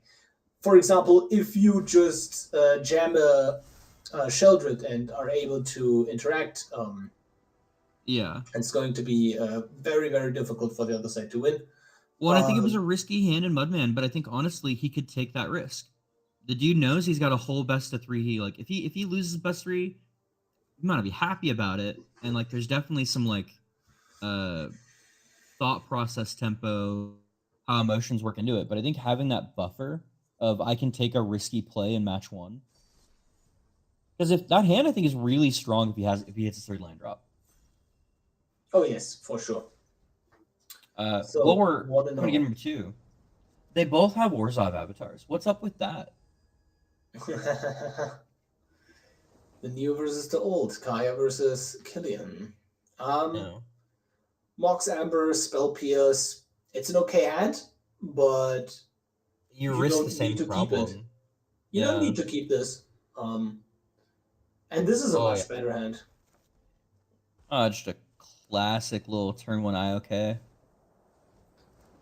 So Swooping Lookout here for the aggro matchups in that Vigilance Flyer is going to be really, really annoying in certain matchups.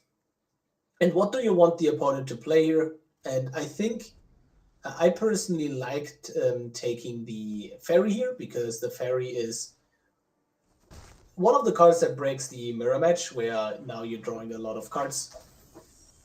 Plays it main phase in order to play around counter magic, which is really reasonable. And gets to play Raffine on curve. I'm with you. I think you take Fairy for sure. That because you're taking Tension Dog. What are you doing? You're just making your opponent have to blitz it out later rather than like hard cast it. But I think you have no flyers outside of Raffine and like Spellcaller, and I think that like if you know your turn 2 is like a Thalia or something, you potentially need to worry around blockers, and I think that like extra flyers are extra flyers. Yes, for sure.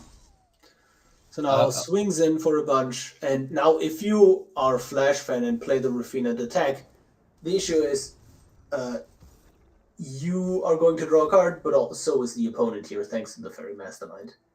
And our keen-eyed observers may notice a special little card that's still glued to Mudman's hand, which is making me think he might have a shot here with that Thopter. Oh yes, absolutely. Yep, and now with like the Thopterix, giving 2 additional ward to Raffine means the card is not going to leave play anytime soon. No. But card quality matters a lot right now in this matchup, and I don't know. I don't know who I would say I favor at the moment. I 100% favor Mudman right now because he gets to pass the turn with counter magic up, is winning on the board, and is basically immune to kill spells on Raffine. Fair enough. Yeah. So you're going to literally counter anything as Mudman. You're going to memory lapse literally anything. Yep, and then the Fairy Mastermind just drawing so many cards. Drew 2 cards so far this game. Really amazing. So now you just swing in and pass the turn with 2 counter spells up. And you're like, what are you going to do, opponent? Huh? Yeah, and you're starting to build a nice lifelink buffer. Oh, and the kill spell as well. Wow, this is so brutal. Definitely tough with the pick here for sure. Spell Pierce. So very interesting is that he is going for a tap land instead of the untap land, but values the Hive of the Eye Tyrant activation very highly. Okay. I so think that's Spell definitely a Queller, choice. and you can just memory lapse that if you want to. I mean, because he's going to try to block into your Mastermind here, for sure. But you can always You can also just cut down it, right? Like, that's the other decision you can make. I think cut down's the way to go. And he agrees. I always love and hate when a Spell Queller comes in and doesn't get to counter a spell. It feels so rough. Yep. Now Raffine swinging in. And like people say, hey, you need to leave your Raffine back to block. But realistically, can you afford to do that if you don't have action in hand? You gotta dig deep in order to find those cards. No, I for sure agree. I do like the Snapcaster here. He doesn't have a ton of great options though. this Yeah. game. That is the problem, and you can Snapcaster, and as Mudman, you can just let that Snapcaster resolve and spell pierce whatever comes out of it. Yeah, And and I then you think still that 6. Not quite lethal though. that is true. So he still has to be a little careful with his counter magic. So if this okay decides to Lofty Denial. Which is interesting. I guess he doesn't want the creature on board for more card draw. Because this is very clearly looking at his graveyard. It's kind of a desperation Snapcaster. And both of these players fight very, very deep over the Snapcaster, which is really interesting to me. And Flashfan decides to pick it up. Game 3, Mudman could win the whole tournament, or if Flashfan wins, they go to a second best of 3 that will decide the whole tournament. I mean, I think it just comes down to one thing and one thing alone. Where's the Thopter? Yes, the Thopter so far has been doing a lot of work for Mudman. I mean, even if it's just a meme and like a lucky card at this point, like that's the one that, like, then you've got everything. You got to like get your special style in one. That's the card. Calling it now. That's the card that like gets the parallax treatment. Yep. It's been in almost every win we've seen on camera. Yep. Oh, that's a weird bug. Oh no, that's just the other player. Oh my god. No. Oh my god, it's been too long. Okay, game 3. Mudman could win it all here, or Flashfan could force the second best of 3 to be played. Well, Flashfan, I'm rooting for you, man, but also, it's good content. Molds to 6, always rough. Keepable 6 though. Not a lot of amazing interaction though. How do you feel about Slitherblade? Slitherblade is it's a card that is sometimes really, really good and sometimes just doesn't do anything, right? Like in certain matches, especially against like certain green decks, you really want that Slitherblade to go around all these reach creatures. Yeah. But in this kind of matchup, it's okay, but you're mostly winning based on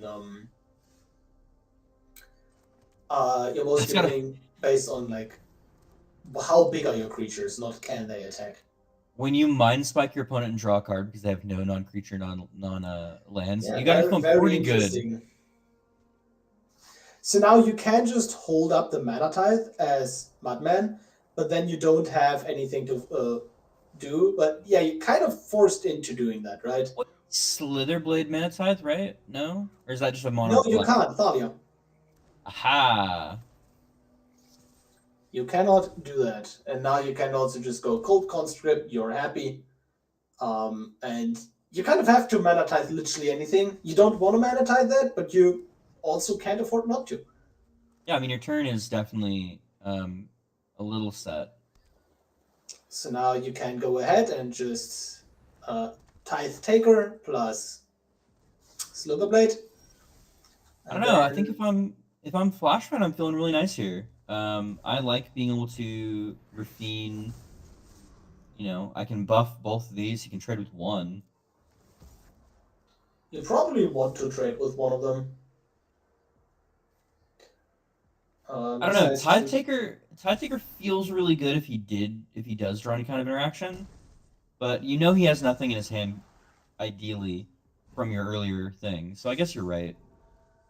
Yep. Now you can, as Mudman, you can play Raffine, swing with both of these creatures, put a counter on the flyer. Decides to only swing in with Slitherblade in order to be able to put a counter on Slitherblade, because if you attack with both in, you lose the flyer. The question is just maybe it's even worth it to sacrifice the flyer to get one more connive. But here's the Ruthless Sniper, a really ruthless card in this matchup. Yeah, I mean, thankfully, those other cards that he's coming up here, if I had to like characterize their decks a little bit about it, Ruthless Sniper has been like pinnacle to Flash Fan in the same way that Thopter's been for Mudman. So I like seeing it here for good removal. It'll also stop the clock that was Slitherblade building up. Yep. Because he also doesn't have like any removal to really deal with that either right now. Indeed. And now Raffine blocks Raffine. And honestly, just a shoulder off the top is really good for either player. Yeah. I mean, always. I'm not like super mad at it if I get it as Flashman though. How do you attack though? The sniper is going to be a huge issue. I think you go ahead and just play Invasion, knowing that you don't exile anything, but you get the effect of putting counters on your creatures. Just let your board stay big, right? In order to not die to the Ruthless Sniper. But at the same time, the issue is that Invasion of Gobakan costs 4 mana effectively. Yeah, I don't know. I feel like you just basically die though. Like you're gonna go down to like 6 or 7 here, probably. What are your outs, right? We talked about how Sheldred is an out. Invasion of Gobakan is a card that is just able to protect Sheldred once it comes down, right? That's fair. I guess I'm maybe, because he's discarding 4. Even if he played anything else, he can just go to remove it. And this potentially also gives you protection if he like targets everything. Slitherblade is going to die though, 1000%. Potentially, probably. Sniper. Well, not disagreeing with you. Just saying, like probably. So, Sniper picking off the Slitherblade. And then you still have 3 additional mana. That's exactly how much you want for, any of the other plays. You can. It would take all. It's a 4/5, right? Yep. Oh no, it's a. Yeah, it's pretty big. Oh wait, it was a 4/5. Oh wait, that was one large Slitherblade. Yeah, but you're down to 3. Shoulder off the top. No shoulder off the top, and that is tough luck. Yeah, I think you need the life gain prior to the attack. Does it have a flying blocker? I don't think that does it. Any blocker will just get picked apart by the Ruthless Sniper here. Yeah, I mean Sniper being really good. Yes, any of these engines are amazing in the mirror, obviously, and Sniper being no exception. Yeah, and I mean especially when you already had a hand that didn't have like a lot of interaction. Sniper just like I changed that. Cool. Discard a bunch of lands, have mana for interaction. Yep, indeed. But that is the end of the first one. End of the first best of 3. Maybe down to a real risky keep on Mudman in game 1, but I liked it. We'll have to see who wins the die roll on play it's not draw. Over. It is not over. Right? Oh no, you have multiple lethal. Yeah, you have multiple lethal threats. I was going to say you can just hexproof all the Ruthless Sniper activations. Yeah, I was like, I see 3 lethal threats. So that's assuming he doesn't give it to the. But also that's 3 lethal. That's 4 if he swings with a sniper and can get 2 counters on it. Yep. So like, I'm not trying to get the brass above the horn, but 2 counters on it and discard 2. Yep. And now discarding cards. Ruthless Sniper doing his Ruthless Sniper thing. Potentially ordering these wrong. Because it also doesn't matter thanks to the invasion. But now you still get to kill 2 creatures here. So, yeah, what I would have potentially done with the invasion, you can see if he's going to pay the mana for the first 2 triggers on the Cemetery Illuminator. True. Oh, yeah, that was... Yeah, true. Did indeed order them wrong. He still had the mana to do it, but, like, in theory, it could have mattered. Yes. All in all, good job, Flashman. Bringing us to... The bracket is reset. So now it is going to be Madman versus Flashman in the finals of this tournament. And we don't know yet. I'm excited. Like, I could watch Raffine mirror matches all day. I know it's not for everyone. Some people just despise them. I just love them because they're just like very intricate, very subtle, lots of decisions, and honestly, everything matters.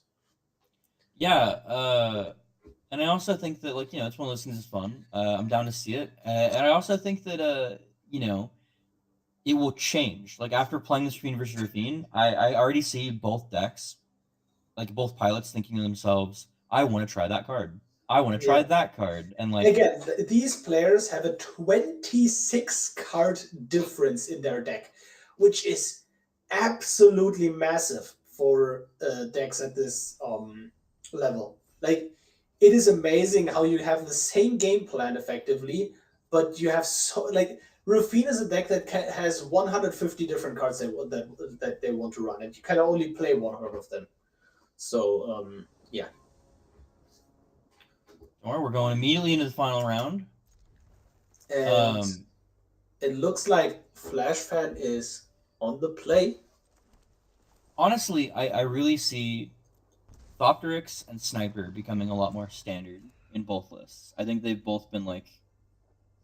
I've never been upset seeing either one of those hit the field. I don't like Sniper. I don't like Sniper. I'm gonna say it. I haven't been too impressed with the card except in the Raffine mirror matches. But I think there are also other cards that can help you in the Raffine mirror matches that are better in other matches. For example, Sniper is not a card you want in a control match. And Sniper is also not a card that helps you versus Geist. Sniper is an okay card versus Ragavan.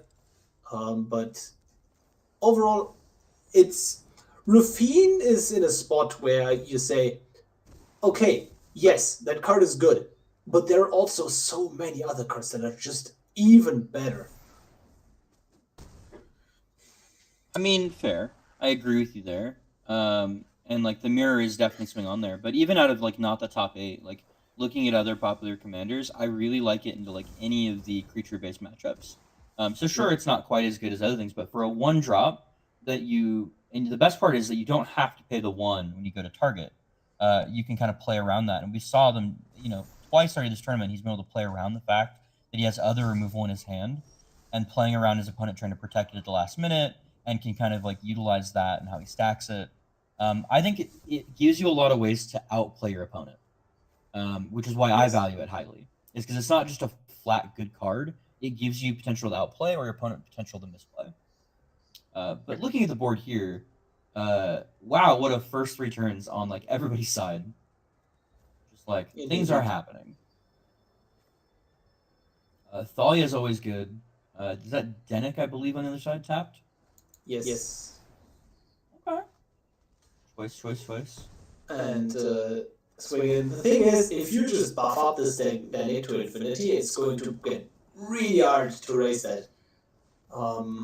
Invasion of Gobakhan, exiling one of the cards in the hand. Hand is not looking too hot here, but it's Raffine that it could change any second, because Raffine is going to just see 3 cards here, right?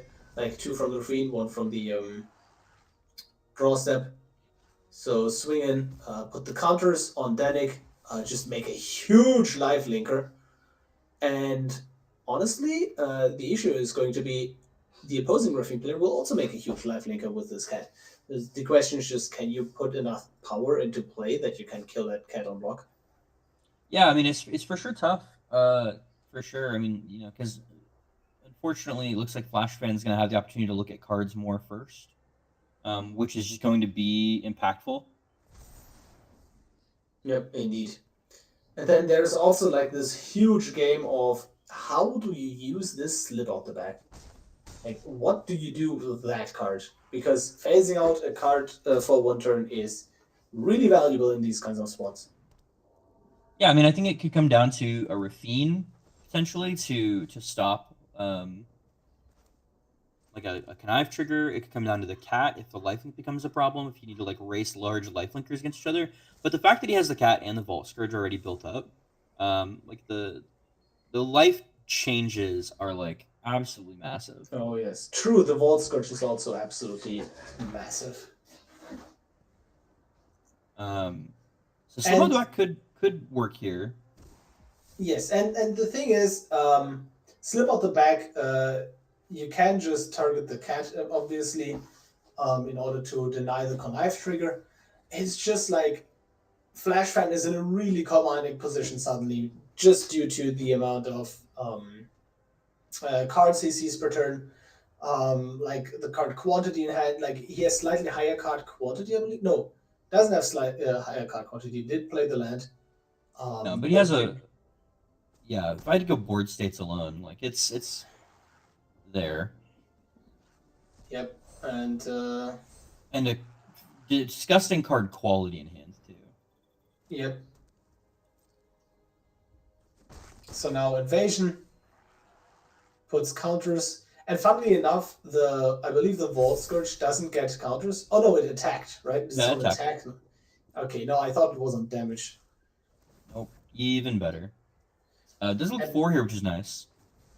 And now Oof. Ozawara, and then you can just slip out the back the Danik in response, which I believe to be a really solid choice. You still don't get the connive, but at least the creature stays in play. Yeah, I mean, you kind of need those counters, but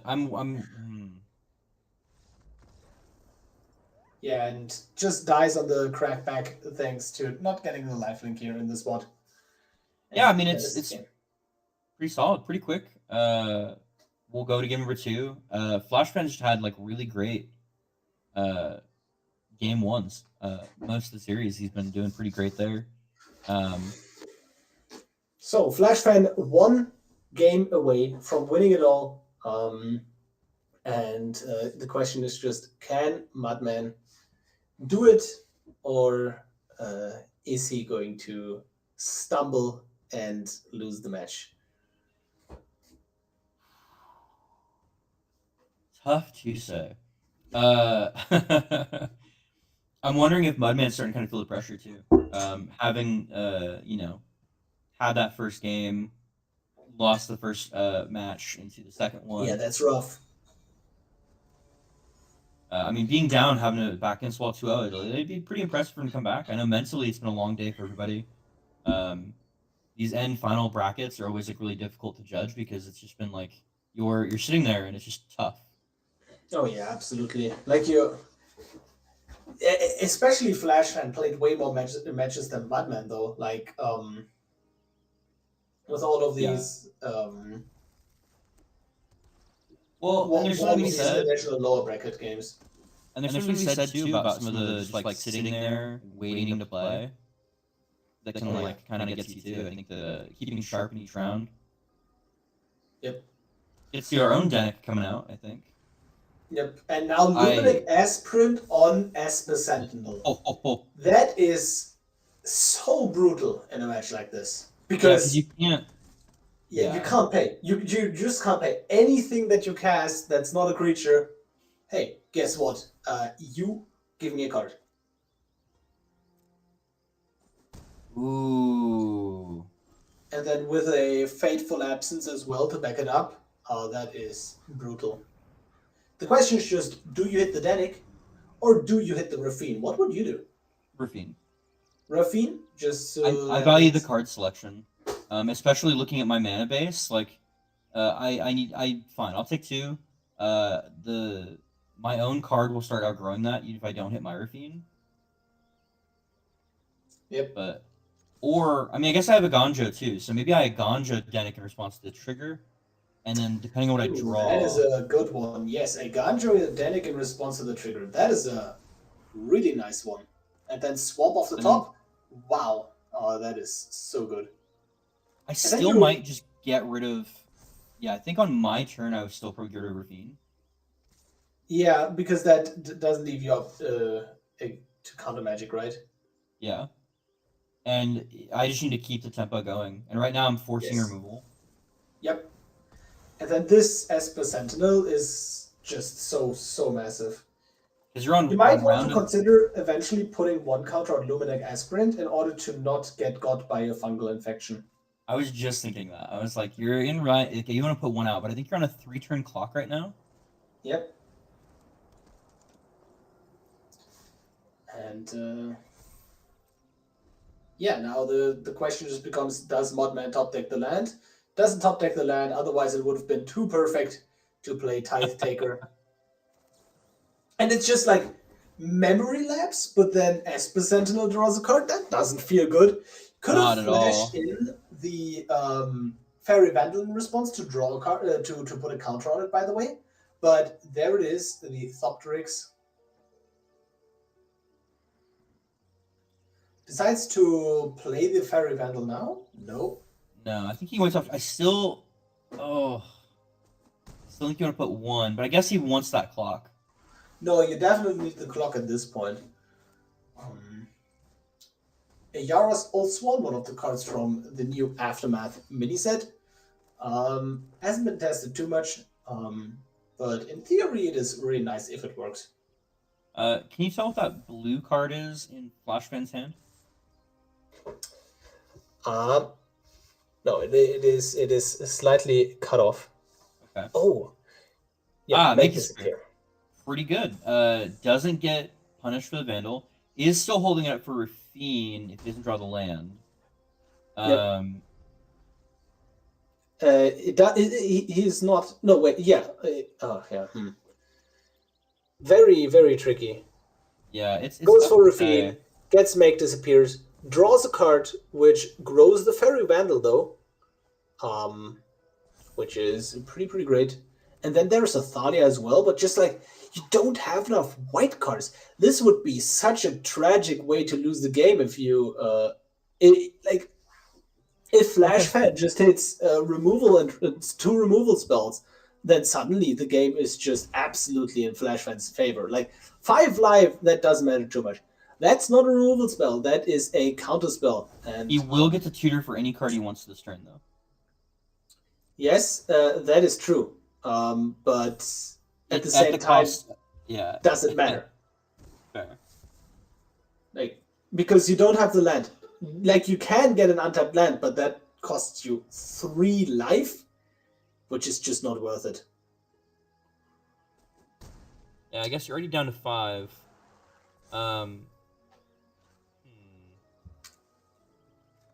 Okay, it says, okay, kill me now, do it now, otherwise I will do some degenerate stuff. Ooh, okay. There's 2 blockers. You can get 2 to... Ooh. Not quite lethal without removal. Nope. But what you can do is you can force 2 jump blocks. Doesn't go for it though. I think if he plays his Raffine again, they're 2 at 5. He has to block both or die. Nope. It's only going to be like this, and now. I think he needed to play his Raffine. Yes, if he played Raffine, he would have forced the damage through. But the Thalia is like so amazing here as well, right? Because that just like he just guessed. He was like, "You got a time warp, right?" Gets the untapped land. There is the untapped land. That is very important here to play the time warp. And yeah, this Raffine could have been dead at this spot, and that would have been very, very devastating for Flashfan. Because if you don't have a board, your time warp doesn't do anything. Yeah. No, I agree. I mean, it's tough to say because you don't really know what he pulled. That's when I take a second and go look at the list. I know you have a counter, but I gotta do it. But turns out there is no counter. Oh, wait, maybe draw. If he draws the card of the Esper Sentinel. What do you draw? Oh. He still has a surprise blocker, though. Like, it's still not over. Yes, very much so. I agree. Okay, there is the Patrias. Yep, draws another card. Pays! Oh! Menace. Yes, that Menace, but there is a surprise blocker. And Flashpan is going to lose the match because of it. Not the game because of it, not the match. Sorry. Cathar Commando. Yeah, man, this Esper Sentinel. Like, Esper Sentinel into Luminic Esprint, that's one hell of a curve, let me tell you. Yeah, that was actually spicy. Yep. Also, almost any format you play, that is a good curve. And so I believe, I could be wrong, did Mudman win that with like one piece of interaction? Yeah, he just beat him down. He Yeah, just he just had absolutely to, beat him down. Nothing else. yeah. And the one way he guarded the first Raffine. And it all comes together in one And, final you know, I game. mean, we're here for drama, right? You know? Like, You're here for drama. I'm just here for good magic. I have so many jokes to make about that, but I won't out of respect for the competitors. Nah, they're killing it. Yep. They're doing great, especially considering their various time zones. Well, Artelect, I think, is fine. It's like, I think 2 for him. 2 or 3. But I'm pretty sure for some Batman of the is people here who in aren't Europe, watching. and it is almost 9 p.m. over here. Yeah. Yep. I think Flashpoint's that's a pretty late, fine too. time, in my opinion. Play some tennis. You know. Yep.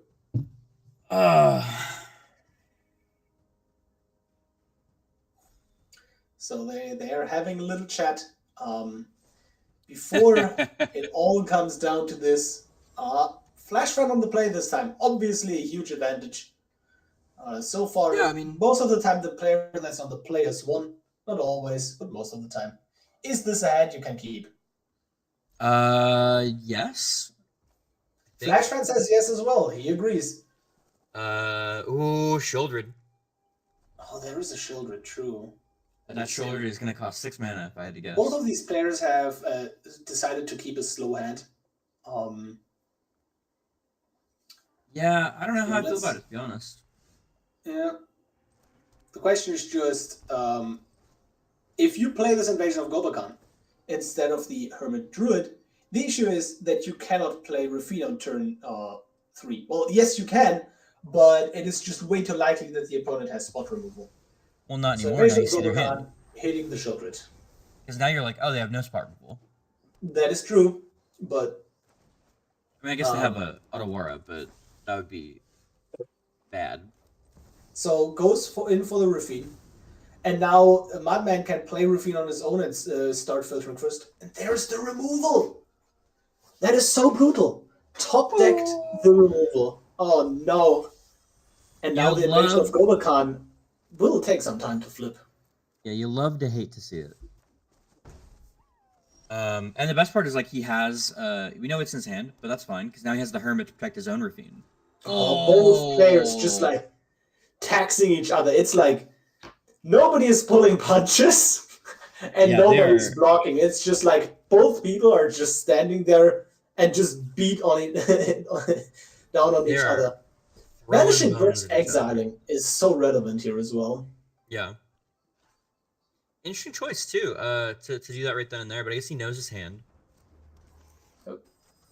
And has to hardcast the Scrapheap Scrounger from hand, which is not a card you kind of want to hardcast. It's basically here in order to get discarded to Raffine and then get value. You've got to be careful, actually, I think here. You can't just play Raffine next turn if you want to, like, play something this turn, because you know that Shieldred is looming. Yes. Do you think it's worth running out? Just try to get a counter out now? Yeah, well, yes. Apparently, Madman agrees that it is. The question is just, do you draw this card of the Curse of Silence or not? And I think you have to take it, purely because you know Shieldred is coming. What the hell am I doing against that? Yeah, I mean... And the answer is apparently nothing. Needed the land drop there, too. This is really good, though. The lifelink is big, and protection. Oh, yes. Yep. But not having to play the Otawara to play the Shieldred has got to feel really good. Oh, yes. So now just jam Shieldred. It is in play. Do you have spot removal? Goes for Raffine instead. I like that. I'm okay with that. If he wants to try to, like, make sure he has mana for Slip Out the Back on Shieldred. Mm-hmm. It's a slower play, but... It's a slower play. It doesn't play around counter magic as well. But Flashfan already said, hey, I don't have counter magic. Otherwise, I would have 100% held that one up. And trading here with the Selfless Savior? No. No. Wow. Okay. What? Oh, Because in both my players head, are making decisions, really. because in my head, I'm like, oh, Denick into the battle. Denick's going straight into that battle and conniving. It just doesn't, though. So now Flashfan is trying to to diversify the threats here. You can just slip out the back the Selfless Saber, and that is kind of a decent plan. But now Sheldred will come down with a slip out the back up. It doesn't matter too much because whatever whatever answer Flashfan will get, uh, he is probably going to have that answer together with a memory lapse. Yeah, I mean, feels good. Oh. There's a Thoptrix. I think I know who's going to win that game. Hey, don't jinx it. Don't jinx it. No caster curses. This looks good though. Yes. Especially considering so it's important to note that Raffine's is not a May ability. Yeah. You have to draw. Yep, that is the issue. And now the question is, can Flashfan find a removal spell in the top 4 cards? If that is not the case, then he's going to be in a lot of trouble. It's tough. Do you potentially a Ganjo Aspirin or the dog here before the connive trigger? Yes, very much so. I quite like that. You lose out the slip out the back, but because now if you Iganjo here, you know there. Oh wow. Oh no! And gets maximum punish for not going for the Iganjo. That is so brutal. Absolutely brutal. Well, okay. It's still important to note how active player triggers work. Non-active players, yes. But at the same time, with a healthy life buffer, that also doesn't matter too much. Yeah. The duress as well. Oh my god, dude. Decides to hold up the not only that, but now Flashfan has a shoulder in play with the ability to give it hexproof.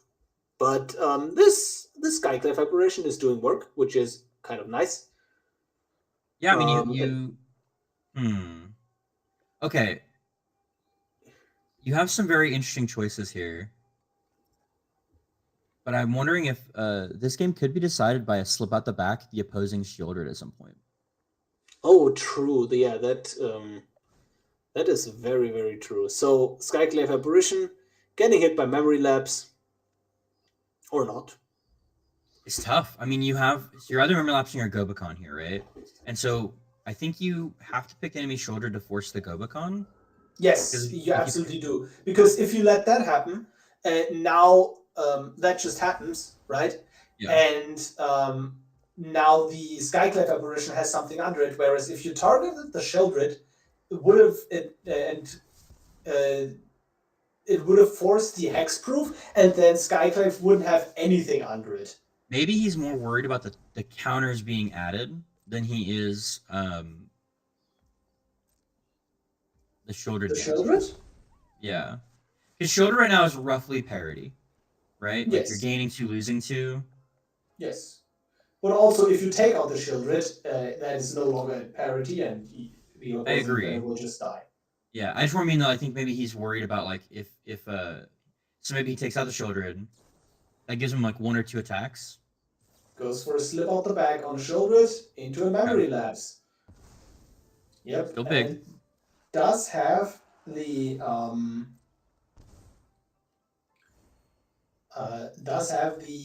Iganjo up though. And Iganjo kind of not killing anything in this spot. Well, Iganjo lets you block with a 2/2 to Sheldred now. That is very true. But And I think now never this mind. connive is, yeah. Now you can just block the connive, right? Well, no, now I think you have to Yeah. ganja that, yeah. Yep. Now, oh, that's so good though for Mudman, because Flashman Yeah. was forced to throw away 6 power effectively. That's a rankle, and that doesn't do enough, right? No. Because he still has to flip back next turn. Yep. So you just jam. You play a creature, right? The question is just which creature do you play? Is it a Malevolent Hermit? Is it a Denic? Is it a Rankle? I think he wins here. He swings for 8. And then can blink out the opposing Shieldred. Oh, that has life. Does Flips have lifelink? No. The opposing, you don't need to blink out the opposing Shieldred. They die on their draw step. Yeah. Like, you just slip out the back, the Denic, and swing with everything. Right? Yeah. That's lethal. The question is just from the... Yeah, going for a battle line though, like this, you can slip out the back, but you can also slip out the back after the connive. So you let that happen first in case you draw a better piece of removal, right? Yeah, and I think you want to also like play around the potential of like not say fatal push. Fatal push would stop it. Yes. So that's why you. Yep. Wow, what a match! Like I at no point was I like that person is definitely winning. Really, maybe, but also he left it. That's still he lethal. Has it. Yeah, that's he still has it. Okay. Okay. I got worried for like a split second. That is what a game! That's the absolute game. That's the tournament, guys. That's Mudman. Mudman, you won it all. Congratulations on what an amazing fight. These final matches have become better and better and better every time. Last time with Rusko, there were some like really cool self-counter drain lines with like the manlands in play and whatnot, and now we have this beauty of a final match. It's absolutely amazing match. Thank you to all the players. Thank you, Flashman. Yeah. Flashman, you come in second. You get a 3 months Untapped GG premium subscription. Mudman wins it all with a 5 month subscription. And yeah, that was absolutely amazing. BPRadiant, what do you have to say? Better than I could have hoped for. Had the drama. It had like counting around, see if you can find it. There were multiple times they played around cards that weren't in their opponent's hand. Because they were like, if they have this one card, I get blown out and lose. The memory lapse, but also getting the card draw beforehand, like, was just phenomenal. Like, I don't know. There was a lot there. There was a lot of like great top decking. But I mean, I think we both knew the second the Thopter got in his hand, the second we saw the Thopter, it was Mudman gonna win. That was his lucky charm the whole tournament. Yeah. Wow. Again, thank you, Untapped GG, for sponsoring this. Today's tournament. They provide a free deck tracker for everyone to use, but if you want to go the extra mile and go premium, I personally highly recommend doing so. You get additional perks. For example, in the case of Historic Brawl, you get to select a commander, select all the decks that are played by every player that is tracked, and you also get to compare the cards in those decks. And how the win rate changes if you play the card, if it's in the deck and whatnot. Just some really, really cool and important stats in a format where you usually don't really have access to a lot of stats. Like, I personally think Untapped GG is the #1 source for statistics in Historic Brawl. Yeah, for sure, it's up there.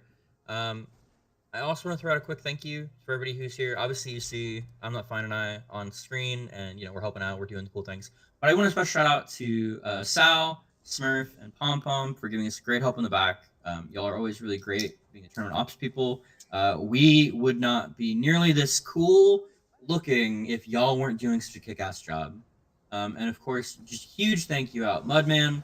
Appreciate your last time helping us host the tournament, getting set up. I hope you get to take a bit of a relaxing siesta and be a competitor again, and maybe you'll make top 8. Thanks, Smurf. And maybe you'll make top 8 again, and you'll kick ass. I'm excited for what's gonna happen for you, man, and I appreciate what you've done for the scene. And yeah, cool, man. Also, BPRadiant, if people want to join, how would they do that? You can go to the link that people are posting in the chat right now, and in the events list, and you can go to the Discord League, which there's also a link under the Twitch channel. You can go to the Discord to join up. You can go to the YouTube channel to catch past games, as well as like other content people putting out, including a podcast, which is pretty cool. I mean, it's people talk about it with previous winners, and I'm sure they'll probably have Budman on talking about this as well. It's been pretty fun. I really like it, even though I myself don't compete a lot. Getting to get in there and talk to people who really like historic Brawl, looking into the commanders to talk about things has been like really informative and inspiring, especially getting to talk about stuff like the new 7-minute Nisa, getting to start a conversation on that and talk to people from all over the world and hear their opinions has always been like really nice and beneficial. Yeah, and I believe that concludes the Season 6 tournament. Also, check out the Brawl Hub YouTube channel. The Discord server has a YouTube channel where everybody uploads their decks. And there's also a podcast going on with with Titan Lord and Myriad, and they also just talk about the meta. It is really great listening to them, and thank you all for tuning in. Also, check out BPRadiant on YouTube. One last thing. And ImNotFine on YouTube. Like we both YouTube and Twitch. We'll get stuff on there, and we will see you guys next season. And we're gonna kick ass. We're gonna have it all. We're gonna do great. Y'all are gonna do great. We're all gonna do great. Join the Discord. Take care. Yep. Sorry. You're radiant.